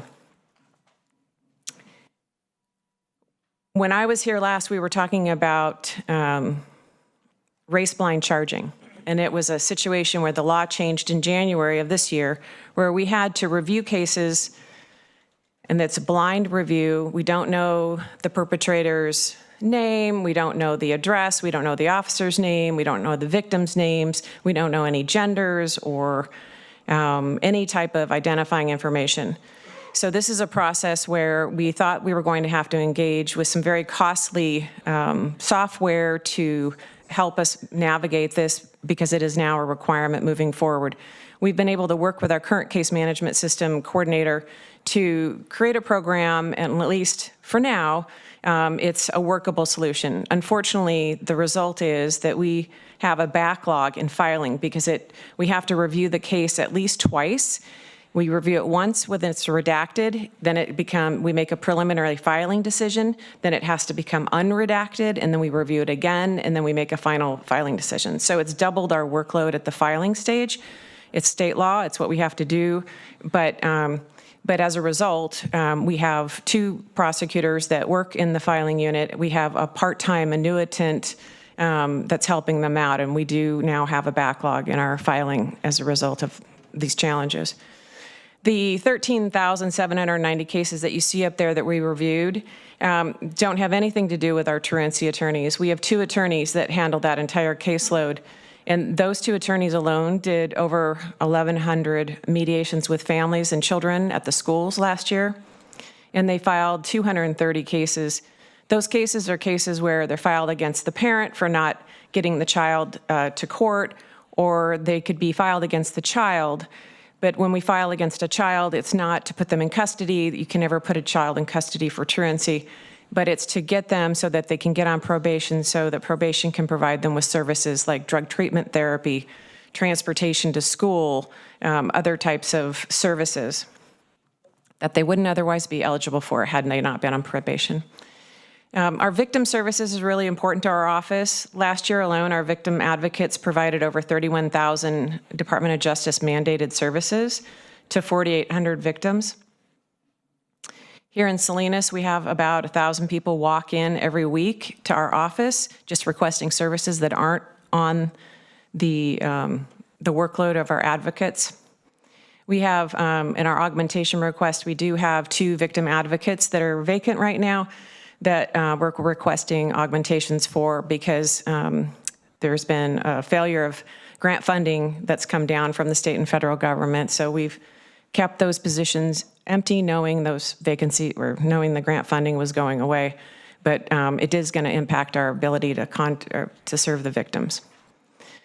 There's a slide up here about juvenile hall, and the only reason I'm putting this up is to kind of showcase that we're in trouble with our youth right now.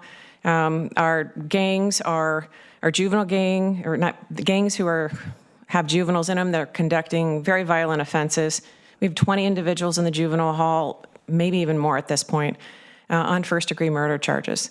That's not something we historically have seen. A lot of these are happening down in South County. There's a gang war going on, and we're trying to intervene along with the Sheriff's Department, along with King City PD, who tragically lost an officer this morning, and the other South County agencies. And actually, the Peninsula agencies are trying to work with us as well. But there's 8 individuals on attempted murder. These are extremely violent, serious individuals. And it's a product of some of the changes in the criminal justice reforms where they reduced the culpability and the liability for juveniles in terms of their detention long-term. So they get out of custody when they're 25 years old. And so the gang members have decided that they can recruit these youth, have them do these violent offenses, and then the youth that they get prosecuted successfully, unless they're treated as an adult, which has changed also, then they get out at 25 years old. And of course, we have our cannabis. We have 2 full-time investigators that serve and work with cannabis warrants, destroying cannabis that's not grown according to the law. In addition to our normal work, I'm always very proud of our cold case task force. This is other duties as assigned. These are people who volunteer for this task force that have full caseloads, they have full workloads, and it's currently managed by an assistant in my office. You may have heard about the Lanu case. He was the man from Seaside who kidnapped a 5-year-old on her way to preschool, sexually assaulted her, murdered her. That was solved through our cold case task force, and he was just sentenced last week. We've had 4 of those cases go to trial. 2 other people pled guilty, of which Mr. Lanu was one of them. We've got 3 murders where we solved them, and the perpetrator was either deceased or incompetent to stand trial. And we have 6 pending trial for 8 murders. One, which is a pretty well-known one, up in North County. And then we have one that we solved through using DNA that was a cold case sexual assault. In addition to those successes, we have been able to identify 10 people who were otherwise unidentified remains, and their families didn't know who they were. And we have an additional 45 cases under review. This was all possible because we had a grant for DNA testing. It was over $500,000, and we've used it to pay for testing, which is very expensive, and also hired retired annuitants from other counties who have retired from, like, let's say, Santa Clara. They've been working on the cases in addition to our staff. South County, we have Holding On to Hope. We're continually trying to develop that. South County alone had 2,400 services to 254 victims, so there's definitely a need down there. We are still holding out hope for the federal funding that Congressman Panetta and Zoe Lofgren had earmarked for that facility, and we're hopeful that we'll get that money and we'll be able to bring in more of our partners on site to provide services. Our digital discovery is always an issue. Every case now has, if it's not body cam, it's car cam, it's videos, it's other stuff. And because we are a digital office, it even makes it more than that. So we're constantly dealing with a lot of data. Up now we're at, 22 terabytes of data. So data storage is always a challenge for us. In terms of a cost analysis, this is 22-23, and the reason why it's 22-23 is because we get this information from the courts, from the superior courts, and that's the most updated information they have in terms of their caseloads. And so we are by far, one of the most efficient offices of a life-size county. 51% of our net county costs is our budget. This year, I think it's 53% using this year's budget, but we're still really efficient. Santa Clara, 85% of their budget is net county cost. So this year we had a bunch of raises, which, were a long time coming, and some wage adjustments were determined, but this was very impactful for our office. More so, I think, for the legal offices and maybe a law enforcement office, the sheriff's department, than maybe some of the other departments. There's no doubt our attorneys get paid more than most other staff in the offices. Our investigators are also higher paid than some of our support staff, but to the tune of these wage increases were $5 million budget on my $5 million hit on my budget, which again I support. It's well deserved. They work super hard, but the impact on that, in order for me to meet my baseline, is to cut 18 attorney positions, which is 42% of my general fund attorneys, 4 investigators, 2 advocate positions, and 2 legal secretaries. There are 9 filled deputy district attorney positions and 9 vacant. All 4 of the investigator positions are full.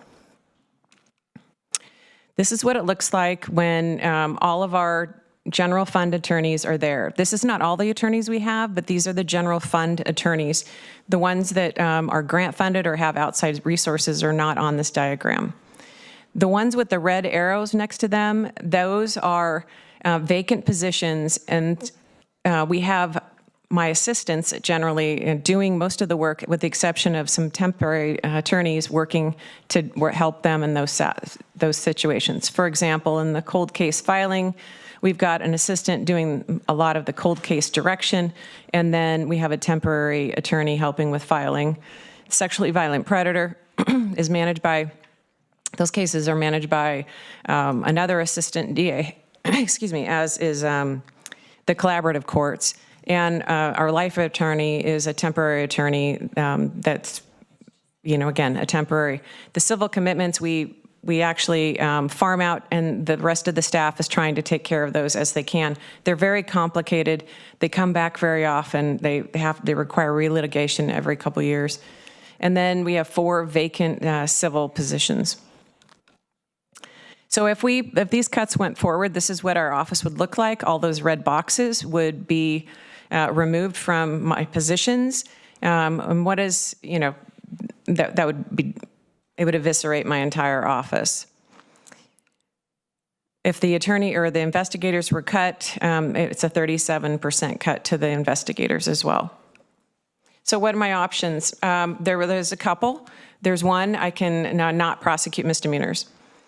We statistically prosecute more misdemeanors than felonies anyway, but if we were not to prosecute the misdemeanors, that's your DUIs, DV, child abuse, misdemeanor sexual assault, vehicular homicide, theft offenses, and narcotics. So we could just not file misdemeanors. That would mean there would be a consequence to that. It would mean that every police department in the county, every CHP, which CHP, most of their cases are DUIs, they would just be doing their work, and then it would go nowhere because we wouldn't have the staff to do it. That would be very dangerous for our community. I think we've seen what happened in San Francisco and LA when they gave up prosecuting low-level offenses. People who commit low-level offenses and find no accountability are incentivized to try more and difficult and more dangerous things. The other option is to reallocate my remaining general fund attorneys to cover those misdemeanors, but that actually physically isn't possible in terms of the assignments and the courtrooms and the caseload. It just wouldn't be possible to cover the number of necessary courtrooms with the remaining staff and the cases. So those are my options for moving forward. Neither are actually viable. I would want to bring up Prop 36. Your voters in Monterey County and each of your districts voted to support Prop 36. They passed it by 63%, over 70% statewide. Our voters, our residents want enforcement on theft and narcotics offenses. And removal of 18 prosecutors or even 9 prosecutors make it impossible to enforce all misdemeanors, which includes thefts and narcotics offenses, and has significant impacts for the incorporated areas and the unincorporated areas as well. The bottom line is that when I was here last year and I was talking to you about the need to have these wage adjustments for the attorneys and how we were having retention and recruitment issues because our attorneys were not getting paid a comparable wage to the comparison counties. We were running on all cylinders, and we still are, and the people are getting gassed out. They can't sustain this workload. We've lost experienced attorneys to San Mateo as recently as January. A 10-year experienced attorney was left for San Mateo because it's less of a caseload and more money. So we absolutely need these wage adjustments for sure. But at the wage adjustments, if they go at the cost of the positions, then it reduces. I mean, it doesn't solve the problem. We still have problems staffing our people, except now their workload is essentially increased by 60%. And that's not sustainable. It's not safe. And, things could, there's bad consequences for when we don't prosecute crime. And on that, I am open to any questions. Thank you for the presentation. Any questions? Sorry, that's Supervisor Daniels. And your microphone, Kate. Yep. Boy, today is just not my day. Okay, thank you. My question is, looking at what you've presented here and agreeing that your 2 options are not viable, I'm wondering what the possible plan could be. Like, what are our options? What can we absolutely not live without? What positions that are vacant? Is it important that we keep, perhaps for the retired annuitants or for other reasons? What could go? What are the options that we have here before us? Well, the only option I really see that's absolutely viable immediately would be the civil positions, because the civil positions have the ability to generate revenue, but they're not, I don't need those positions to make my government obligations in court.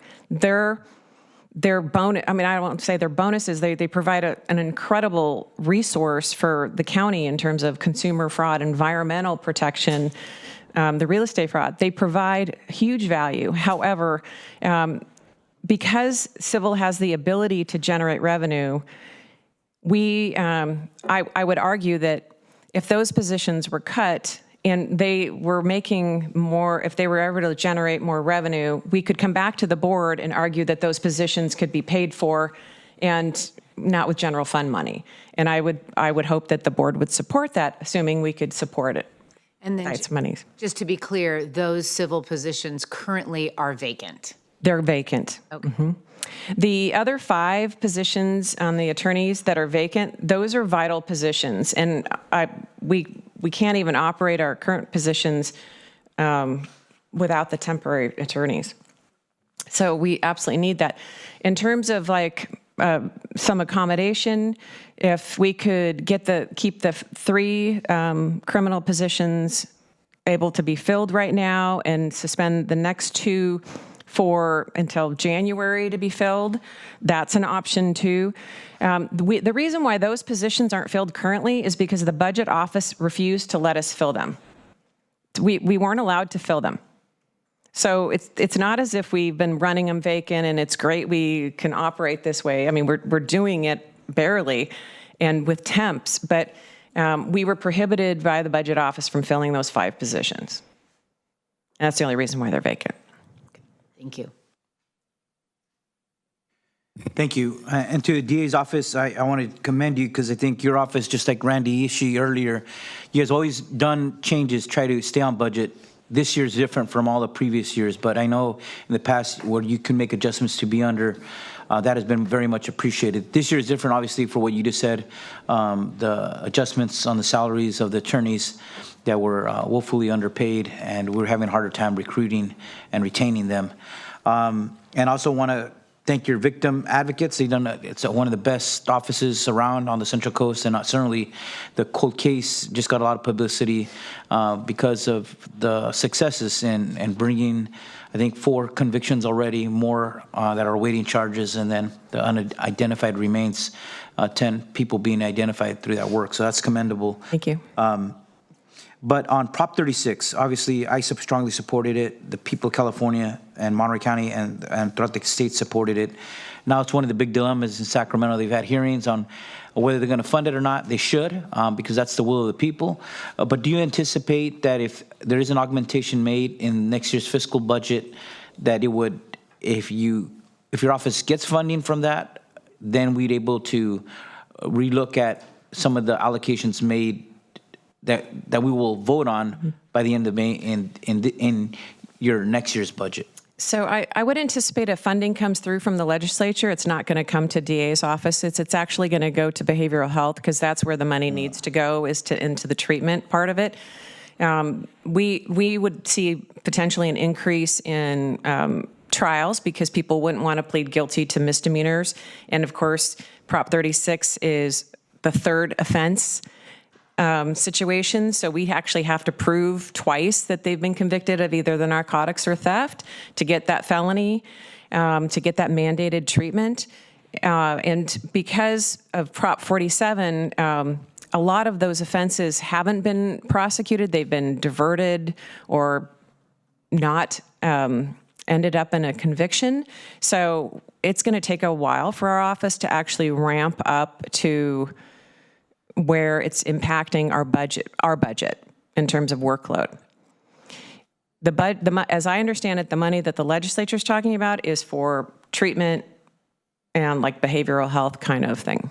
So we don't expect any money to come to local law enforcement or to the prosecutor's office or the defender's office? Maybe you know something. You're the one following it closer than I am. I just wanted so we could anticipate what monies might come to help offset the impacts for Prop 36. But if you're hearing that's not coming, it's going to go to behavioral health for other types of services. And then that's good for this board of supervisors to also understand. Yeah, to my knowledge, the advocation for funding is just strictly going to behavioral health. Got it. Yeah. Okay, and then I just wanted to bring up one other item, just on the vehicle license fee. In the past, that's been money that's been gone to the sheriff's office, to the DA's office. Yes. I think that's something that the board needs to clarify this year, just to make sure that fair share continues in our county. So I just wanted to put on the table as one of those items that by the end of today, or by the time we take a vote in May, that we could provide some clarity for both offices, so that it's. I know it's not a whole lot when you look at the big office budget that both departments have, but it's certainly money that your office has relied on in the past, and want to make sure that fairness and that sharing is something that continues. Thank you. That reminds me, I do have 2 augmentations for new positions, but those new positions they're investigator positions. One is for prisons, and we have a contract with the state prison to do a direct bill. So we're looking for the position for the investigator, but that will be funded through the state prison reimbursement program. So that's one of the positions. The second position was an investigator for MADCAT, which is the stolen vehicle investigator position that works in cooperation with the sheriff's department. So those are the 2 new positions, but we anticipated that there was funding outside of the general fund to do that. All right, thank you. Anybody else? All right. Thank you. Thank you. Let's keep going here. So next up on our agenda is Leanne Magowski from the Department of Emergency Communications.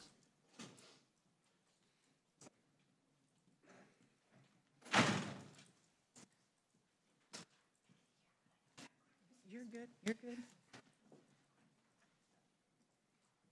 Before I get started, I have the dumbest question. How do I advance the slides?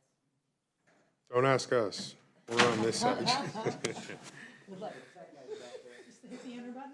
It's a PowerPoint. It's whatever you got here. Okay. All right. Good afternoon. You guys have had an afternoon here. Leanne Magoski, Emergency Communications Director, and I'm here today, like everyone else, to ask for an augmentation.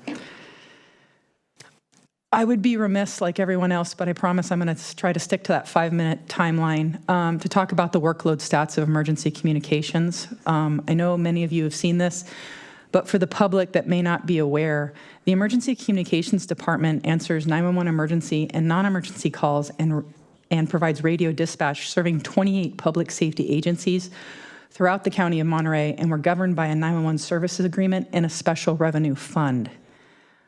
These are the agencies that we serve on the left. And one of the things that we did kind of to really express what we do in a day is we divided all of our stats for the year into daily stats. So our emergency communications dispatchers take 1,700 calls per day. That includes 572 911 calls, and that includes 1,140 non-emergency calls. I know some of you have experience talking to our bot. That alternative call processing has helped us take off 30% of our non-emergency call volume, so you can add another 30% to that 1,140 that we were doing back in 2022. Calls requiring language translation is 24 per day, but we also have this new call processing called Spark, and that allows you to enter your own non-emergency call for service via the internet or a text link that the bot can send you.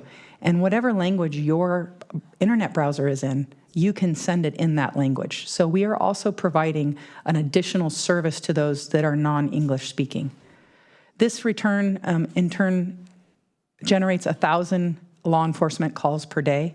And just so you know, there are 7 law enforcement channels that we staff 24/7, and 2 of those channels, the Salinas channel requires 2 dispatchers at all times, and the Sheriff's Office channel requires 1.5 dispatchers at all times. And we have 145 calls per day, fire-generated calls for service. We also answer most EMS calls and transfer them to AMR. A little bit about our department. Every time I've come here and asked you, our vacancies and dispatchers have been in double digits, so I'd really like some acknowledgement that to only have 8 vacancies right now is pretty amazing. Our team has been working very hard to work on retaining dispatchers, and we do have to say with these recent cost increases to pay, it really does help with that retention. So while I'm here asking for more, I really do thank you all for allowing our dispatchers to be paid and compensated better. With that, 56 dispatcher positions, that's really what I want to focus on. 13 are trainees, 7 are in call taking, 6 are in radio training, for a total of 13 trainees.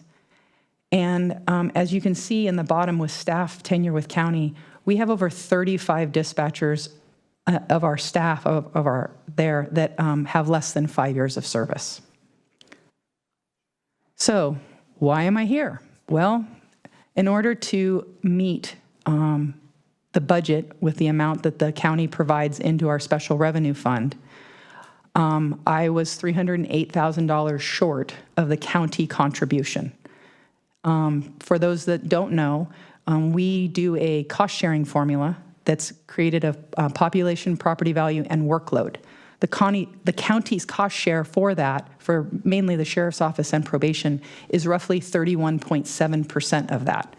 So today, I'm asking for $308,000 to offset the $972,000 that the other agencies in the 911 service agreement will provide. So in order to make that number, the only thing that we could put up was 6 vacant dispatcher positions. Now you might say, hey, Leanne, you've been here before, you always have vacancies, why can't you have vacancies? There's a lot of things that needs to be augmented back in the entire county. The things that I want to point out to you is the average training time is 10.5 months, and those vacancies are necessary to accommodate for the 5 to 6 academies per year to accommodate for washout. Not everyone is successful as an emergency telecommunicator. The funding for these vacancies, if we don't use them, we do have to offset that with overtime to meet required staffing levels and to fund those trainees. If the decision by this board is to say that they cannot support the $300,000 augmentation, we're going to go and have to cut one radio position and merge more of our law enforcement channels onto one channel. Not only will that be an impact to those agencies, it will set our training program back because we won't have as many opportunities to hire, we'll have to wait, and so it will create cascading staffing issues, which in turn will create more overtime. As many of you know, the 911 Services Agreement, there is an executive board. The department's executive board did vote to support the ECD's budget with this funding.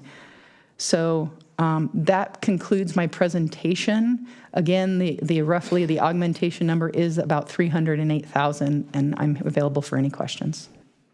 Questions from the dais? I wore you all out. You did. All right, thank you. Man, appreciate you. All right, next up, Tom O'Keefe, Assistant Public Defender.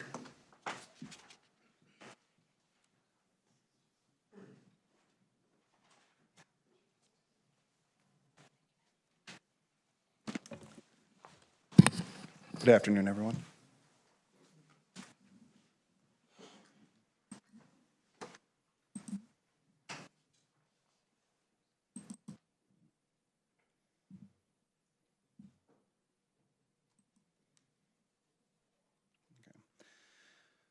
Chair Lopez, members of the Board of Supervisors, our CAO, County Council. Again, my name is Thomas O'Keefe. I'm the Assistant Public Defender. I'm here today with my colleagues, Becky Avila and Amy Esquivel. This augmentation request for fiscal year 25-26 is focused on maintaining stability within our department. Rather than seeking to create new positions, we are here to prevent layoffs and preserve our existing staffing levels. The work conducted by our office is mandated by the United States Constitution and is also statutorily mandated. If we become understaffed and are unable to fulfill our responsibilities, the court will be required to appoint private attorneys. This alternative is ultimately a more costly approach. Our public defender's office plays a crucial role in upholding foundational principles of justice and equality within our community. I'm aware of the budget constraints we are facing, and I've approached the issue with deliberate focus on identifying our most urgent needs. Public defenders are essential to the justice system. What we have done here is we have prioritized 6 full-time public defenders and 1 investigator. These are filled positions, and if they are not augmented, would result in layoffs. As DA Paccioni mentioned, as legislative mandates evolve, so do the responsibilities of my office. Our workload extends well beyond the courtroom now. We engage in both civil and criminal proceedings, including limited conservatorships, probate law, family law, and care court. In recent years, changes to the law have created the requirement that lawyers in my office consult juveniles before law enforcement is able to speak with them. We are also now required to provide comprehensive immigration analysis and advisements to our clients. This expansion reflects growing challenges faced by our community, and it necessitates a properly staffed public defender office. As the responsibilities of my office have expanded over the last decade, no general funds have been allocated to support these duties, except for 1 attorney position. If we are not augmented, our office will suffer a 19% reduction in attorney positions. Our office simply cannot absorb that loss. We cannot simply increase the number of cases that our attorneys handle. We are already short-staffed, managing caseloads that exceed the levels recommended by current workload studies conducted by both the State Public Defender's Office and the ACLU. Furthermore, our attorneys spend a significant amount of time in court, and due to the current court structure, having fewer attorneys would make it impossible for us to effectively cover the courts. We would not be able to manage our obligations, and in that situation, the court must appoint private attorneys, resulting in additional costs for the county. This approach exposes the county to a significant additional deficit. I want to stress some of the vital positions that we are at risk of losing.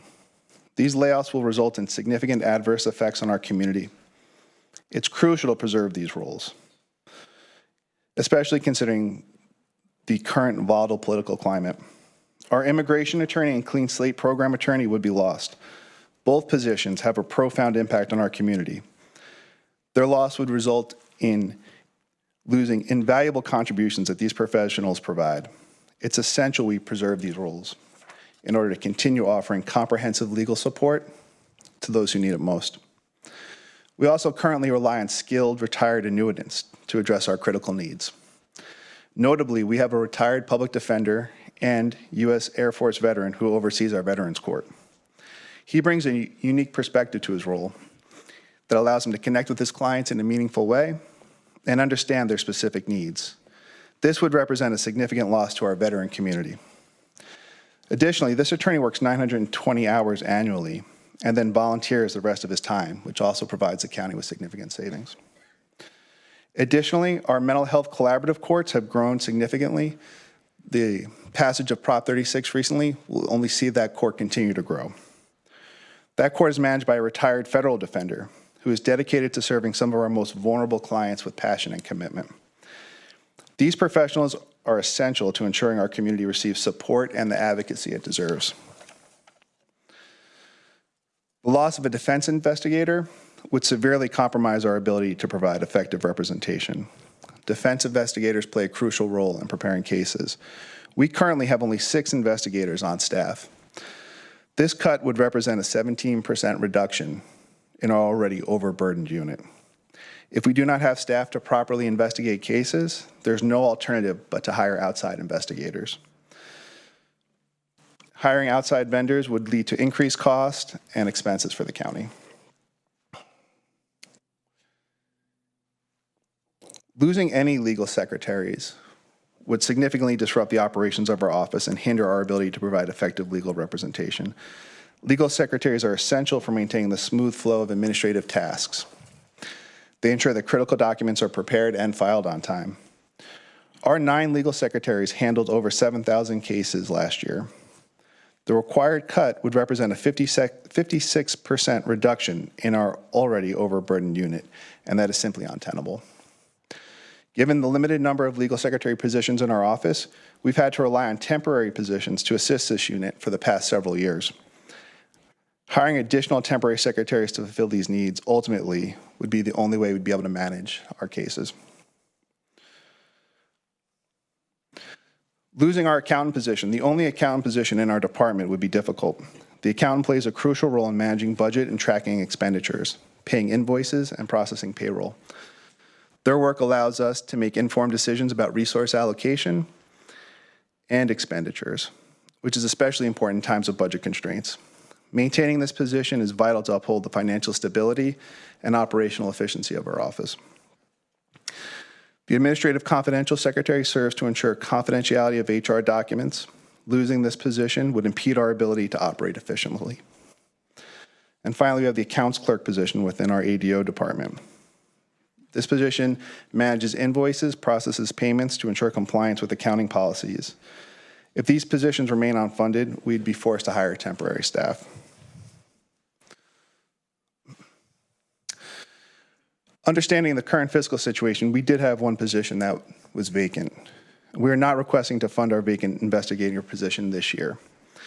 This request does not diminish the importance of the role or the need for it in our office. It's crucial that we protect this position, and I hope it will be funded down the road. I want to emphasize the vital importance of preserving all the filled positions within our office. Each role plays an essential part in our mission of delivering justice to the residents of Monterey County. The work we do is constitutionally mandated, and it must be done, regardless of our staffing levels and regardless if we can do it. If, because of layoffs, our office cannot fulfill these responsibilities, the court will appoint others, which will ultimately be billed back to the county. That would represent higher costs for taxpayers. Each position in our office not only enhances our effectiveness, but also contributes to the overall health of the legal system. We are proud to represent our community and provide support to those in need, including children, the elderly, individuals facing mental health crises, those dealing with immigration issues, and we are dedicated to assisting the residents of Monterey County and consider it a privilege to do the important work that we do. However, we cannot fulfill our constitutionally mandated and statutorily mandated responsibilities without your support. Your assistance is vital to help us continue serving the community effectively. Thank you for your consideration, and I'll try and answer any questions if you have them. Questions for the Office of the Public Defender? We'll go to Supervisor Daniels. Yes, thank you so much for your presentation. So is it a situation where the increased costs for the current staff is what's requiring you to Yes. these positions that are staffed, that are filled on the list as potentially going by the wayside? No, that is a... Sorry, it's late in the day. That wasn't the most eloquent question. I understood your question totally. Yes, the increase in wages has hit us specifically hard, the attorney's wage increase, because they make more than most of the employees in the county, hit our department specifically hard. And because we are solely generally, or almost 100% general fund department, it hit us a little bit harder. And if I heard you correctly, that if these positions are not filled, they're constitutionally mandated positions, so we would be coming up with somewhere else to reimburse the courts for appointing lawyers in those positions because we didn't have them filled? If we can't handle the work, the court will have to appoint other attorneys. Thank you. All right. Looks like you got off easy. Thank you. Thank you so much. With that, we're going to go to, last but not least, the sheriff. I've got listed here Sheriff Nieto and Under Sheriff Boyd.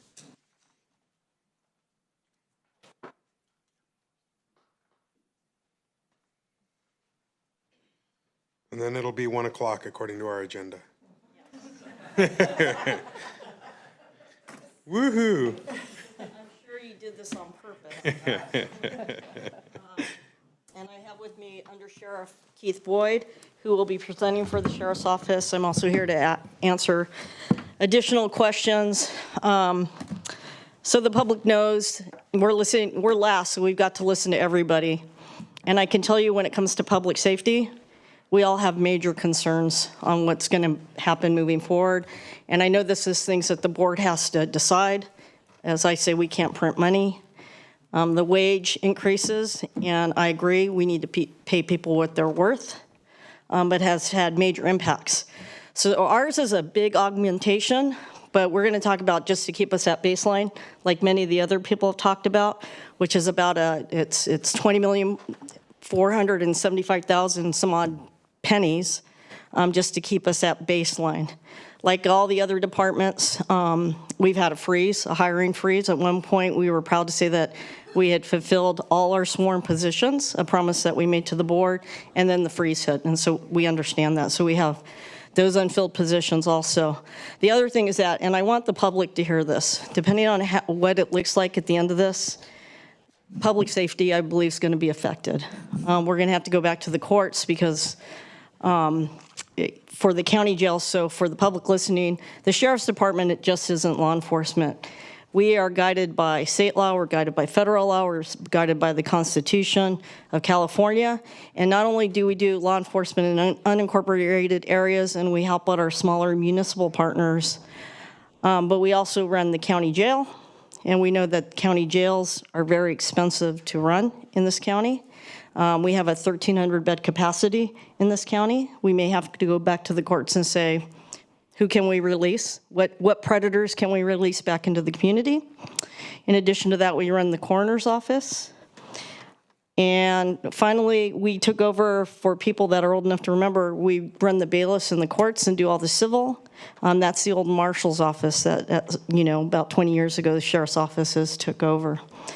One thing I do want to add, and this is for King City, I want to just send out to King City, to their department, to the families, Sergeant Ryan Kennedy, who passed away earlier this morning.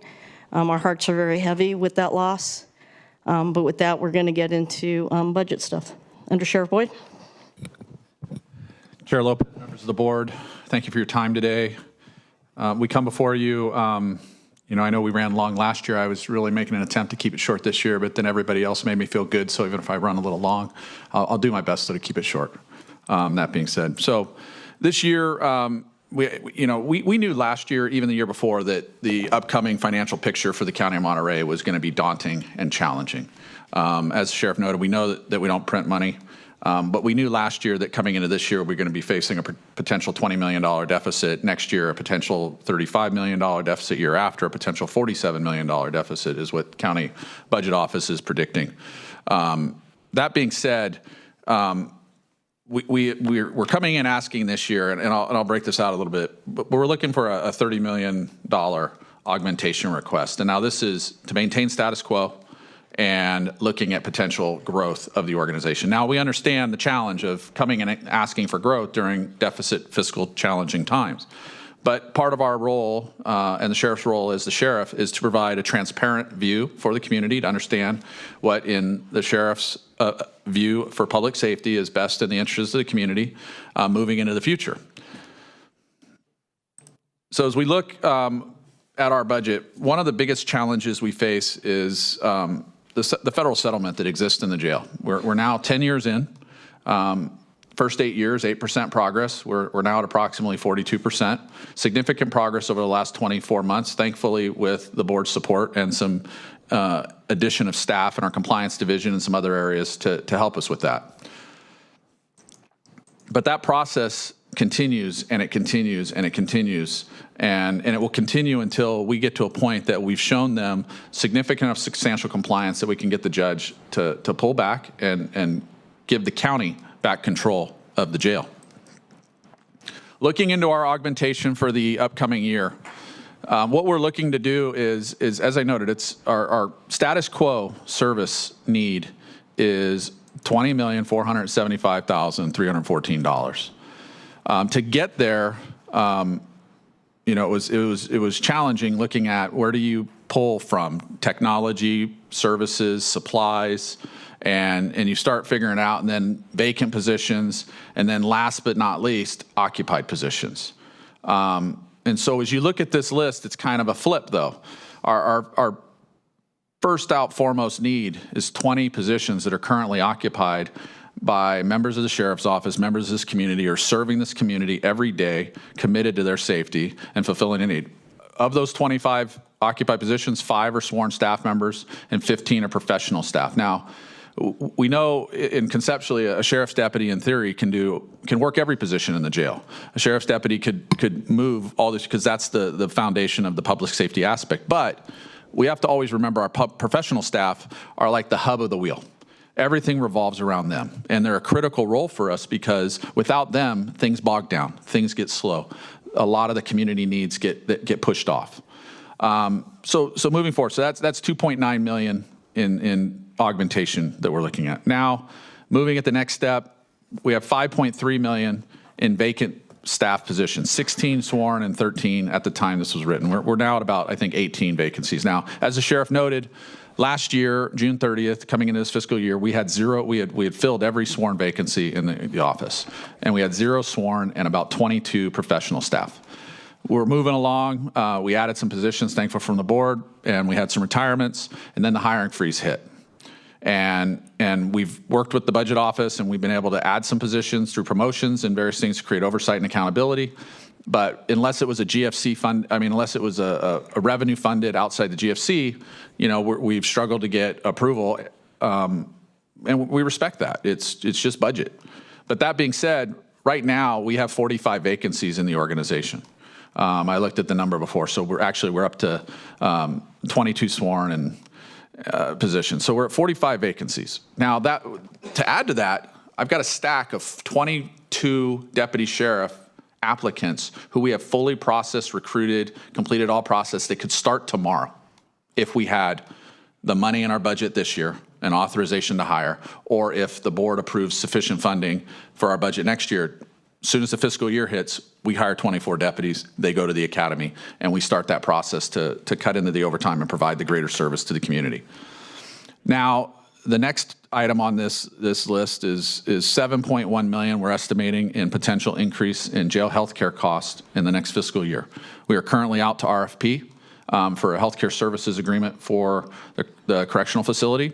And that's a market analysis of what we're projecting, but we're in RFP, so it's early. We can't comment exactly where that's going to land. But we wanted to put it on the board's radar. We remember once there was a raise that was given to staff. We held back at the advice of the budget office, bringing it to the board during budget. The request was we came after, and it was all the budget was settled. So we wanted the board to be aware of that dollar need as you're planning the dollars disbursement. And that I want to add that, and this is really for the public watching, that jail healthcare RFP, this is tied to the Hernandez settlement. So there's 5 areas that we are obligated to take care of within our county jail that the courts are saying this is going to happen. So these are some of the costs that some of the other departments have talked about, where the courts are saying you're going to have to do this. So whether it's put into our budget, we're going to have to send people out.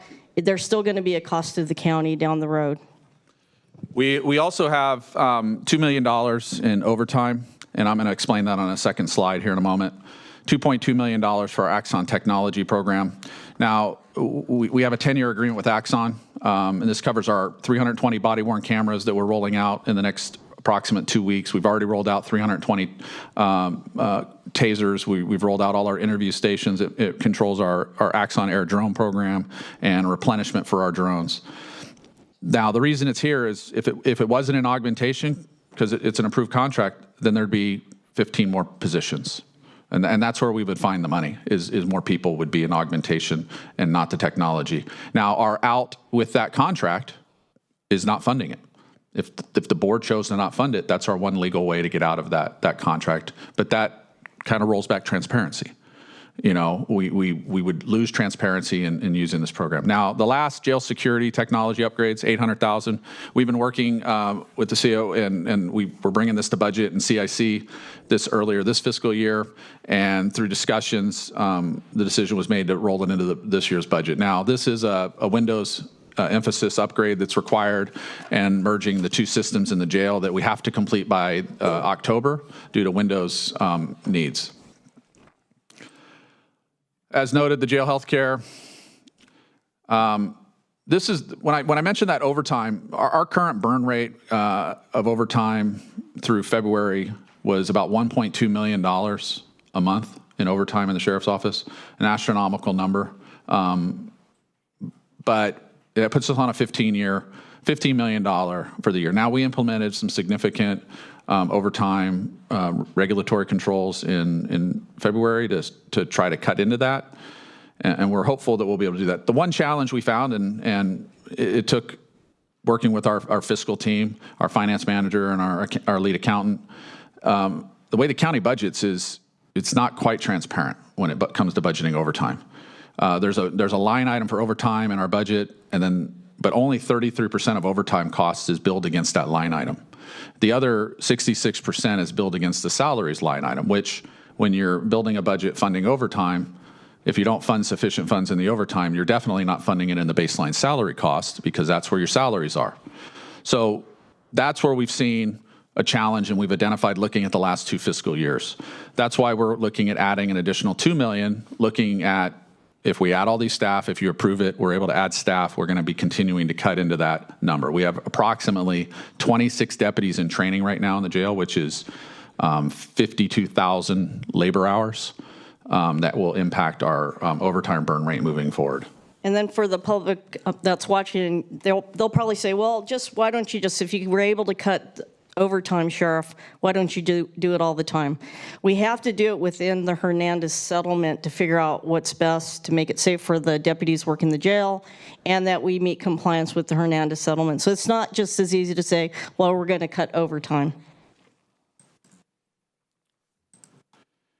This is a breakdown of the positions that are currently occupied that are in the augmentation request. There's 2 deputy sheriff's operations, 3 in our corrections bureau, 5 correct custody control specialists. These are professional staff that monitor control stations, have communication and interaction with our incarcerated population. 3 correction specialists who process paperwork and in our receiving areas in various parts of the jail. And 2 senior records specialists, which are basically our records trainers, and then 5 records specialists 2s.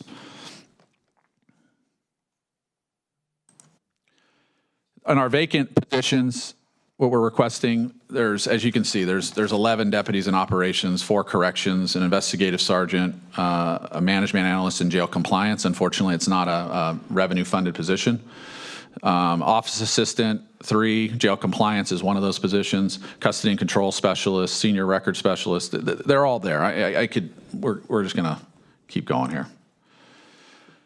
On top of that, just looking at the continued growth of the organization, looking at the impacts requested by the monitors and direction provided by the monitors. And then as we built this process, when we went through the RTC process planning for this budget year, our Measure A money was still on the table conceptually. Understanding it's been pushed back, we have things in here that we designed for Measure A. We understand that in this fiscal year, we may not have the opportunity to fund any of this, but for transparency, we want it out there so it's out there for your perspective. We have 47 positions between corrections and enforcement, and then an expansion of the flock camera, surveillance camera system. What that looks like is for the positions, it would be 18 deputy sheriffs to operations and 16 to corrections. Now, the 16 to corrections is the same thing we asked for last year, and they're structured where they're going to go. Sheriff's Records Director, Management Analyst 2, which is a grant writer. We've been successful in achieving grant funds, specifically with CalAIM and other grants in the jail, and we see if we can ramp up our efforts with a focused position on that, we could bring more revenue to the organization and to the county. Vehicle abatement officers, one of the things we've seen is our ability, just quality of life issues in dealing with out at the Green Bridge or in North County, dealing with RVs, dealing with homeless encampments, being able to respond to the needs of our partners. Program Manager 2, overseeing in our communications unit, or in our community outreach division, help assisting with communications, overseeing PRAs, overseeing our engagement with the community and such. Senior Department Information Systems Coordinator. The technology is growing, as the DA even noted, the volume of digital data is growing exponentially. We are now launching our body-worn camera, and just with the rollout of the project within the organization, we know we're going to see considerable data load there. Finance Manager 2, so we can continue to expand the organization. We currently operate with our budget under 1 Finance Manager 2 and then an Accountant 3. And then more Sheriff's Records Specialist. Those 2 record specialists, and some of these positions, the operations deputies, I was focused on AA. Vehicle abatement officers focused on AA. The records specialists focused on AA to have dedicated records personnel at the outreach stations, Coastal and South County. This is the breakdown of the deputies in the jail, same as we came last year. 4 for the receiving area, 4 for the blocks, 4 for classification, 2 in our programs division, 2 in medical. And all these are targeted to information provided by the monitors. Deputy in enforcement, this again, AA viable concepts is we're looking to add 2 deputies to the auto theft unit. Currently, the way the auto theft unit was run is the Sheriff's Office ran that unit. There was a $400,000 in VLF fees that were obtained. $200,000 was to the DA, $200,000 was to the sheriff, but the sheriff heavily supplemented that unit with its own resources elsewhere that were general fund resources, and it took away from other aspects of the sheriff's responsibility in the community. What we're looking to do is through AA, add 2 deputies to focus to expand that auto theft unit and work with bringing CHP back to the table. We went through the RTC process and had the position approved, and our plan is to use some of our VLF money to convert our deputy that's currently in there to a sergeant, a request to the California Highway Patrol to bring them back to the table. And then the intent was to continue to share the $200,000 with the district attorney's office. And then the other $300,000 that we were able to successfully, with your support, get the VLF doubled, and we'll get that money coming in, is to share it with our muni partners, to give $100,000 to South County, to give $100,000 to the Peninsula, to give $100,000 to Salinas, to split the cost, to bring them back to the table, to build a fully viable, true task force of multiple agencies. Then adding in AA, adding 4 deputies to South County, 4 deputies to Coastal, and 8 in Central. And again, this is all AA focused. Vehicle abatement, by adding 4, if there was money now, great, we would love it. We understand the challenges, but adding 4, it allows us to add 7-day-a-week coverage. It allows us to expand those services into the evenings. It allows us to support HCD more. It allows us to support the health department more as we get calls from them to support as well. Records director, we've looked at, and again, the HR supported the concept. We're looking to consolidate services to create efficiency in the organization. This would be to create a records director, and then that would merge the records, warrants, and civil units all under one manager, and then allow for disbursement of staff for supervision, oversight, and efficiency. The finance manager I discussed. Record specialist, again, allows us to deploy through AA full-time staff to King City and the coastal station. Two more offices. This has been a keynote in our monitor reports. Is one of the focuses on the monitors is looking at adding professional staff. Don't always have to pay for a deputy. You want to find the right person for the right role, and we need clerical support personnel. So one more office assistant for compliance, and then an office assistant for outreach. Just the volume of PRAs, records requests, and various things coming through that division are exponentially increasing. We have a regular recurring session with county council that seems to grow more and more each week. And we're trying to become more efficient with that because there are timelines and requirements in the law for us to respond. The DISC, I did talk about that already. Program manager, I discussed that. The management asked for the grant writer. And ultimately what it comes down to is we recognize the budget is daunting, and we've put 10 million of ask. The 10 million of ask is for awareness, transparency, future planning. We have to continually tell the public we're looking and foreseeing what the future needs might be, and then that way if there's an opportunity, we already have a plan in place that we can step in there. Now that being said, the biggest ask is people, is positions and people. Maintaining our status quo of existing personnel to continue to serve this community. Without funding to maintain the occupied positions, to maintain the vacant positions, to hire behind with the people we have planning, public safety is going to be significantly impacted. A comment was made earlier, and DA said about the violent gang problem of our juvenile youth and its exponential growth. Personal hypotheses, COVID. We took all the support systems that kids had, the school programs, after school, all those things that we shut down because of you couldn't have people together, and we put a lot of kids on the street. We put a lot of kids working with other kids, and it brought people down a path, and we've seen an uptick slowly and surely over the last few years of violent crime.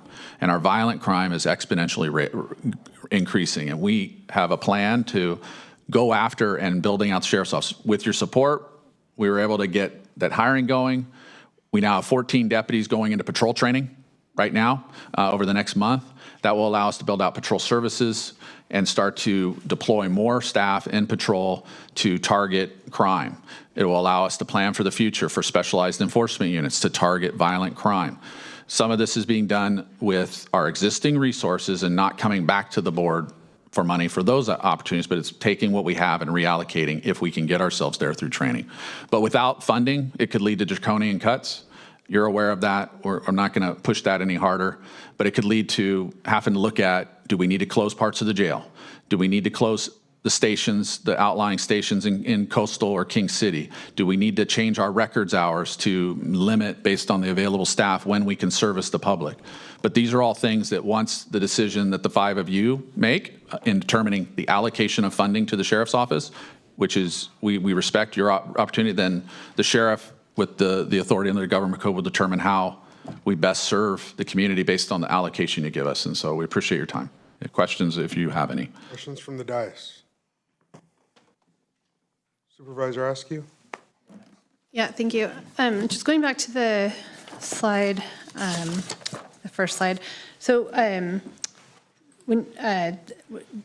we're looking at baseline budget, when you say baseline budget for 26, it's the 161,031, it's $161 million. What was the baseline budget for 25? I looked it up earlier. It was like 153. Right. Okay, that's approximately. what I'm remembering, 153. We have seen about $12 million in salary increases since last fiscal year to this budget's fiscal year when we look at what was added in July of 24 and what we're projecting coming in. Okay, so when you're talking baseline with the salary increases. $8 million increase that the budget office has already provided. So when our other departments are talking baseline, they're talking baseline from last year with no increases. I just want to make sure the words we're using mean the same thing.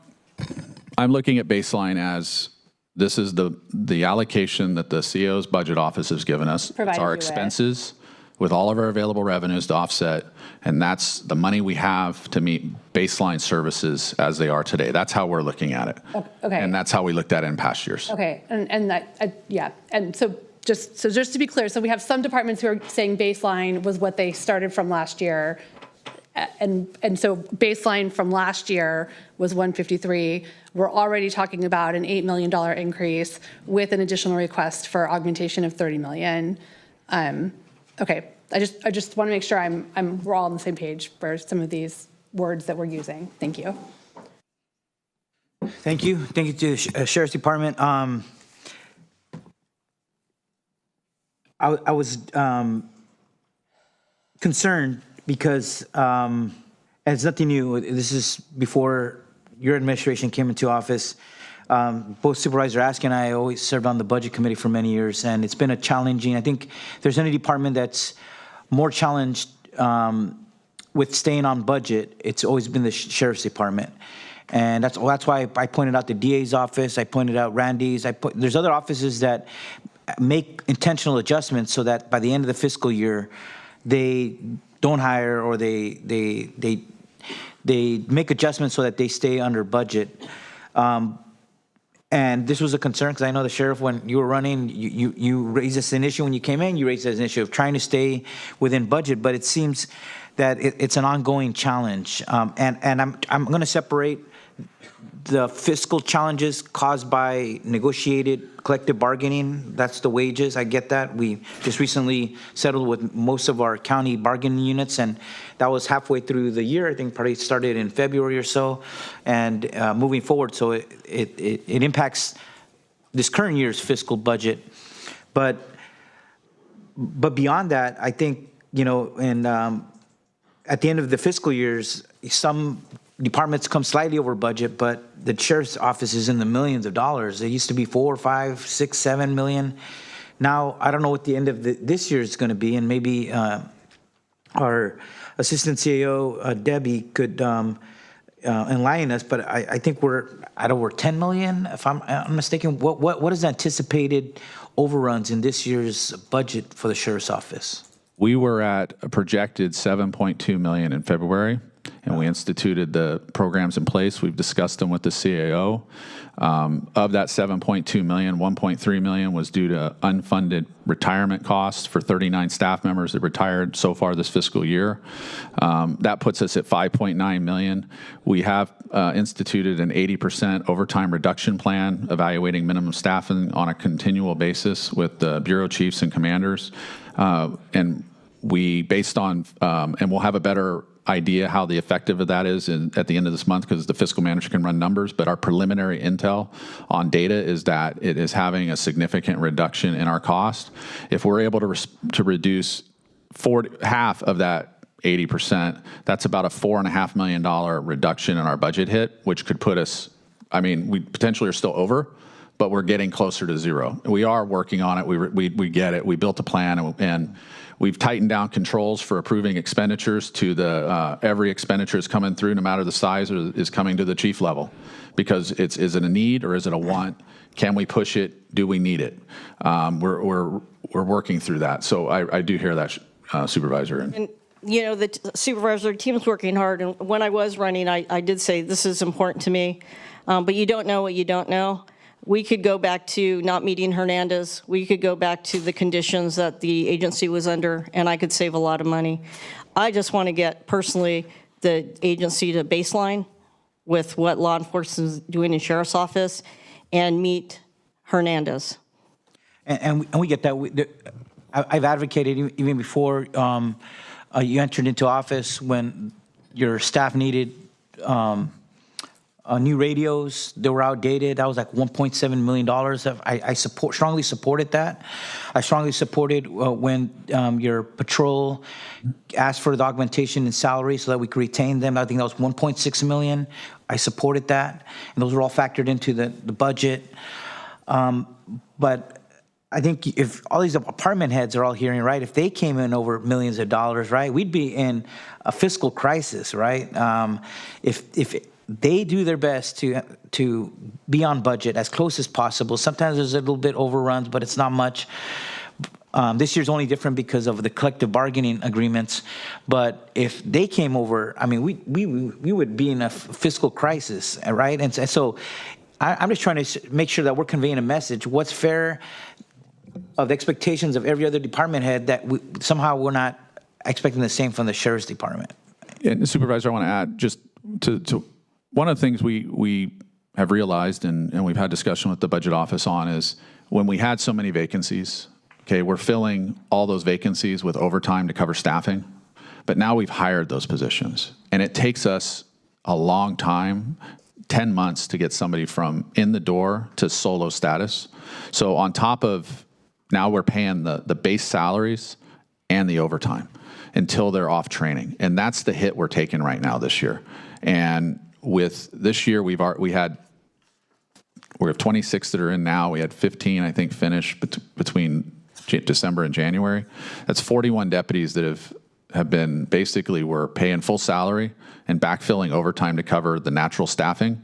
And now they're coming to fruition. That's 80,000 labor hours that we're going to put back into the budget at straight time, which we expect that overtime coming. And that's why we're this ambitious 80% reduction plan. It ties into the fact that we're putting additional deputies back into the facilities and onto the street.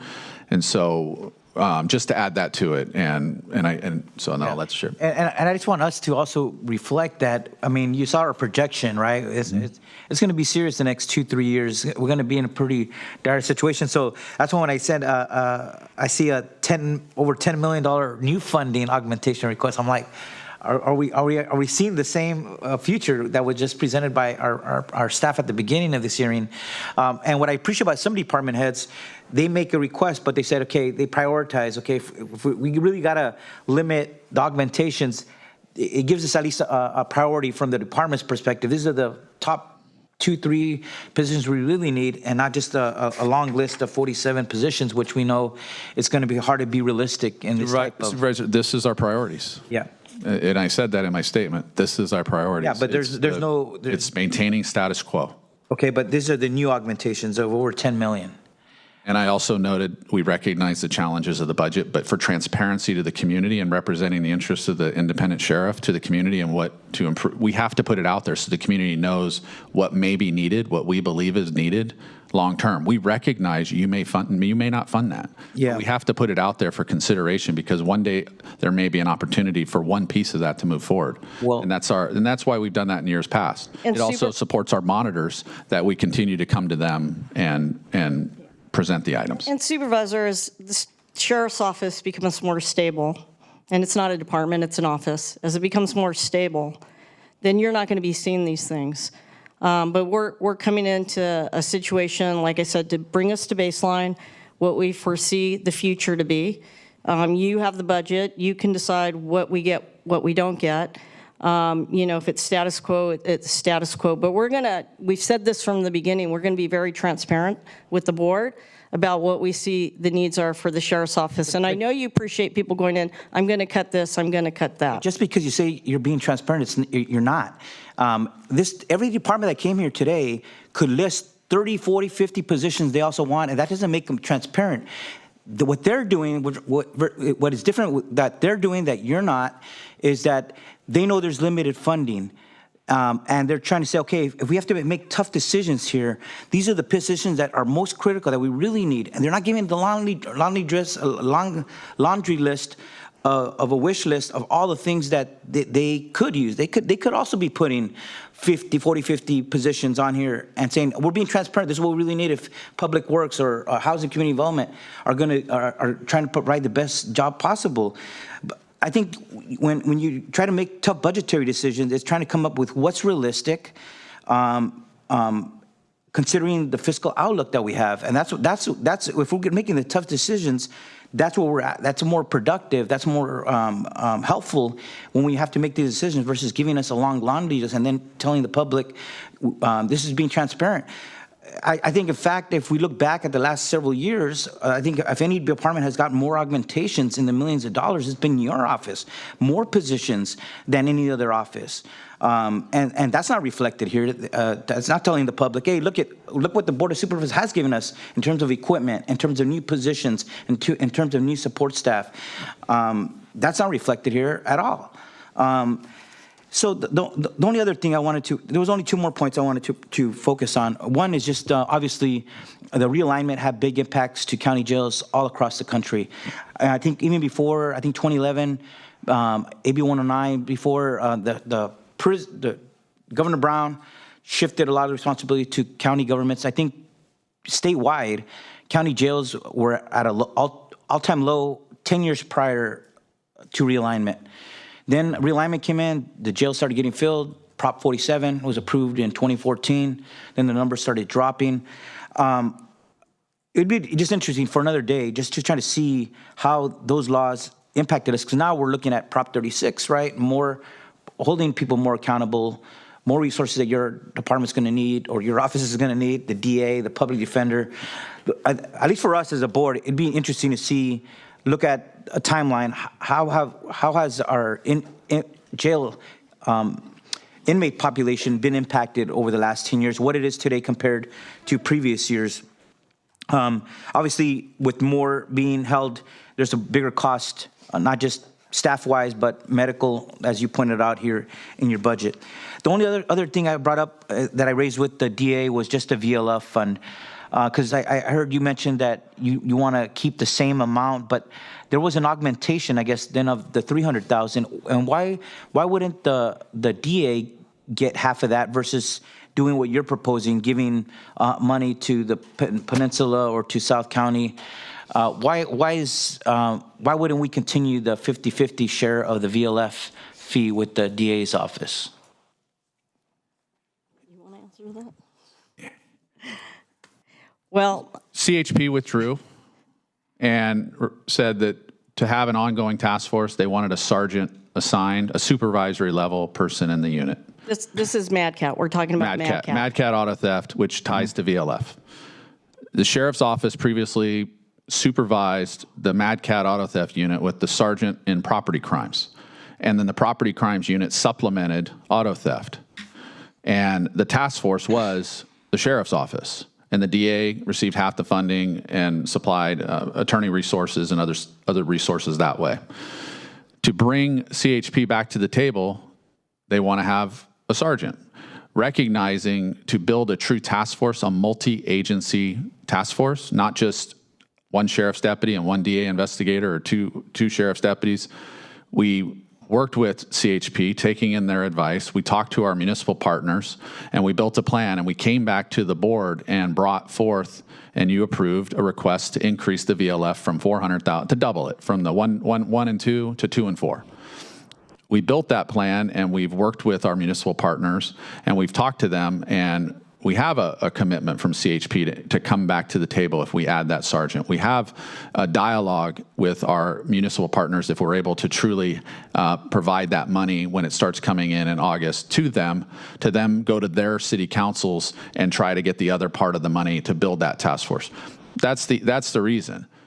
Sharing it with the DA, 50-50, 400 to them, 400 to us. We don't have a task force. We have a county unit that is not really engaging at the highest level with its municipal partners, where if we put a municipal police agencies involved in it, we're embedded, we increase our dialogue, we're more aware of the crimes in their cities.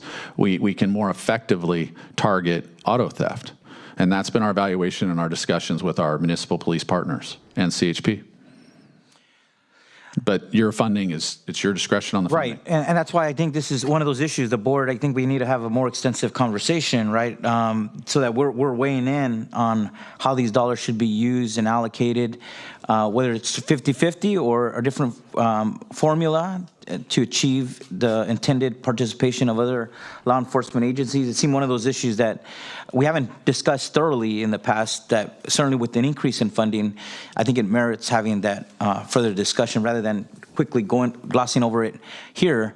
I just wanted to put it on the table as one of those items to have further discussion with you and with the DA and further analyze the other intended goals of having other law enforcement agency partners be. Yeah, we're more than happy to discuss it. Unfortunately, Mad Cat went away because it wasn't a task force anymore. And so we've been at the table a lot with the CHP to discuss how can we bring this back. It benefits the county. It makes the community safer. We know that property crime is tied to violent crime. And so that's one of the reasons we felt Mad Cat was an important one to bring back to our county. Supervisor Daniels. Thank you, and thank you for the presentation. And I just want to mention that I did hear that you have your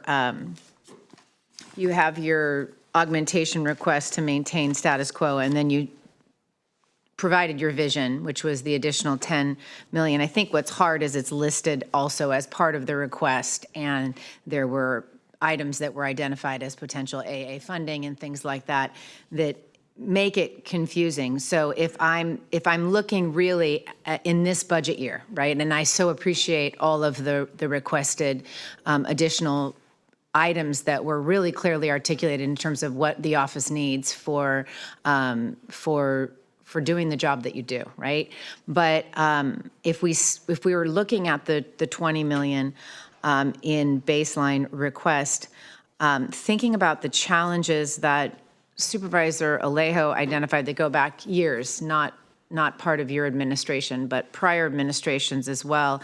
I'm wondering if there has been any consideration of jobs that can be done by a civilian workforce versus perhaps sworn deputies, or anything that could result in some cost savings.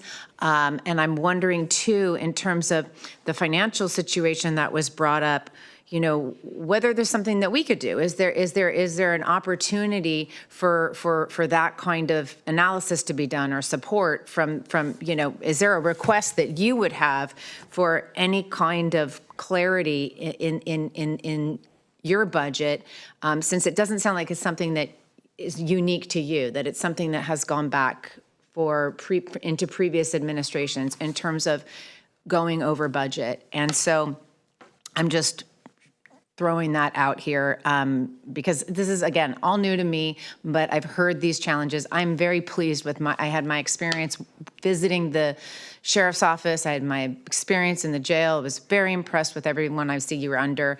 For everything I saw, this Hernandez litigation is something very unique. It's expensive, it's challenging, and it requires a lot of expenditures. So I think, focusing on the $20 million and then looking at that and wondering perhaps some of this technology that's needed or upgrades, that could potentially be a nexus type thing. So I just think presenting it in a way that gives us more latitude to try to do what we need to do in this really difficult year may have been a better approach.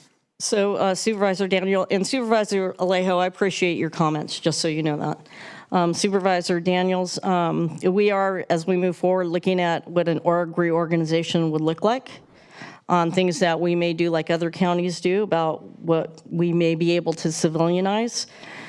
Unfortunately, this is not something we're going to just be able to tackle during the budget season. This is a huge project when you look at reorganizing and the possibilities, because we're going to have to meet with HR, we're going to have to meet with the unions.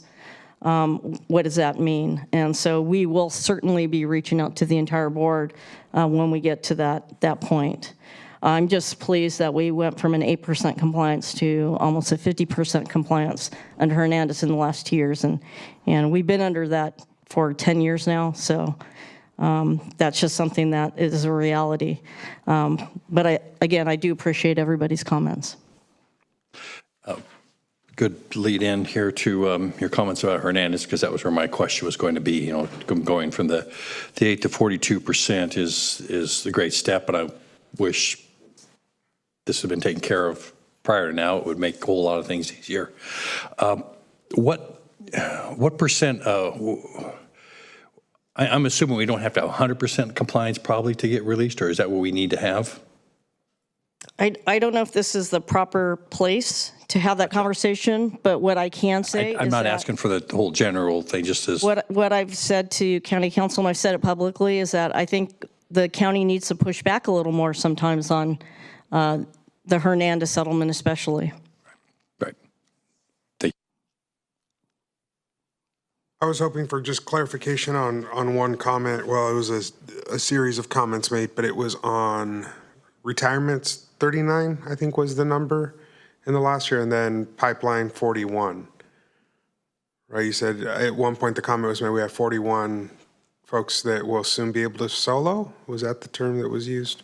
We have 26 that are finishing, that are enter training now. We had roughly 15 in December, so taking those 15 and 26, that's 41 deputies that will basically move into solo, like through that 10-month period from hire.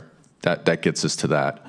And for the public listening, solo means that they can work by themselves without direct supervision. So when you're training somebody, obviously that's two people. Right. To tandem. Right. Okay. So I just. And the more supervision involved with, obviously, with any trainee. Obviously, you'll remember in years past, for me, it's always been a priority to try to get more folks on the street. And I know the Hernandez has been a priority for the office, but for me, the more folks we get in a position to get out on the streets and give people visibility and patrol, I think is given, obviously the violence we're seeing in South County, visibility is critical. And I think the flock cameras will help. And can I just also ask on that front, of the ones that we've budgeted in the past, I know a ton have been installed. Do you have numbers on how many are installed and active? I believe of the 63, 39 are operable, 39 or 40 are operable. Some are in permit process still, like final review, but we expect all of them to be up before the end of the fiscal year. And we want to thank the board for helping move that permitting process a little bit quicker. All right. I know that those have a huge potential for our community in assisting, and I just want to acknowledge the effort it took to get those in place and up, and thank you. Yeah, and I would be very happy to come back with my staff to talk about the things you guys have done to help with the sheriff's office in the past 2 years, but I didn't know that was part of the presentation today, or we would have included those slides also. All right. Any final thoughts from the dais? We've had a long day. No, I would just say I am concerned about and I'm glad that the cost-cutting measures the sheriff and her staff have done in February, but it's still concerning, right? And I just think either the budget committee, there should be just some closer oversight. We did the same when we had the tech program. Was it the new, what was it called? Under the auditor's office. The ERP, right? There was a lot of concerns about the budget of that major project, and we had regular reports. We also had regular reports from Natividad on its collection of owed monies to the hospital. I just want to put it out there as something that I just think needs more oversight, some more review and check-ins, so that making sure that we're watching the budget closely to not have multi-million-dollar overruns at the end of each fiscal year. It just hasn't happened. We've addressed it, but some of these cost-cutting efforts should happen throughout the year, not in February. When we know that the overruns were projected at $8 million. I could guarantee it's probably going to be a lot more than that at the end of June. So that's what I'm just putting out on the table. I think we do need some more oversight about of the major overruns in that office. All right. Thank you, Sheriff. Thank you. With that, we're breaking for lunch on the agenda, but we're going to go ahead and continue here and open up public comment on this item. Invite folks to use the raise hand function via Zoom. We'll go with folks in the room first. Invite folks to come forward. I see Paul chomping at the bit, so we'll go ahead and give you the floor first. We're going to allow 90 seconds per speaker. You'll see that up on the camera. All right. Business Council. We thank the county for making us a key partner with economic development. We're pleased that the budget for MCBC is expected to be 0.5% of the DSA formula. We get the least money from the DSA partners, but we're very happy to have a seat at the table, so we thank you for that. I want to just tell you very briefly what the county gets for that investment. Outstanding ROI, over $110 million in contracts to Monterey County businesses, nearly 2,000 jobs created or retained. Last year, when we tried to get the SBDC contract, we came to the board. You generously supported us with $64,000 that helped us to get that contract. That came outside the DSA, and Supervisor Root asked us to diversify our revenue sources so that we didn't come back asking for more money. And I want you to know, Supervisor, we heard you. We're not asking for any additional funds outside of the DSA allotment. No augmentations here. We leverage our funding from the county probably more than any of the other DSA partners. The budget of the APEX program and the SBDC together are more than $1 million, and at $190,000, the county represents less than 20% of that funding. We also get funds from federal, state, local, other businesses here. We support the county's economic development staff of Richard and Isella. We recognize MCBC as a vital partner that helps deliver measurable and phenomenal economic results at a very low investment. Thank you. Nice try. Very close. All right. Anybody else in the room? Please come forward.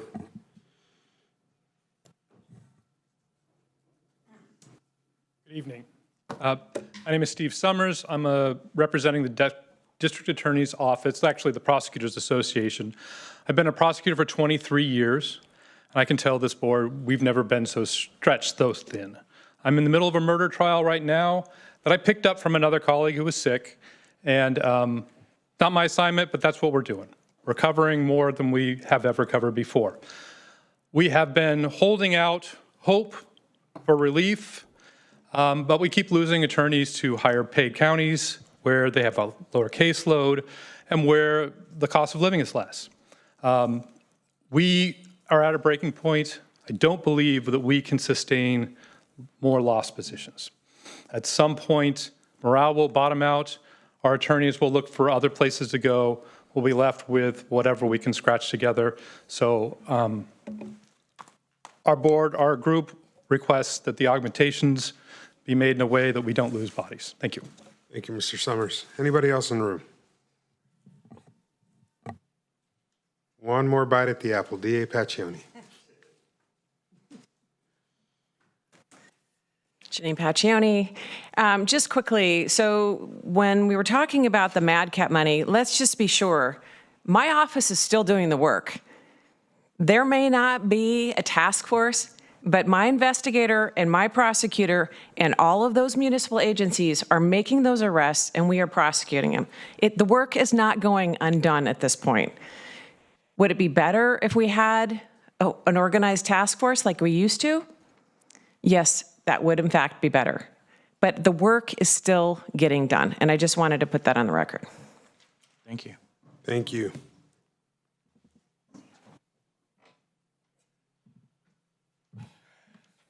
Thank you, Supervisors. Just wanted to briefly speak to the CIP. And I think I've seen most of you in the committee meetings, so this won't be anything new, but I'm just pitching forward the projects that Parks has in the CIP that were presented in the funding priorities are basically either revenue driving or related to revenue. The park roofs, the park amenities, those obviously have a direct link to our guests, as well as the $500,000 to finish up the lodge project, the parking lots, retaining walls that are crumbling down. The buildings are nice now, but we just need to finish that project up. And then also the trash screens on the sewage systems. That reduces our costs when 2x4s and towels and everything else ends up in the sewer treatment areas. So that was my pitch for that, and thank you so much for your time today. Thank you. Anybody else in the room? Mr. Ishii, another bite at the apple. Thank you, Chair, members of the board. Randy Ishii, Director of Public Works, Facilities and Parks. Also with a comment about the CIP. Mostly it is a comment.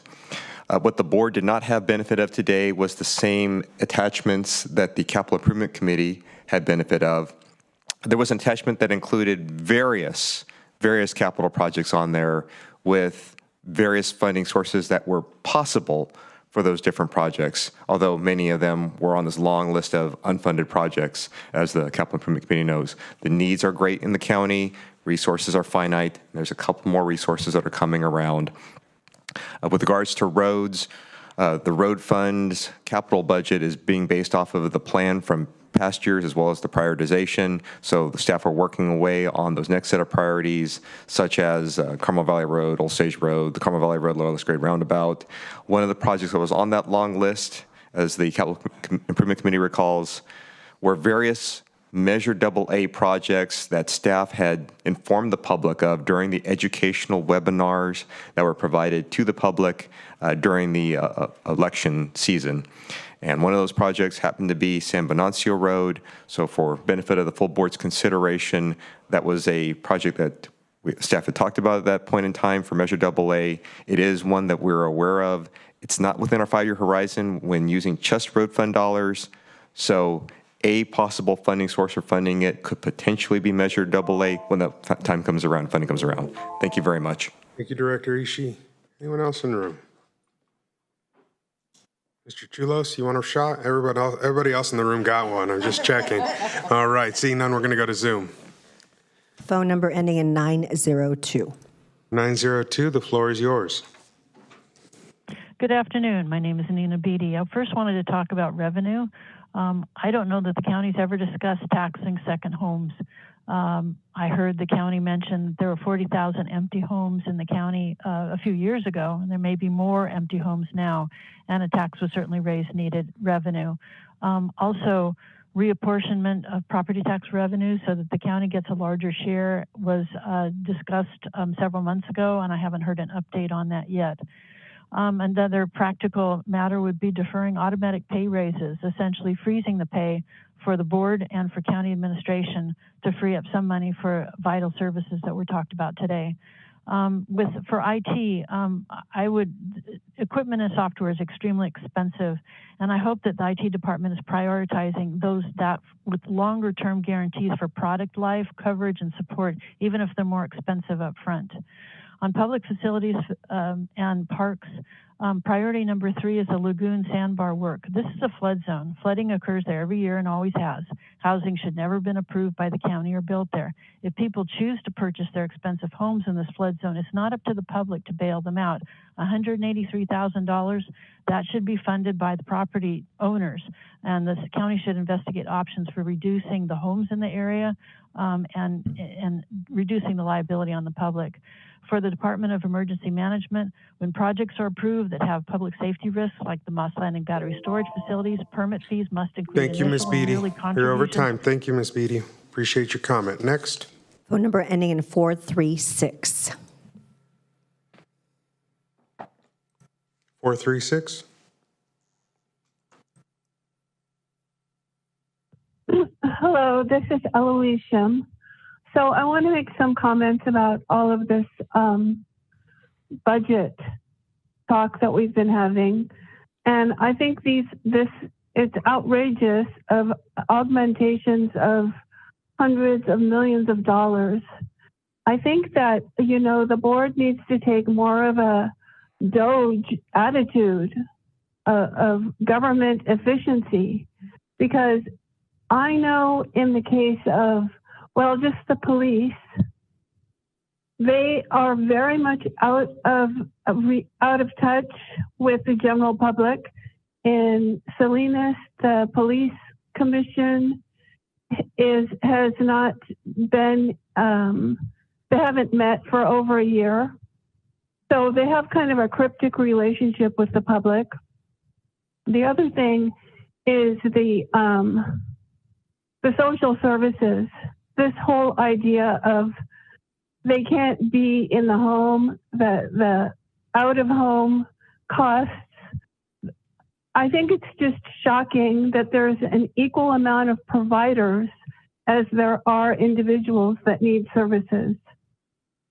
And I just recently read an article about the Share Center, where they say that the employees, they take the donations, the clothing donations, to pick through them before offering them to the We're people over that time, stay there, the Mission. guests? Thank you very much.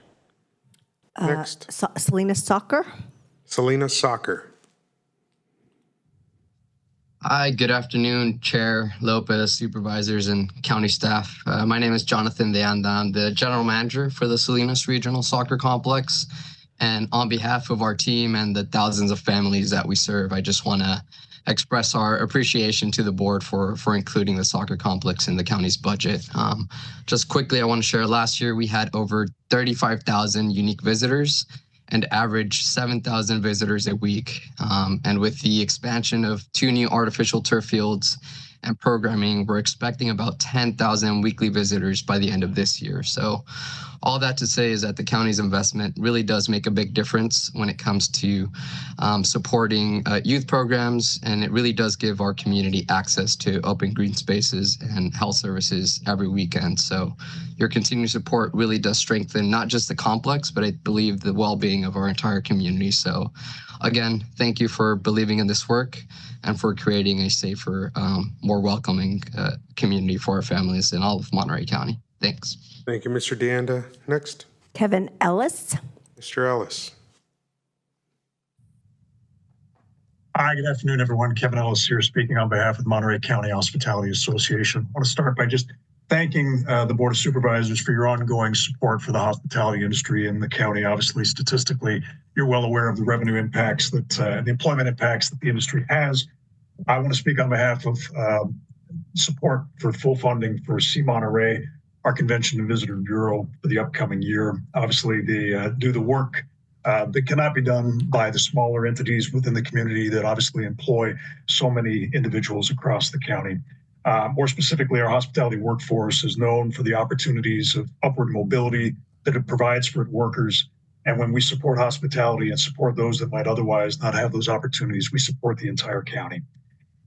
We are currently facing a wide variety of challenges. Obviously, international travel, as many of you are aware, is sluggish at best. Our partners down at Big Sur continue to struggle with the road closure, which of course affects the entire county.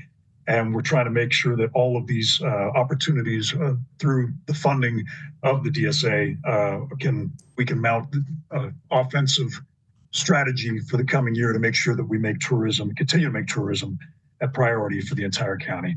I want to thank you again for your ongoing support of C Monterey and of hospitality, and want to support full funding in accordance to the DSA for C Monterey in the coming year. Thank you. Thank you, Mr. Ellis. Next, Alyssa Rendon. Ms. Rendon. Thank you, Chair, Supervisors, and staff for allowing me to make public comment virtually today. I'm Alyssa Rendon with C Monterey, and on behalf of C Monterey, I'd like to express gratitude for your investment in destination marketing and our mission vision to responsibly strengthen our tourism economy, ultimately enriching the quality of life for our communities. As you know, we recently published Monterey County 2030, a destination roadmap that identifies those challenges that Kevin just mentioned, and also opportunities that we're going to be facing over the next years. While we have yet to fully recover from the pandemic, we're preparing for 1,000 new rooms, making it critical to drive demand. Driving demand doesn't just happen on accident, it takes strategic effort. So your continued investment now more than ever is key for us to prepare and capitalize on what's coming. So again, thank you for your support, and we're looking forward to sharing in depth the results of our activities and plans at the upcoming Board of Supervisors meeting in May. So I'll forfeit the rest of my time. Thank you. Thank you, Ms. Rendon. Next, Keith Boyd. Under Sheriff Board. There you go. Sorry, Sheriff. It's going to be the sheriff, not the undersheriff. We walked out, but we're not. But we are watching and we are listening. I just wanted to say to the public, we understand that the DA is still investigating crimes that have to do with car thefts. It's the same as the sheriff's office. We haven't stopped investigating crimes that have to do with car thefts, but the task force did go away, and we would like to bring the task force back. That is a reality. So I want to thank you for your time, but I wanted to clear that up with the public. Thank you, Sheriff. Next, Bina iPhone. Bina.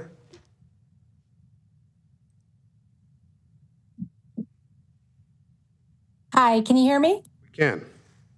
Yes, good afternoon, Board of Supervisors. My name is Bina Patel.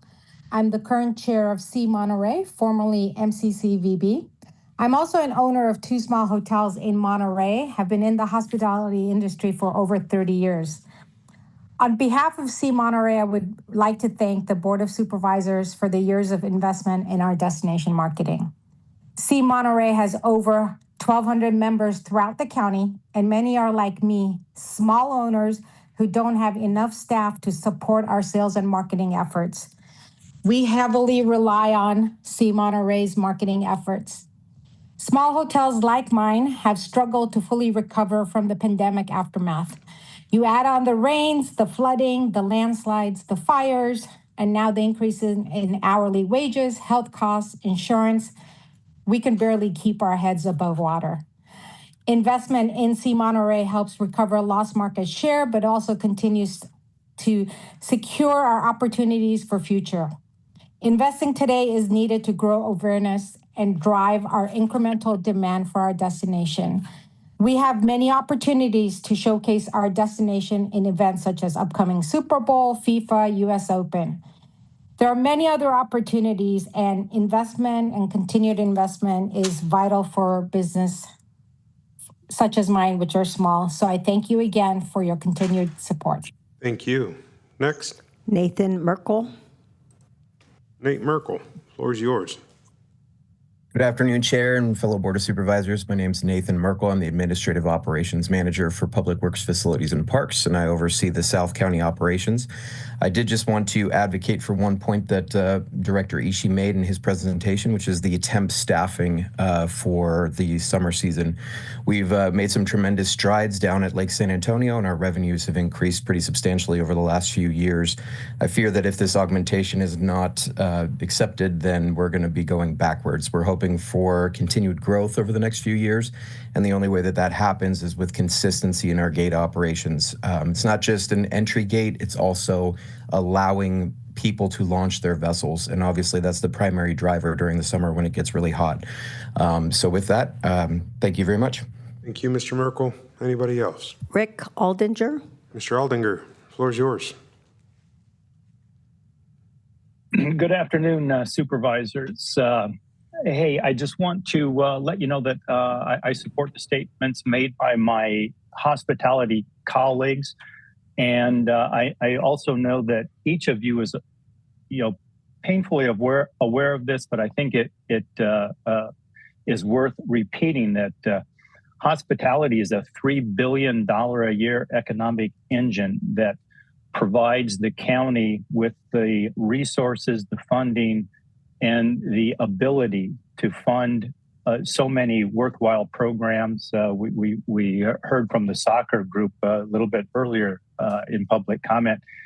These are the sorts of things that the county can do with the revenue produced by the hospitality industry. And when you invest in C Monterey, the marketing efforts of C Monterey, you are investing in every resident of Monterey County and giving them the services that they need and deserve. So I urge you to continue to make C Monterey whole by funding them to the fullest extent of the DSA. Thank you very much. Thank you, Rick. Next. Nobody else. All right, last call here. If you're sitting on Zoom wondering when your time is, this is it. Use the raise hand function, *9 via landline. Speak now or forever hold your peace. Hearing none, we will close public comment and bring it back to the board for direction and discussion. Do we want a 5-minute break? How are folks feeling? All right, let's keep rolling. Who wants to go first? Supervisor Lopez, I want to go back because at the beginning we didn't take questions on the DSA or development set-asides. I want to speak on that, but then I don't know if we're going to go down each department. What's our strategy here? Yeah. So strategy, I was hoping we do what we did in years past, which is if you want to talk about the overalls, you do that up front, but then normally what we've done in the past is each go through and call out those things that we want to see.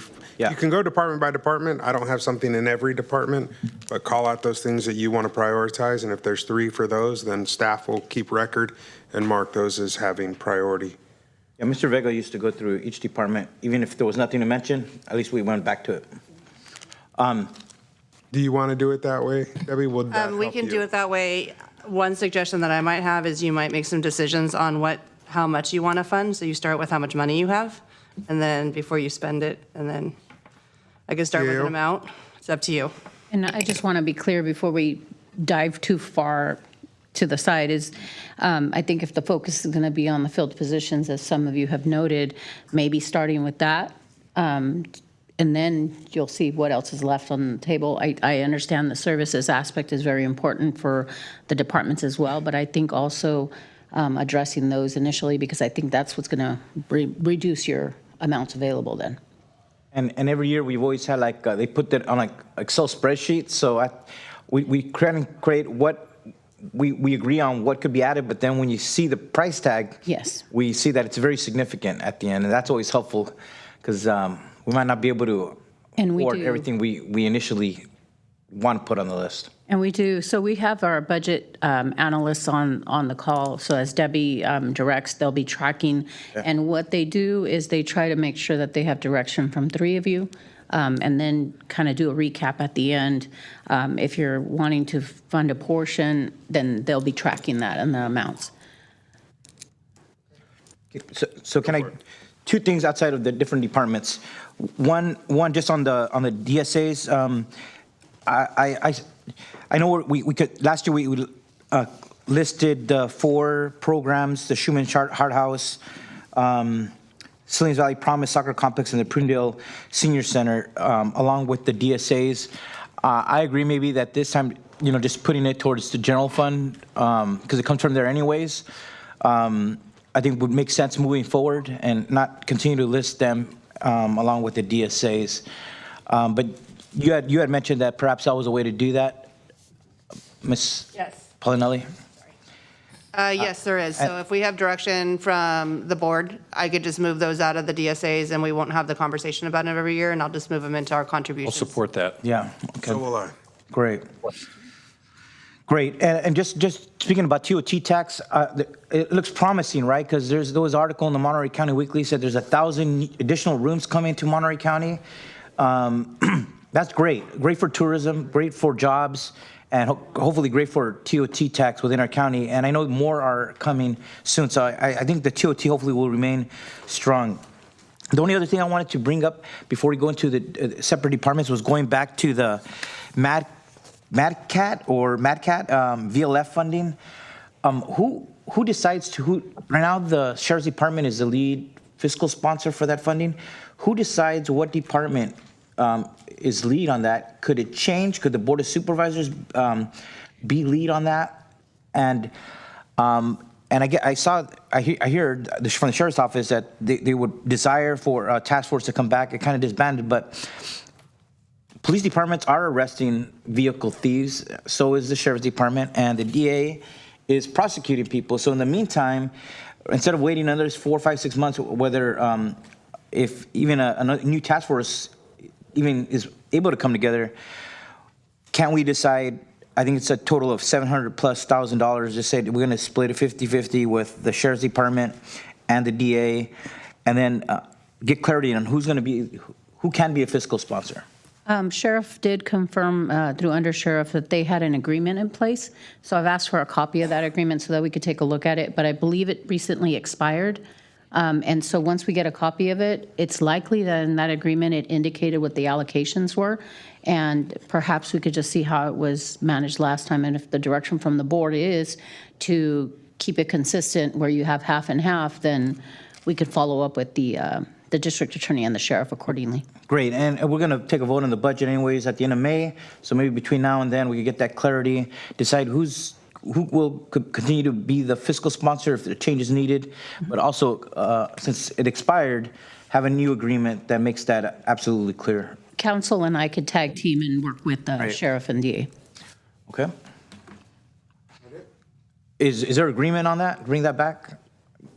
Yes, for bringing it back. If we can just get confirmation from three of you. You got three. Or all of you. You got Church, myself. Yeah. Okay. All right. Anything else on the overall pieces, DSA? Then let's go department by department and hit it from there. No. Go for it. Oral comments now. Yeah, so just generally speaking, I think, so as we're going into this, we have, I think it's important to recognize we have a strategic reserve that's still not full. We have, for funds available, we're looking at only what the $1.3 million available, plus a one-time contingency account that was just discovered, like literally this week, that we haven't even had a chance to take a closer look at. Budget committee hasn't reviewed it. And I feel very uncomfortable dipping into an account that we really one-time funds that we haven't had any really opportunity to take a closer look at. So I see that there's a significant number of needs here that we're looking at in the augmentation set of requests. We also have negotiated salary increases that are rolling in over a tiered number of years. So the increases that we have on this year's budget, there's more coming into next year's budget. And we've made a commitment to continue doing salary evaluations moving forward. So I just want to be really clear about the cost increases and the cost drivers that we as a board have made a commitment to pay our workforce fair wages, and what that means as we look at, and the fact that we really only have effectively $1 million left to work with of what could even be considered ongoing dollars. So the requests that are in front of us go far beyond $1 million in ongoing needs. So I appreciate that we're going to start going through the budget and you're going through these requests to say, we'd love this, this, and this, but I just wanted to do a quick reality check with everyone before we start down that process. So wanted to just very quickly say that. And then also a reminder, as we talk about the values about who we serve, I think for me, striving for a structurally balanced budget and making sure that we're funding ongoing expenses with ongoing revenues are really, again, two of the big priorities that I think we've done a good job of doing that in the past. And part of that, I think, has been because we've had sort of pots of one-time money that we've had available to us to be there when we've hit crisis. We spent down the money that we had been using to pre-fund our retirement. We no longer have that available to us. If we spend down this contingency reserve that we have, we'll no longer have that available to us. If we continue down this path, we're not going to have anything left for us when we hit another disaster. If we're not really intentional about how we spend in this next hour and in this next couple months, we could very well find ourselves in some really more difficult situations. So for me, I'm very nervous as we go through. I'm feeling very cautious as I walk down this path, knowing how significant the needs are that we're being asked for. So I wanted to very clearly make those comments. And to the DSA, if there ever was a year that I would suggest putting a cap on the DSA from last year, I think there was a significant increase. We jumped up to the $40 million, or right around the $40 million DSA total, the TOT total amount. I think we're hovering right around that. I think that capping that just so that we have some consistency from last year, that was a solid number. Those are dollars that we could definitely use this year to move around to other places. But that would be a suggestion that I would put on the table. Supervisor Church. Just jumping in here on comments too, and Sheriff Supervisor Askew's concerns on this. I mean, it's easy. You're looking through this. I see millions, and things that need to be funded, and I'm not sure we really decided on a clear picture of just how much we have to spend here. I know it's $1 million.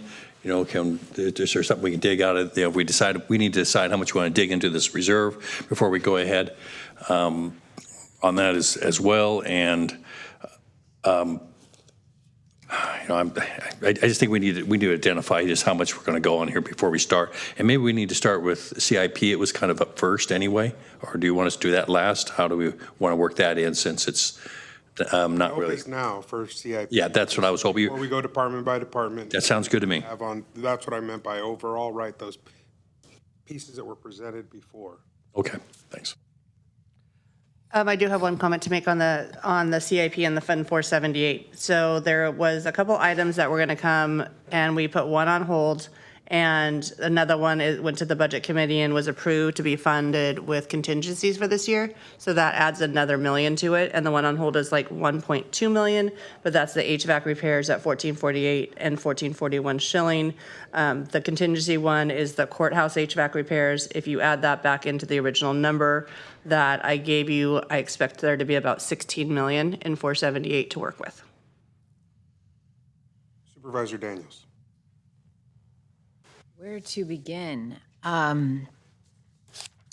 So I do think that it will be helpful for me to understand what we're working with, and my priority is going to be to figure out how we maintain the filled positions in light of what the increases that we've seen. I'm not prepared today to have a conversation about the DSA in terms of caps. And so I just want to put that out there, though, after this conversation and after reading everything in preparation for today, we have to also be talking about revenues somehow. And so we are in need of more revenues, clearly. And so however those conversations take part, I am incredibly appreciative of the revenues that come in from tourism. It's a huge amount of money that is raised from TOT that we get to put in our general fund. But I'm also concerned about how we use that money. And when we have that money, I know one of the things on the table was to sort of take it from the allocation that we've made to the road fund. And it's really important, as someone who's in a district that experiences so much visitation, transient occupancy taxes are identified, are raised in order to mitigate the impacts of that visitation, right? You have more people coming, you tax them in order to handle the roads that they drive on in order to come and visit. So there's a lot of things I could play the tape in terms of what it's meant to mitigate, but we have to make sure we're covering the things that those additional tires on the roads and other things that happen when tourists visit an area are addressed. And so I think we can have other revenue conversations around things like TOT in the future, but not today. We can have conversations about capping the DSA, but not today. This isn't the place for me to have that conversation. So I would really very much like to understand I'm going to go with whatever process our chair and you all want to go through, because I am a bit overwhelmed, but I took a lot of notes and I'm ready to engage. Just for, this is not just for everybody to understand in the public too. This is not the bottom of the ninth. That's in June. Right. We're kind of the top of the eighth. If that makes anybody feel any better. So there's going to be some moving around still. Who's at the plate though? All right. So given all those pieces, I'm hearing a clear request for some clarification around what's available.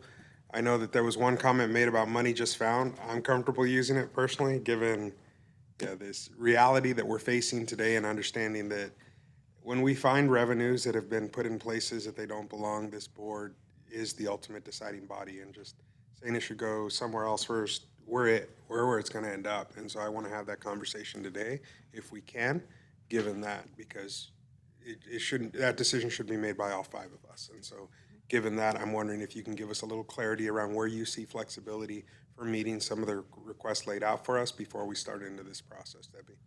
So the only flexibility I really see is that fund that I told you was what I just found it. It doesn't mean that people didn't know about it. Let's just get that really clear. So I think in times where the county was a little more flush and there was contingencies left over, they were moved over into this contingency reserve fund. and to be used in times where the county would get a little tighter. And that's the one that has 8.4 million in it right now. Like I said, that is one-time money that can be used. There is flexibility with the TOT money on where we are giving it to, whether it's the DSA or the road fund. The 478, we're going to talk about that. Let's talk, if we talk about that separately, one of Public Works request was the unscheduled maintenance. Historically, that's been taken from 478 for $1 million, so that's available there to clear up one of their augmentations in their presentation. And then that's really just about it. I want to clear up one more thing. The 415 fund, which is the retirement fund that we're not funding anymore, is not gone. The last time I looked at it, it has $110 million in it. So it is not a gone fund, and I just want to make sure everybody knows that we didn't go and spend $110 million at the retirement fund. We had been putting $10 million a year. We had made a commitment to putting $10 million a year in that, and that was an ongoing commitment that we're no longer making. So that was an ongoing commitment of $10 million that would have been an ongoing availability that is no longer accessible to us, was my point. Right, and that's to address a liability, a future liability we have, right? So it's like we're being judicious by investing and addressing that concern for future county boards of supervisors. I wouldn't want to see that as a something to turn to, because I think that would be.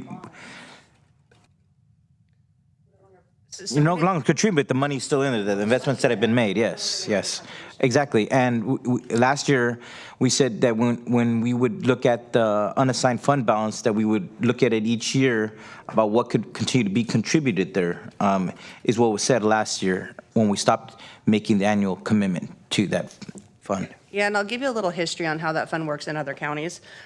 Usually people put money into that fund as a stabilization fund, and that's actually how PARS sells the account to everybody. They call it a stabilization fund. So what you do is you put money in that account when the market's really good and your contributions to the retirement fund goes down, and you usually pull from that so that you can keep retirement even throughout years and years, and the departments don't have to burden those swings either way. So they don't turn around and add services in years where they're getting more money and decrease services later. But it has not had anything else put into it. We've kind of frozen it. It didn't have a good year last year. It's doing better this year as the market swings, but that fund does swing with the market as well.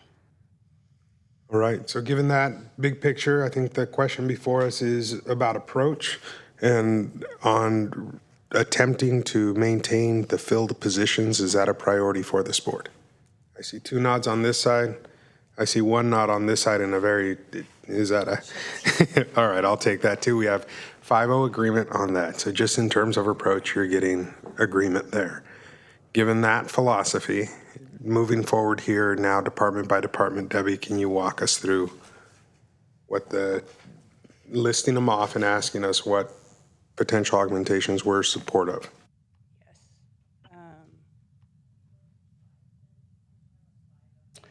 Yeah, you just want to start with the filled positions. Would that be easier to just work from my slide? I think that, or do you want to see every single augmentation, whether it was status quo or not status quo by department? So I think at this point, what you're hearing from this board is they're supportive of attempting to save all the filled positions. Okay, so if I can Valerie, can I bring my PowerPoint back up?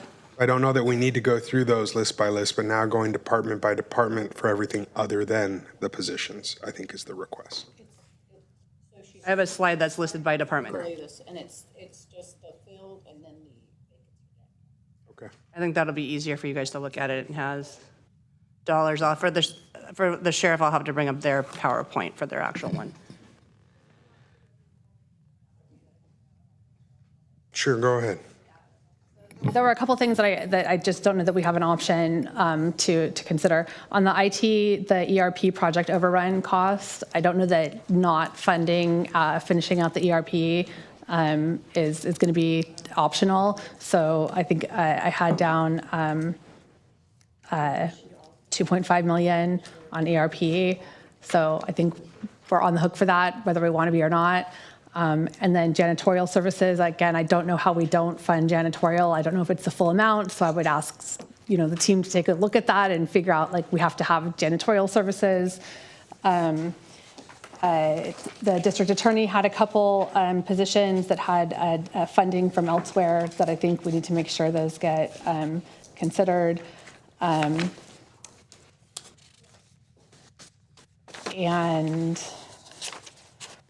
I think I have to switch desks. Hold on.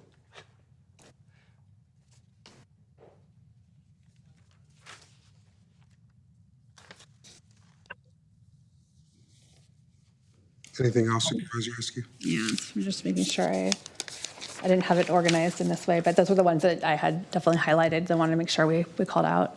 Did you mention security? No. Okay, I just want. She had ERP, janitorial, and the DA alternatively funded positions.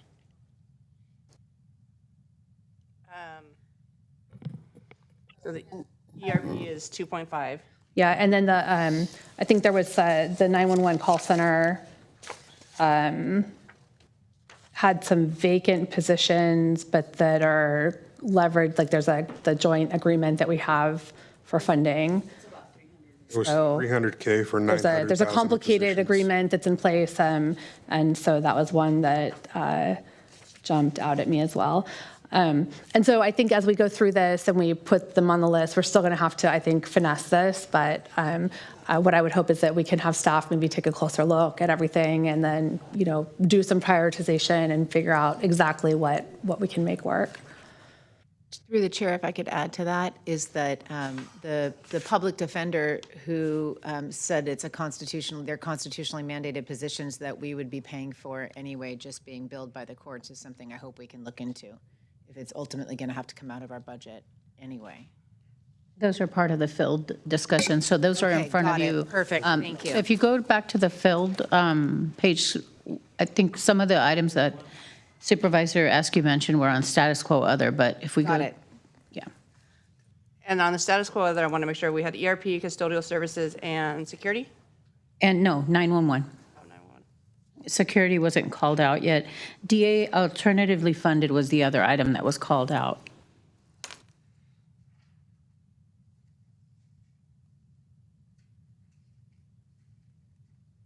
Okay, so this is the list here for the filled positions. We did not hear from Co-op Extension today, but they did have a position on there for $9,000. And then it goes down by department. As Department of Emergency Management has the one position that's filled, and then the district attorney has their positions that are filled there. Public Defender's Office has theirs, and then the sheriff coroner. I would have to bring up we would have to look at their PowerPoint because they listed theirs out separately on their PowerPoint. So the total for all of those is 8.7 million.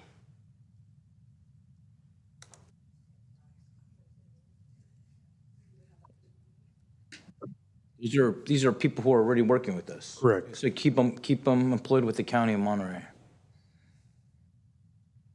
So a lot of those are on my list, so I feel like we're looking for process here, and we're not going to go, it sounds like, department by department, so I'm going to list mine here.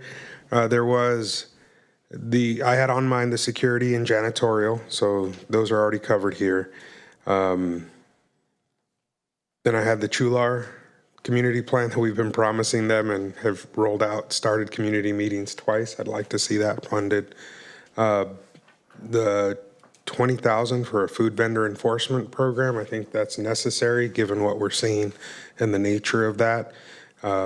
Mobile spay neuter is something we've done in the past, and I think we need to continue. I was unclear on if the $100,000 was in addition to what we've done in the past, or if that's status quo. I believe it'd be status quo.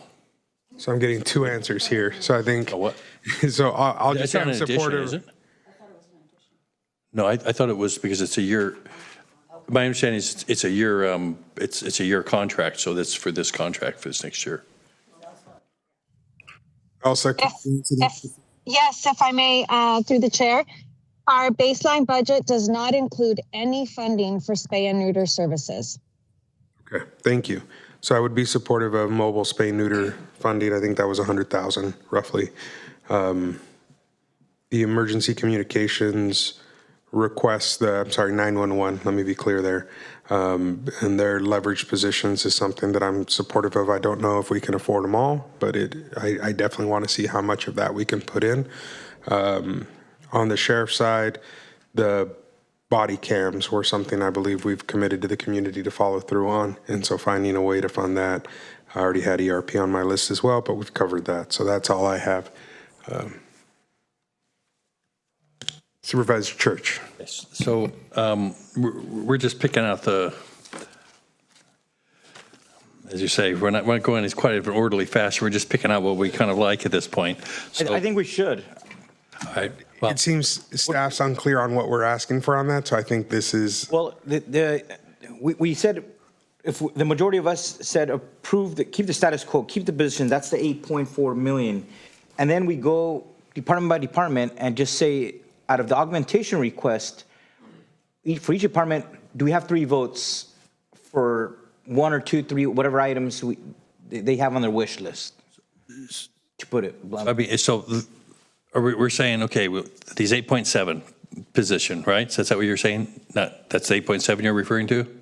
The 8.7 million is slide 31. And we're all kind of in, And if we keep just, one decision is keeping all these folks working. all right? The other list is the either vacant positions or the augmentation requests. And that's where, on that. Good with that if we want to go, whichever way we want to go. And that might be a good way to do it, but Chair, what would you prefer?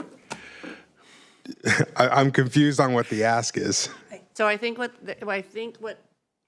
they ask is we just go through this list and I'll read off co-op extension. Do I have 3 votes for that? Is that what you're kind of asking to do? And then I'll We'll be read here off all night Department if of we do Emergency that. Management. That's the way we've done it every year before, though.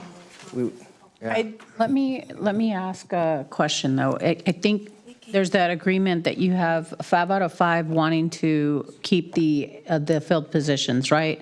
And so if the direction back to Debbie is going to be to identify resources that are available, and then come back to the board and get additional, have us come to you and say, these are the different alternatives, or are you wanting to do both today? Give us the ones that you want to keep. The only thing is we don't meet again, of course, until the 15th. So I think you've heard from us that these positions, 5-0, we want you to start with that. And then everything else, let's do it the old school way here. Let me pull up my agenda. I just want to make one comment. So I have $1 million and I have. Yeah. No, we This is spent already understand for that. keeping all of this. I just want to. And we get that. Yeah. And that's where Supervisor Daniels. We have options. I mean, we've discussed them. And so, if you could just come back to us with the variety of options for what we would like to see retained and what other augmentations. I mean, you talked, as much as I don't want to see it, you talked about the road fund. If you take a little bit from that, change the percentage of how much we're taking out of the road fund. Supervisor Askew has had another option. I mean, just whatever you have in terms of available to the county to fund these various requests, that would be a different conversation in the future, right? You'd come back at another meeting? And in previous years, for example, our contingency for next year's, we had less of a contingency to start with because we decided certain things we were going to fund in the fiscal year outright in this decision. So we didn't start with just the 1 million. There's other decisions, and we talked about even last year's budget. Even before the new year started, we already ate into a good portion of our contingency fund, right? Mm-hmm. But we funded some things that way based on the things that we wanted to keep for the upcoming fiscal year. So in this coming fiscal year, the contingency budget is 8.7 million. Right. So, and that's where hopefully we can list out what our priorities are, and then you can come back to us with options and we can refine the list and trim back further if necessary, given that. But for tonight, what I'd like to do is we've said that those positions as laid out in the first slide are priority for all 5 of us. So then from that point forward, if we could go down department by department as presented, I'll read them off. If there's somebody wants to call out from that particular grouping, then please, this is your time to let us know. Mm-hmm. So beginning with social services, is there anybody who wants to call out something that was in social services that they want to prioritize? I don't think we have a choice with general assistance. our county was subject to litigation just 8 years ago or so. It's a big chunk of money. It's $500,000, but it's a program that we're mandated to provide to our residents who are most vulnerable. Mandated, if I heard correctly, the out-of-home care as well, though. Mm-hmm. All right, anybody else? This is your shot. I'll just say we're going to be going in, this isn't where we negotiate, but we're opening negotiations with IHSS this year. Exactly. And I want to make sure we're prepared to offer fair wages to our in-home healthcare workers, in-home support workers. For me, that's a priority. I know that's been a priority for this board in the past as well. Just acknowledging like we're not going to be able to afford all the things we're talking about, but that for me that's a big priority. That's a big priority for me too, is the home workers. And if I heard Director Franks, did not he say that he had a fund that he was wanting to make sure he was able to hold on to some contingencies himself for those negotiations, or did I hear him wrong? No. Okay. All right. Okay. So we have 3 on that. You have 4. You have 5. So you have 5 on that. Anything else under social services? Okay, moving forward. Health department. So I would, the clinics, spay neuter clinics. Obviously, we need to put the funding into that.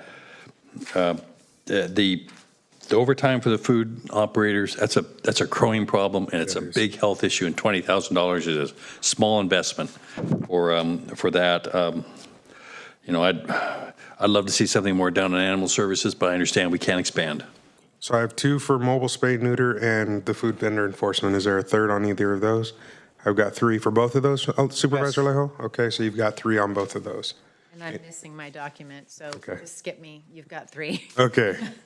All right. Got it somewhere. Anybody else on health? Moving forward. Clerk recorder. All right, hearing none. Civil rights. Oh, moving quick She asked here. for 3 positions, was on her augmentation request. But both top 2 were vacant though, so. Right. There's an OA2 and 2 appraiser 2s. Yep. Okay, civil rights.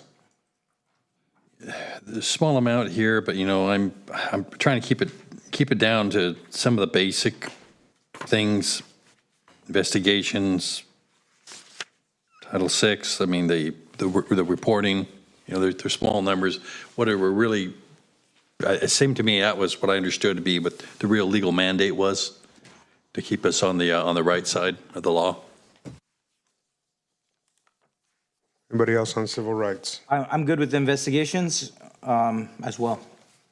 I'll go with investigations. You've got 3 for that. I've got a 4th nod down there, so you've got 4 for that. Who was the 4th nod? It was Supervisor Daniels. Okay. Clerk of the board.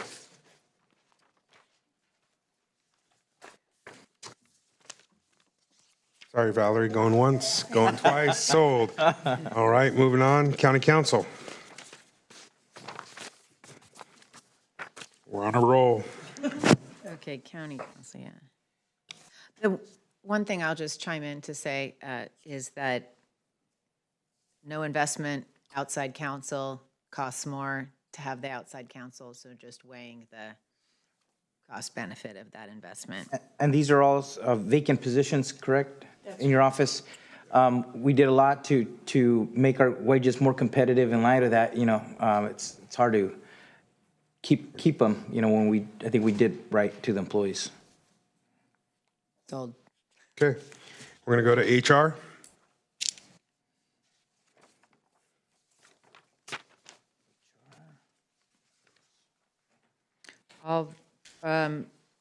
So we would be taking out of the slide the ones that are filled, is that Correct. accurate? Yes, so.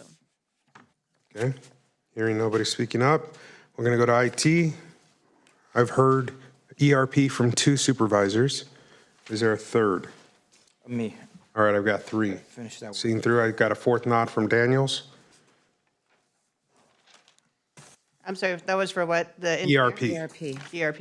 Yeah. And I have, I'm not sure if that was in your status quo slide and other. no, I can't, it was earlier, so I have 5 on that? You had 4. Or no? He was silent. I'm typing and you guys, everybody's nodding and I'm trying to type at the same time, so it's hard for me to look up at you. I'm trying to verbalize it for you here. There you go. Okay. So rolling forward, we're going to go to Public Works, Facilities, and Parks. The one I didn't mention earlier that I do want to see is the temp staff, given that that is what brings in the revenue at the lake. I think it's kind of weird to leave that out when they're the folks collecting cash at the door. Yeah, I'll go with the temp staff. I mean, I think there's really like to look at least some of that on priority 2. Yeah. On at least as much as we can do. And then I guess I'm still trying to grasp that whole part of the sanitation where you got 3 sanitation workers for 50 grand. It sounds like a deal, so I know it's not quite that way, but let's look into that there as well. There's jokes to be made there. We won't go there. So I've got 2 on the temp workers. Is there a third for that? For the lakes. For the lakes, to collect cash at the door. I'll go with that. All right. I've got 3 there. Don't have my notes. Don't know what I did. I'm good. All right. Anything else on Public Works, Facilities, and Parks at this time? And reminder, you can fund the unscheduled maintenance with 478 later. Right. And I'm supportive of San Venancio too, just given the general comments I've hit Are we in that. Public Works? Is that, yes. We are in Yes, Public you Works. I thought that was. It is in I the thought that's other line CIP. item, but we're in Public Works. I just was throwing it out there just because I've hit that weird thing where the culvert washed out and took out the road. It's a lot of fun to fly off the road for about 10 seconds and catch again. Thank you for that. Yeah, of course. And then was that on Public Works augmentations? Yes, it was. Capital projects Capital list, project. but it's Okay, a I'm like, Public it's not Works on my thing. I list. know there I go muddying the process again. My apologies. You mentioned unscheduled maintenance. We just need to confirm if we have the 3. It would be 478. 478 for unscheduled maintenance. You got 1 for here. I saw a nod from Supervisor Daniels. This was for Public Works? Correct. From 478 fund for unscheduled maintenance. Yes. Yeah. Supervisor Church? I'm still getting with kids with San Venancio Road, I guess, but the unscheduled maintenance, how much was that one? 1 million. 1 million? Right. 478. That's, okay. You got a And that- third that's in a from Public Works. Supervisor Alejo. It is public. I'm okay with that, but I want to make sure we go back and look at the whole CIP thing with the San Venancio later. Yeah. I mean, I'm fine with that, but okay. All right. We had 2. 3. Who was, 2 for San Venancio, 3 for the unscheduled maintenance. It was Alejo, myself, and Supervisor Daniels. You want to throw in on that? My only suggestion on the San Venancio is, So I want to see it done. separate. Okay, Yeah. great. We'll come back to that. I know, I confused it. That's my fault. Did you get the 3 on San Venancio? Not yet. Not We're yet. going to come back to that. Okay. That's my fault. I was just excited. All right, so we're going to go to HCD at this point. Now, Yes. go ahead. I just want to say that and we've got to finish the general plan implementation. We've got to finish the housing element. I guess if you could continue to have that conversation with housing and community development, how that would be funded otherwise, as the district with the bulk of the builder's remedy projects, they're going to keep happening until we finish this work. The other thing I would say is the 150 for planning consultant services and the 150 for building plan check consultants. This is getting them off people's desks, and we know how understaffed that department is. I think that is valuable, and as Supervisor Lopez said, we've been waiting for the Chular Community Plan for a very long time, and we cannot expect to be able to grow and do what we need to do without having done that planning. And it really does stop things up when you're in the middle of the planning process and you don't have a guide and you don't have anything to reference. So I think it's well past time. Those are 4 items you identified? Yeah, this is for the augmentation request for HC. I will support those 4. So you got two, I'll be your third for those. I'll support the first three. On the Chular plan, I just don't know what's imminent about the Chular plan. Well, we've started the process, we've held community meetings and told them we're starting the process, and then now we're gonna pull the rug out from a community we make promises to and don't follow through on after years, and we've set the money aside in years past. My question on that one would be to Mr. Spencer, and are we gonna spend all 500 this year? Because given the fact that we've set it aside twice and not spent it, is 150 or 200 more realistic for the next year's expenditure? But you're doing a community plan for what? So Housing, for Yeah, so what I would infrastructure? say is, Where's the water? All of the above. They have water, their challenge is sewer, and it is for growth eastward. and for these plans, there have been opportunities to get funding, like grant funding, as we saw with Moss Landing. So that's another avenue, but I think it would be prudent to have Director Spencer, just briefly, 1 minute, get on and talk about the years that this has gone on and why it's important. I think that would be really helpful. But also, I mean, we're trying to get them staff. Obviously, they haven't done it because they don't have enough staff with the many priorities that we give to that department. And so. They hired an outside consultant to do the work. Right. Well, that's you're talking about over $1 million now, just in that alone. Is Mr. Spencer on with us? Mr. I'm here, yes. How much you need this year? Do you need all 500 in this fiscal year? We have a contract that we can spend that amount. If we get less, we will pace ourselves at that amount, but it will be a slower to completion process that will spill into future fiscal years. If I may, through the chair, if for any reason we're able to get some grant funding, what happens to the 500 that has been allocated? Where does that go? It'll fall back to fund balance. So anything that's not spent in somebody's budget throughout the year will either fall from fund balance or take away from the fund balance at the end of the year. And if just really briefly, Mr. Spencer, you can just just describe the need for the plan and why it's important. Yeah, so our general plan makes Chular a priority. It's one of 6 community plan areas. And it is the top priority for community plan growth and housing and economic development in the county. Right now, there's really not much opportunity because, as Supervisor Lopez mentioned, there's not the sewer capacity. It's also surrounded by ag land, and there is the need to grow those boundaries. And part of the community plan process is to determine what those boundaries are, where that growth occurs, how the community develops with the appropriate public services and facilities, so that it provides the opportunity for the growth according to that plan moving forward. All right, I'm good with all 4. Okay. All right, you got 4 for that. Or Chular. Correct. You got 5 for Chular.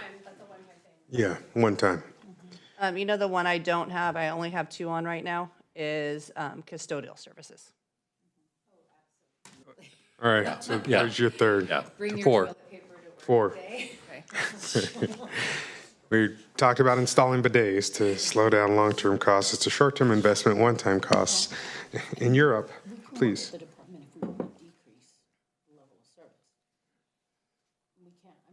Okay.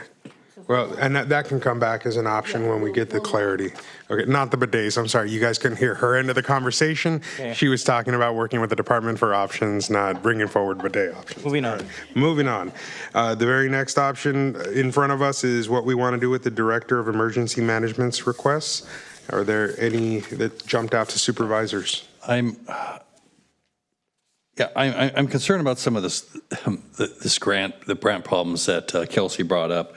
Like on number 5, I think was you're trying to deal with, if I'm understanding these, there was quite a few of them that were involved in grants, but in terms of potential loss of FEMA, And of course, there's number 8, which is a one-time thing for AB 102. That's got to get over the line.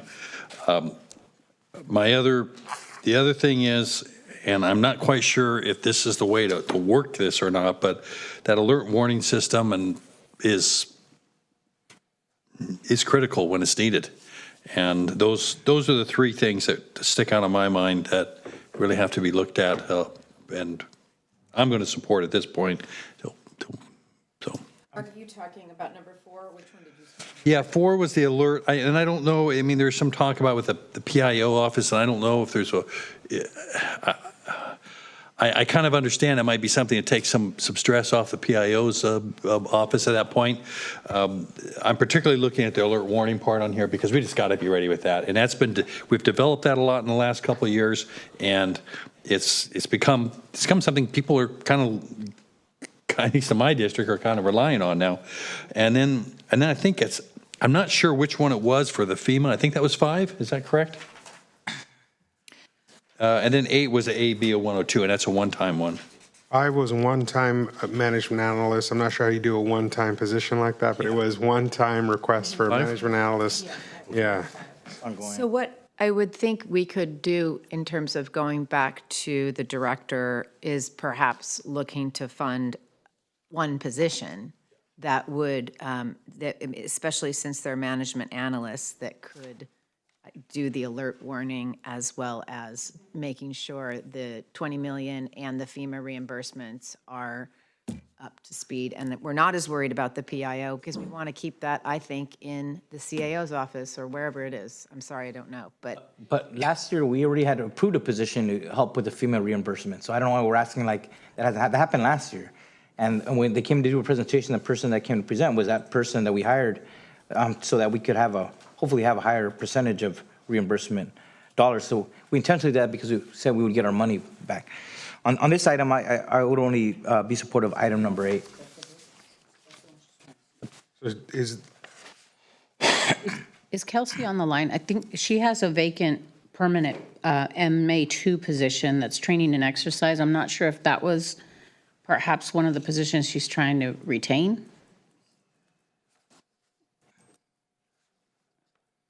No, she's not on. No. Okay, let's proceed.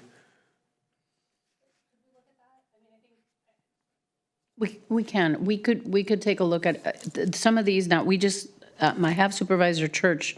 Did we have the others? So I want to get the clarity that Supervisor Alejo talked about. I'm supportive if there's not somebody there getting us the reimbursements, but if there is and the position's been repurposed without our approval, I need to know why that's not happening. So getting some clarification, but I think getting us our FEMA dollars back, that potentially 90 million outstanding, is a critical priority for us. But I think we did. We did last year hired. I agree. Very intentional for that. Okay, anything else on HCD? That's not HCD. This is. I'm sorry. DEM. The only other item she did bring up is the 600,000 for the EOC operations, and you may revisit that later. Okay. Right? Maybe later. Okay. All right, and with that, we're going to go to, I think I've got the DA next. DA. We're already talking about keeping the positions. Yeah, Right, positions so are in. we're good on that, okay. And the MCAT conversation's coming back as part of the clarification as well. Anything else? All right, sorry, DA, you stuck around and that wasn't very exciting, so. All right, so now we're going to go to the Director of Emergency Communications requests. I heard 2 for those leveraged positions from 300,000. That was asking and myself. Is there a third for those positions? Got a third from church. Okay. Correct. Yeah. I thought I had 4 for that already. All right. Well, you've got 4 now. And my caveat there when it comes back is if we can only do partial, bring us a number for doing a partial. Right. I think there are 6 or 9 positions. 6. So if we can do 4, what's that number? Give us some options there. That would be great. All right. Then we'll proceed to public defender. And I've been having discussed things with the assistant public defender, and then, you know, listening to the comments also as Supervisor Daniels has brought up, that these are constitutionally mandated positions. Are we have already identified we're keeping the five. Correct. Okay. Filled positions. Want to make sure. Staffed, so we're good. We're good. Okay. They're not requesting for their vacant. Okay. Correct. Sounds great. All right. Then we'll proceed to the sheriff. Oh, shoot. Did I throw it out?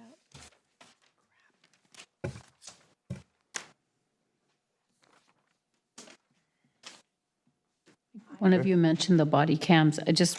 We'll have to take a closer look at that number. She's asking for 2.2, but the contract last year was 1.6. So we'll probably just have to refine the number. So positions on this, what are we looking at here now? So it's the same status quo. That's those, there's, how many Phil, are there in there again? 20.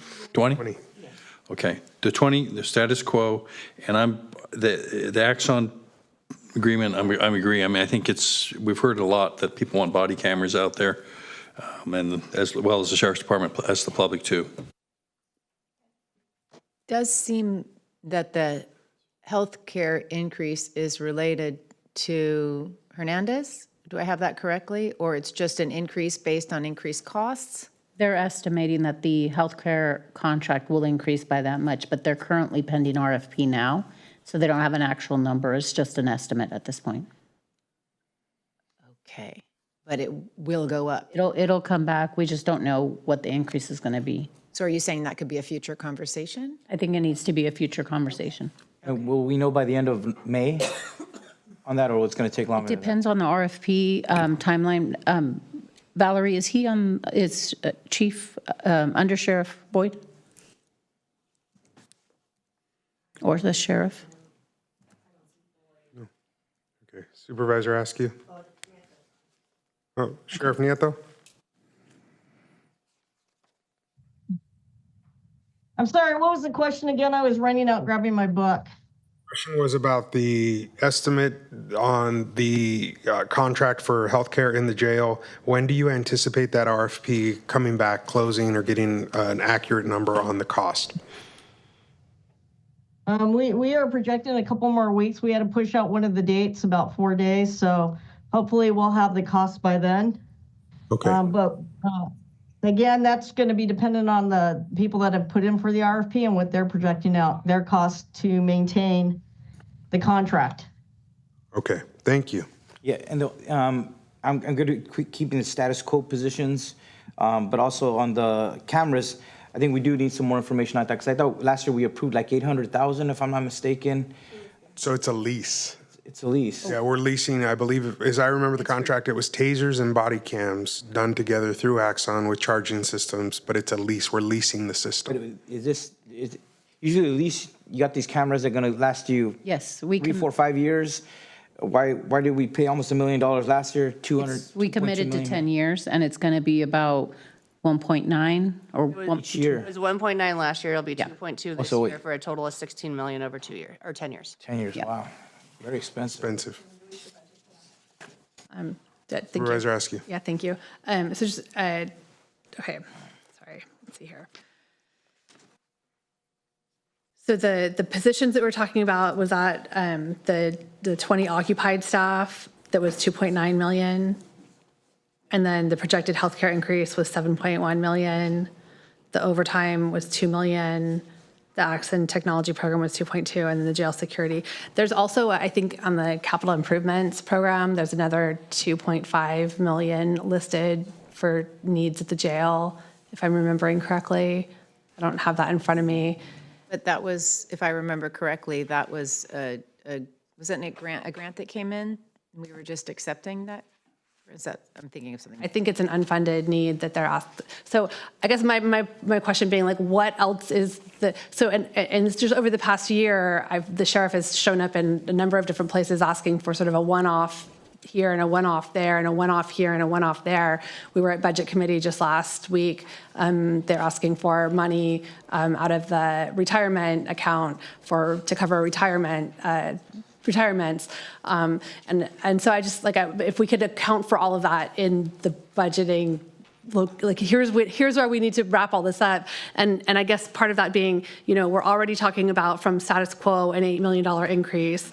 And then on top of the $8 million increase from last year, this is an additional $3 million increase for salaries, $7 million increase for healthcare.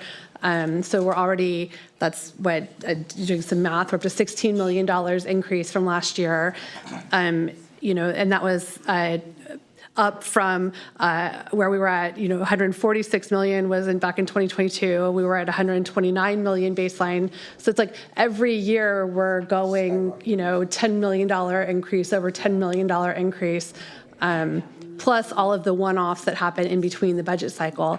So we don't have that kind of ongoing revenue right now. So even when I'm looking at the occupied positions, I don't know. I mean, I think clearly we need to make sure we've got the public safety pieces covered, but I'm still not sure how we pay for this. I'm just honestly saying I don't know how we pay for this. And that's why I think we need to have this board has to dig deeper and not just take the numbers as for what they're presented. I think we need some inside look about what's happening to look at cost controls. Otherwise, this is unsustainable. Right. Anything else on the sheriff at this point? On the jail, why these improvements? We know this specifically what they're regarding, why they're not in CIP. We're going to go to, so what I want to do next is go to CIP. I want to go back to Mr. Snively and have him take us through Everybody. including the questions about, I believe there was something out of probation as well as an issue with San Venancio Road. So is there anything else beyond the CIP projects for the sheriff at this time? Yeah, and I think for the sheriff, if the sheriff's office is going to be managing the sheriff's office budget, the sheriff's office CIP requests need to be included in the sheriff's office budget. So calling that out to be included in this. So it's not even a 8 plus 16 million, it's plus the additional capital costs that we're being asked for. All right, so at this point, we're going to jump into the CIP. I'm going to ask Mr. Snively if you're with us to put up any slides you may have to assist us in going through that, because as I see, they weren't in the packet that I have here. So just want to make sure we have a complete list of options in front of us, as well as a number. What was that number? 14? Was that accurate, Debbie? Or 12? No, we have about 16. 16. But I had said you probably don't want it to go completely down because we ran into that problem this year. Sure. There we go. Supervisor, you should be able to see one of the slides that was presented earlier. Need to stop sharing and then share again, because we're currently seeing options in front of us of slide shows, but not. Oh. It's the wrong person's. There you go. Now we're up. Okay. Okay, so I can scroll up and down through these as you wish. These are the first set of projects that were discussed at the CIC. I think I heard, I apologize, I'm having some audio issues, but I think I heard the mention of the 2.5 million. So that's the line right there to address ADA and issues and Hernandez settlement related tasks. It's a placeholder at this point because we're working to develop the specific items closely with Sheriff's Office and County Council. So this would be a start on that effort. Hopefully that provides some clarification. Again, I can scroll through the lists. The second was the previous board priority of Bradley Library, some additional deferred maintenance and facilities programs that were recommended for consideration by staff. And then finally, those projects highlighted by departments at the CIC. The one thing that's not reflected on this slide are the additional projects highlighted by ITD, which were mentioned earlier in their presentation. All right. So looking at this list, what would the board like to call out at this time? I heard 2 for San Venancio. If I could just once again make that pitch, I have folks that have told me that they've been there since the 70s and they're not sure if it's been repaved. So this would be a project that would be very welcome to be included on this list. CIP or road fund, Debbie, for that one? What was the project? San Venancio. It says road fund, eligible for road fund or other funding sources. That would be up to Randy. If you could fund it. Randy's here. Road fund, that would be ideal. Thank you, Chair and members of the board. So going back to the preface for this, there are many different projects that are being proposed in the Road Fund annual work program for Road Fund that you'll be seeing as the full board with the recommended budget book when that's produced, as well as the 5-year CIP. San Venancio Road is one of those that's not in that 5-year horizon, but it is one of those where, as the public was informed, is a possible candidate based on the complaints we've heard about it at a staff level, based on the condition of the road. It's one of those good candidate ones where when the CIC was presented with the suite of different possible roads where a possible funding source could be Measure AA, because it was one of those roads that was talked about during the Measure AA campaign, could be slated for that use when those funds do become available. So that's acceptable for any further questions, but hopefully that helps clarify. And if I could just say that it wasn't, and I didn't bring this to the Capital Improvement Committee. I saw it on the list when we were in our meeting and chimed in, and with all of the information about it having been one of the ones that was identified in the ad campaign, maybe it would be helpful if when we come back, I know there's a whole nother committee that's dealing with Measure AA, but just some kind of clarity on how, or whatever we know at this point in time, we're going to start looking at projects, because this would be a really good candidate for something like that. So, yeah, I just, I want to say I'm really supportive of San Venancio Road. It's a great news that it was paved in the 1970s. We got a lot of roads that are older than that, North County.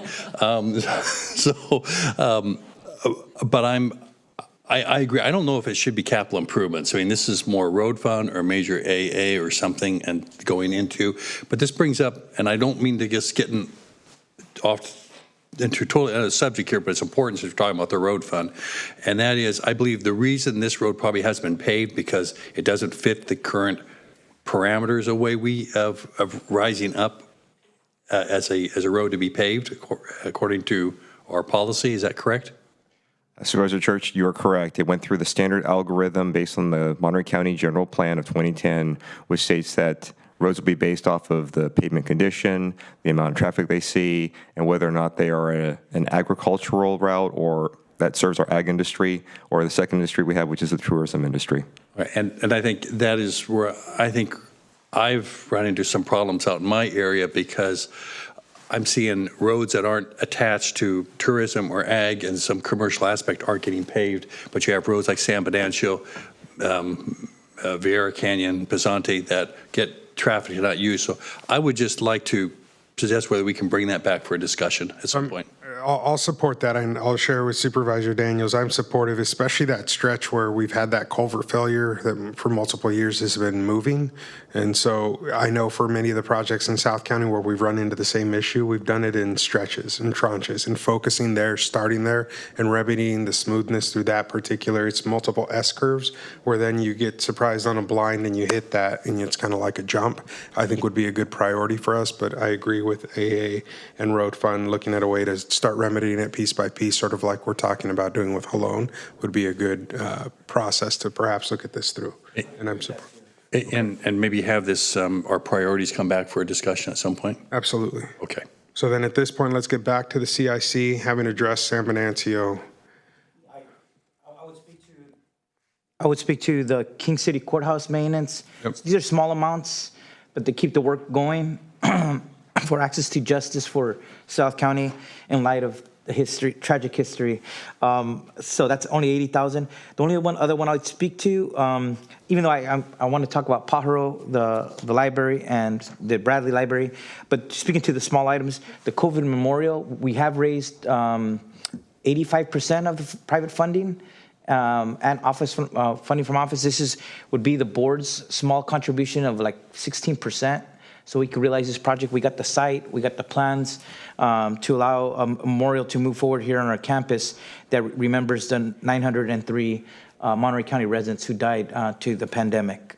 And so I would ask if that could be added. So I'll support King City. Can I ask a question? If we were looking at this, and then on the other side's Bradley. Right. If we're taking out San Bernardino, which we're looking at for other purposes, what is our total out of this then? Since we're looking at potentially up to 16, but we don't want to go to that. And I'm just wondering if we're 14 or somewhere, whether we can just accept all this? So at this point, right now, the only thing I have 3 votes on is the unscheduled maintenance. No, but the question is, our total on all the slides in front of us is 15 million. If you remove the San Bernardino piece, which is approaching 5 million, then that leaves you at 10 and leaves us a balance of 6 based on your estimate, and we could approve the rest of the list in balance. I don't know if that's the number. I think if you throw in Bradley, we're up to around 14 or 15. I'm just asking what the total is from what we're seeing from this first slide, that wherever it was here, that we were looking at a minute ago. There was a page 1 and a page 2. And if we take San Bernardino off, I'm just asking what the total is. Is this what you're saying, 15 million?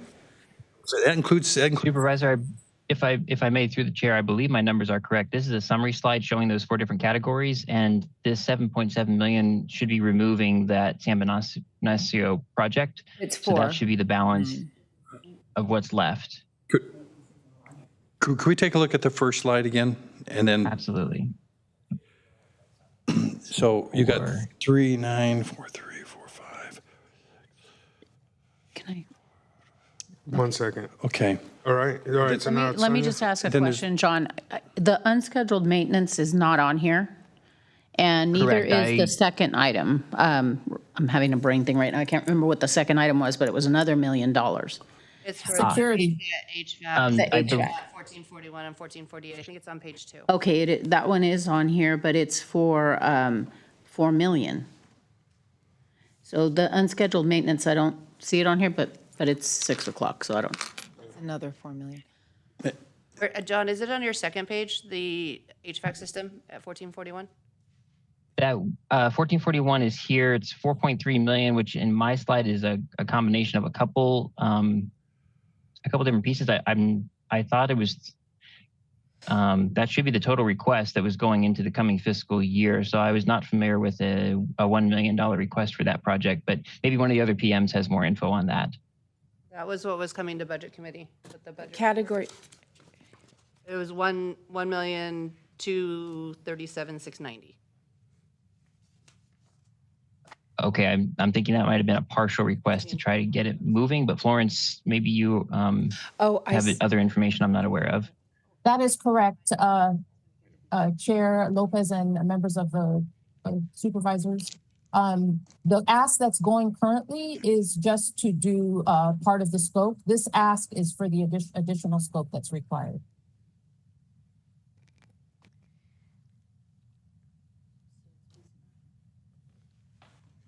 All right, so we've lost the guide here a little bit, so I want to go back and maybe just call out those that we support and kind of start that way again, given where we are. Hold on, I want to start us in the process. So the King City Courthouse, I'm supportive of. The COVID Memorial, if getting that on finishes it and we don't see it on a list again, I'm supportive. I want to see that go. Then there was some needs for probation, and is the number 150,000 or is it that 237? What was the number? No, I'm not seeing it. But I had seen it on a prior slide, so can someone give me a number for that? I believe it might be this 237 for the juvenile division restroom remodel. That was for a scoping and estimating for that project. I'm looking at the probation chief here. And Chief, if you could come up and just give us that amount. I know that it was part of the augmentation request that you made. Just want to make sure we have the right amount. So for this, on this slide here, what we're looking at is the 2, which is the lower extension, the Silver Star Resource Center, the Laurel for 423, and then the 237 for the restroom remodel for the 1422.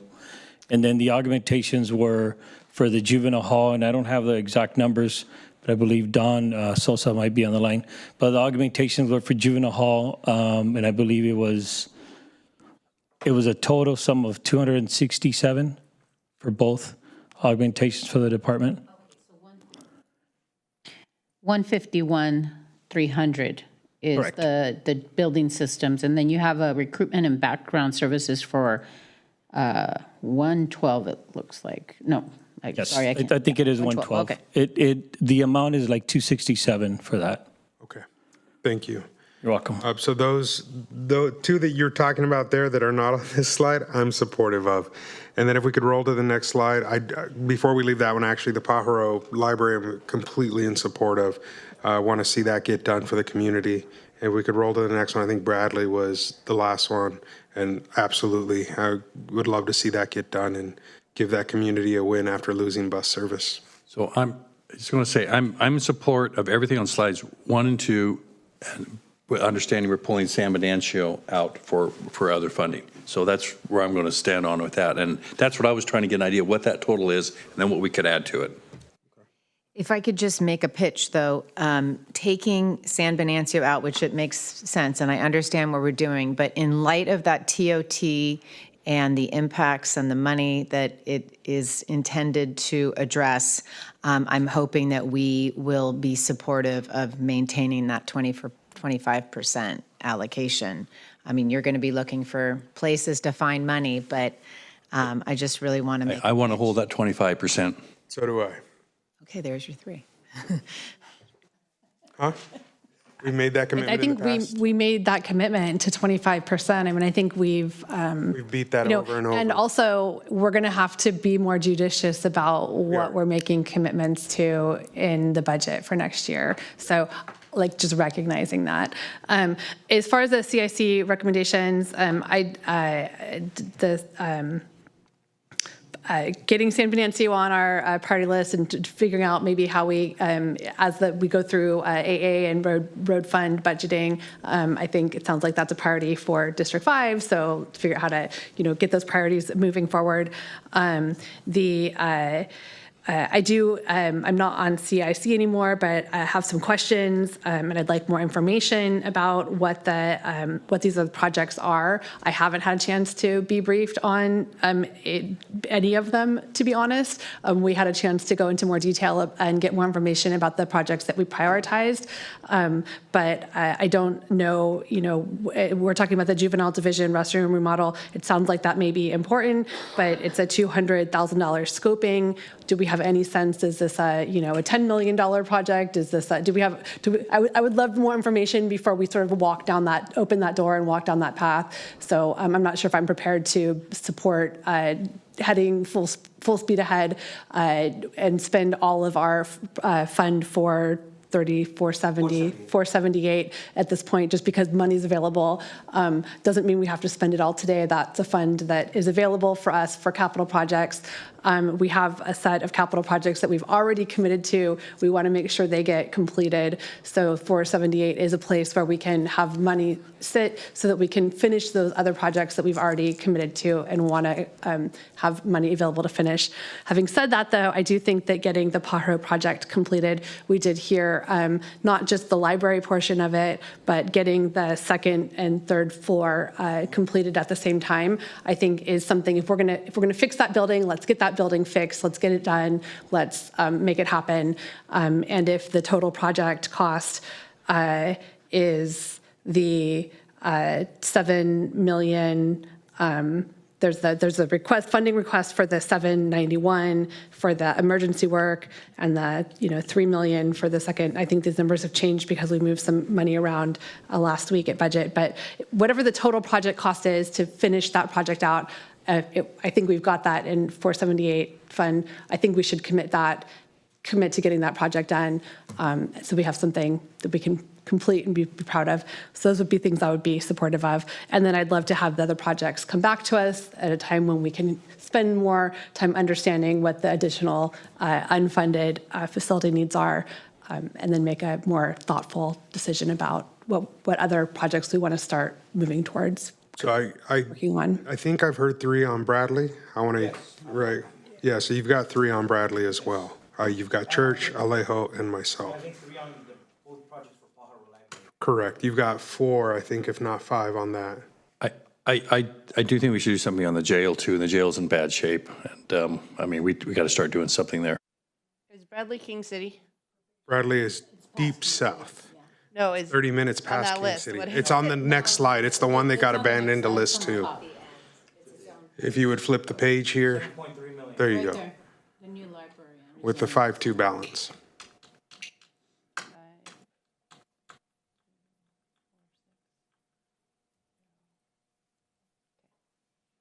And we had 3 on that. Correct. 1, 2, 3. Church, Lopez, Alejo. And I'm just woefully uninformed about any of these projects, so.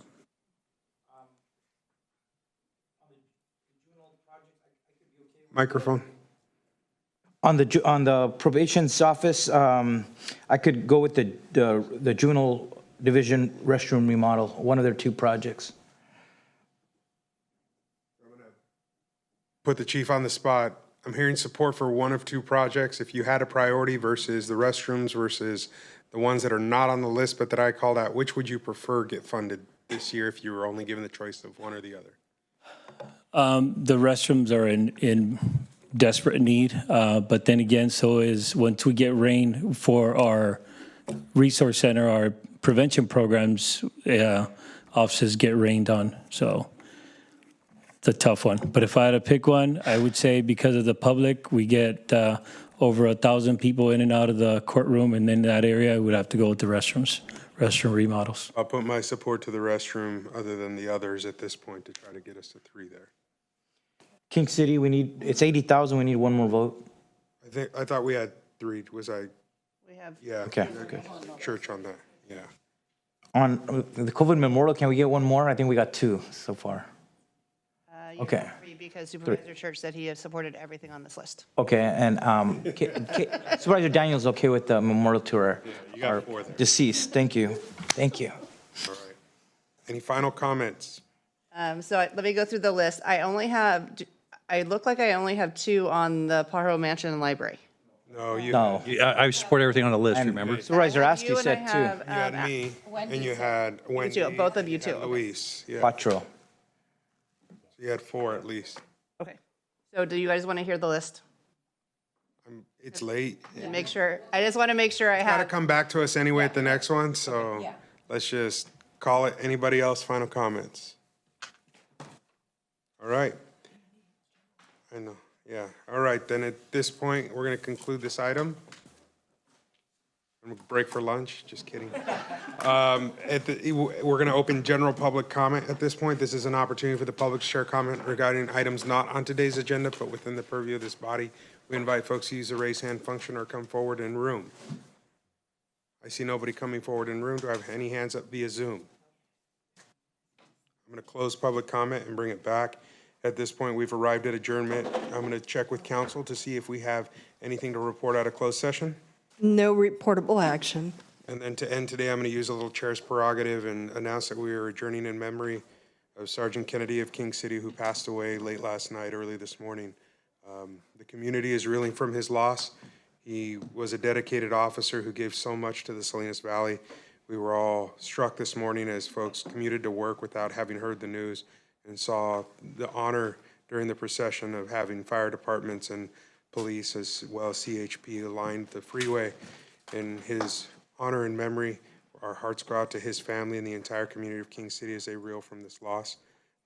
Thank you all for giving me that grace at the end of this meeting. And with that, we're adjourned. Thank you, everybody.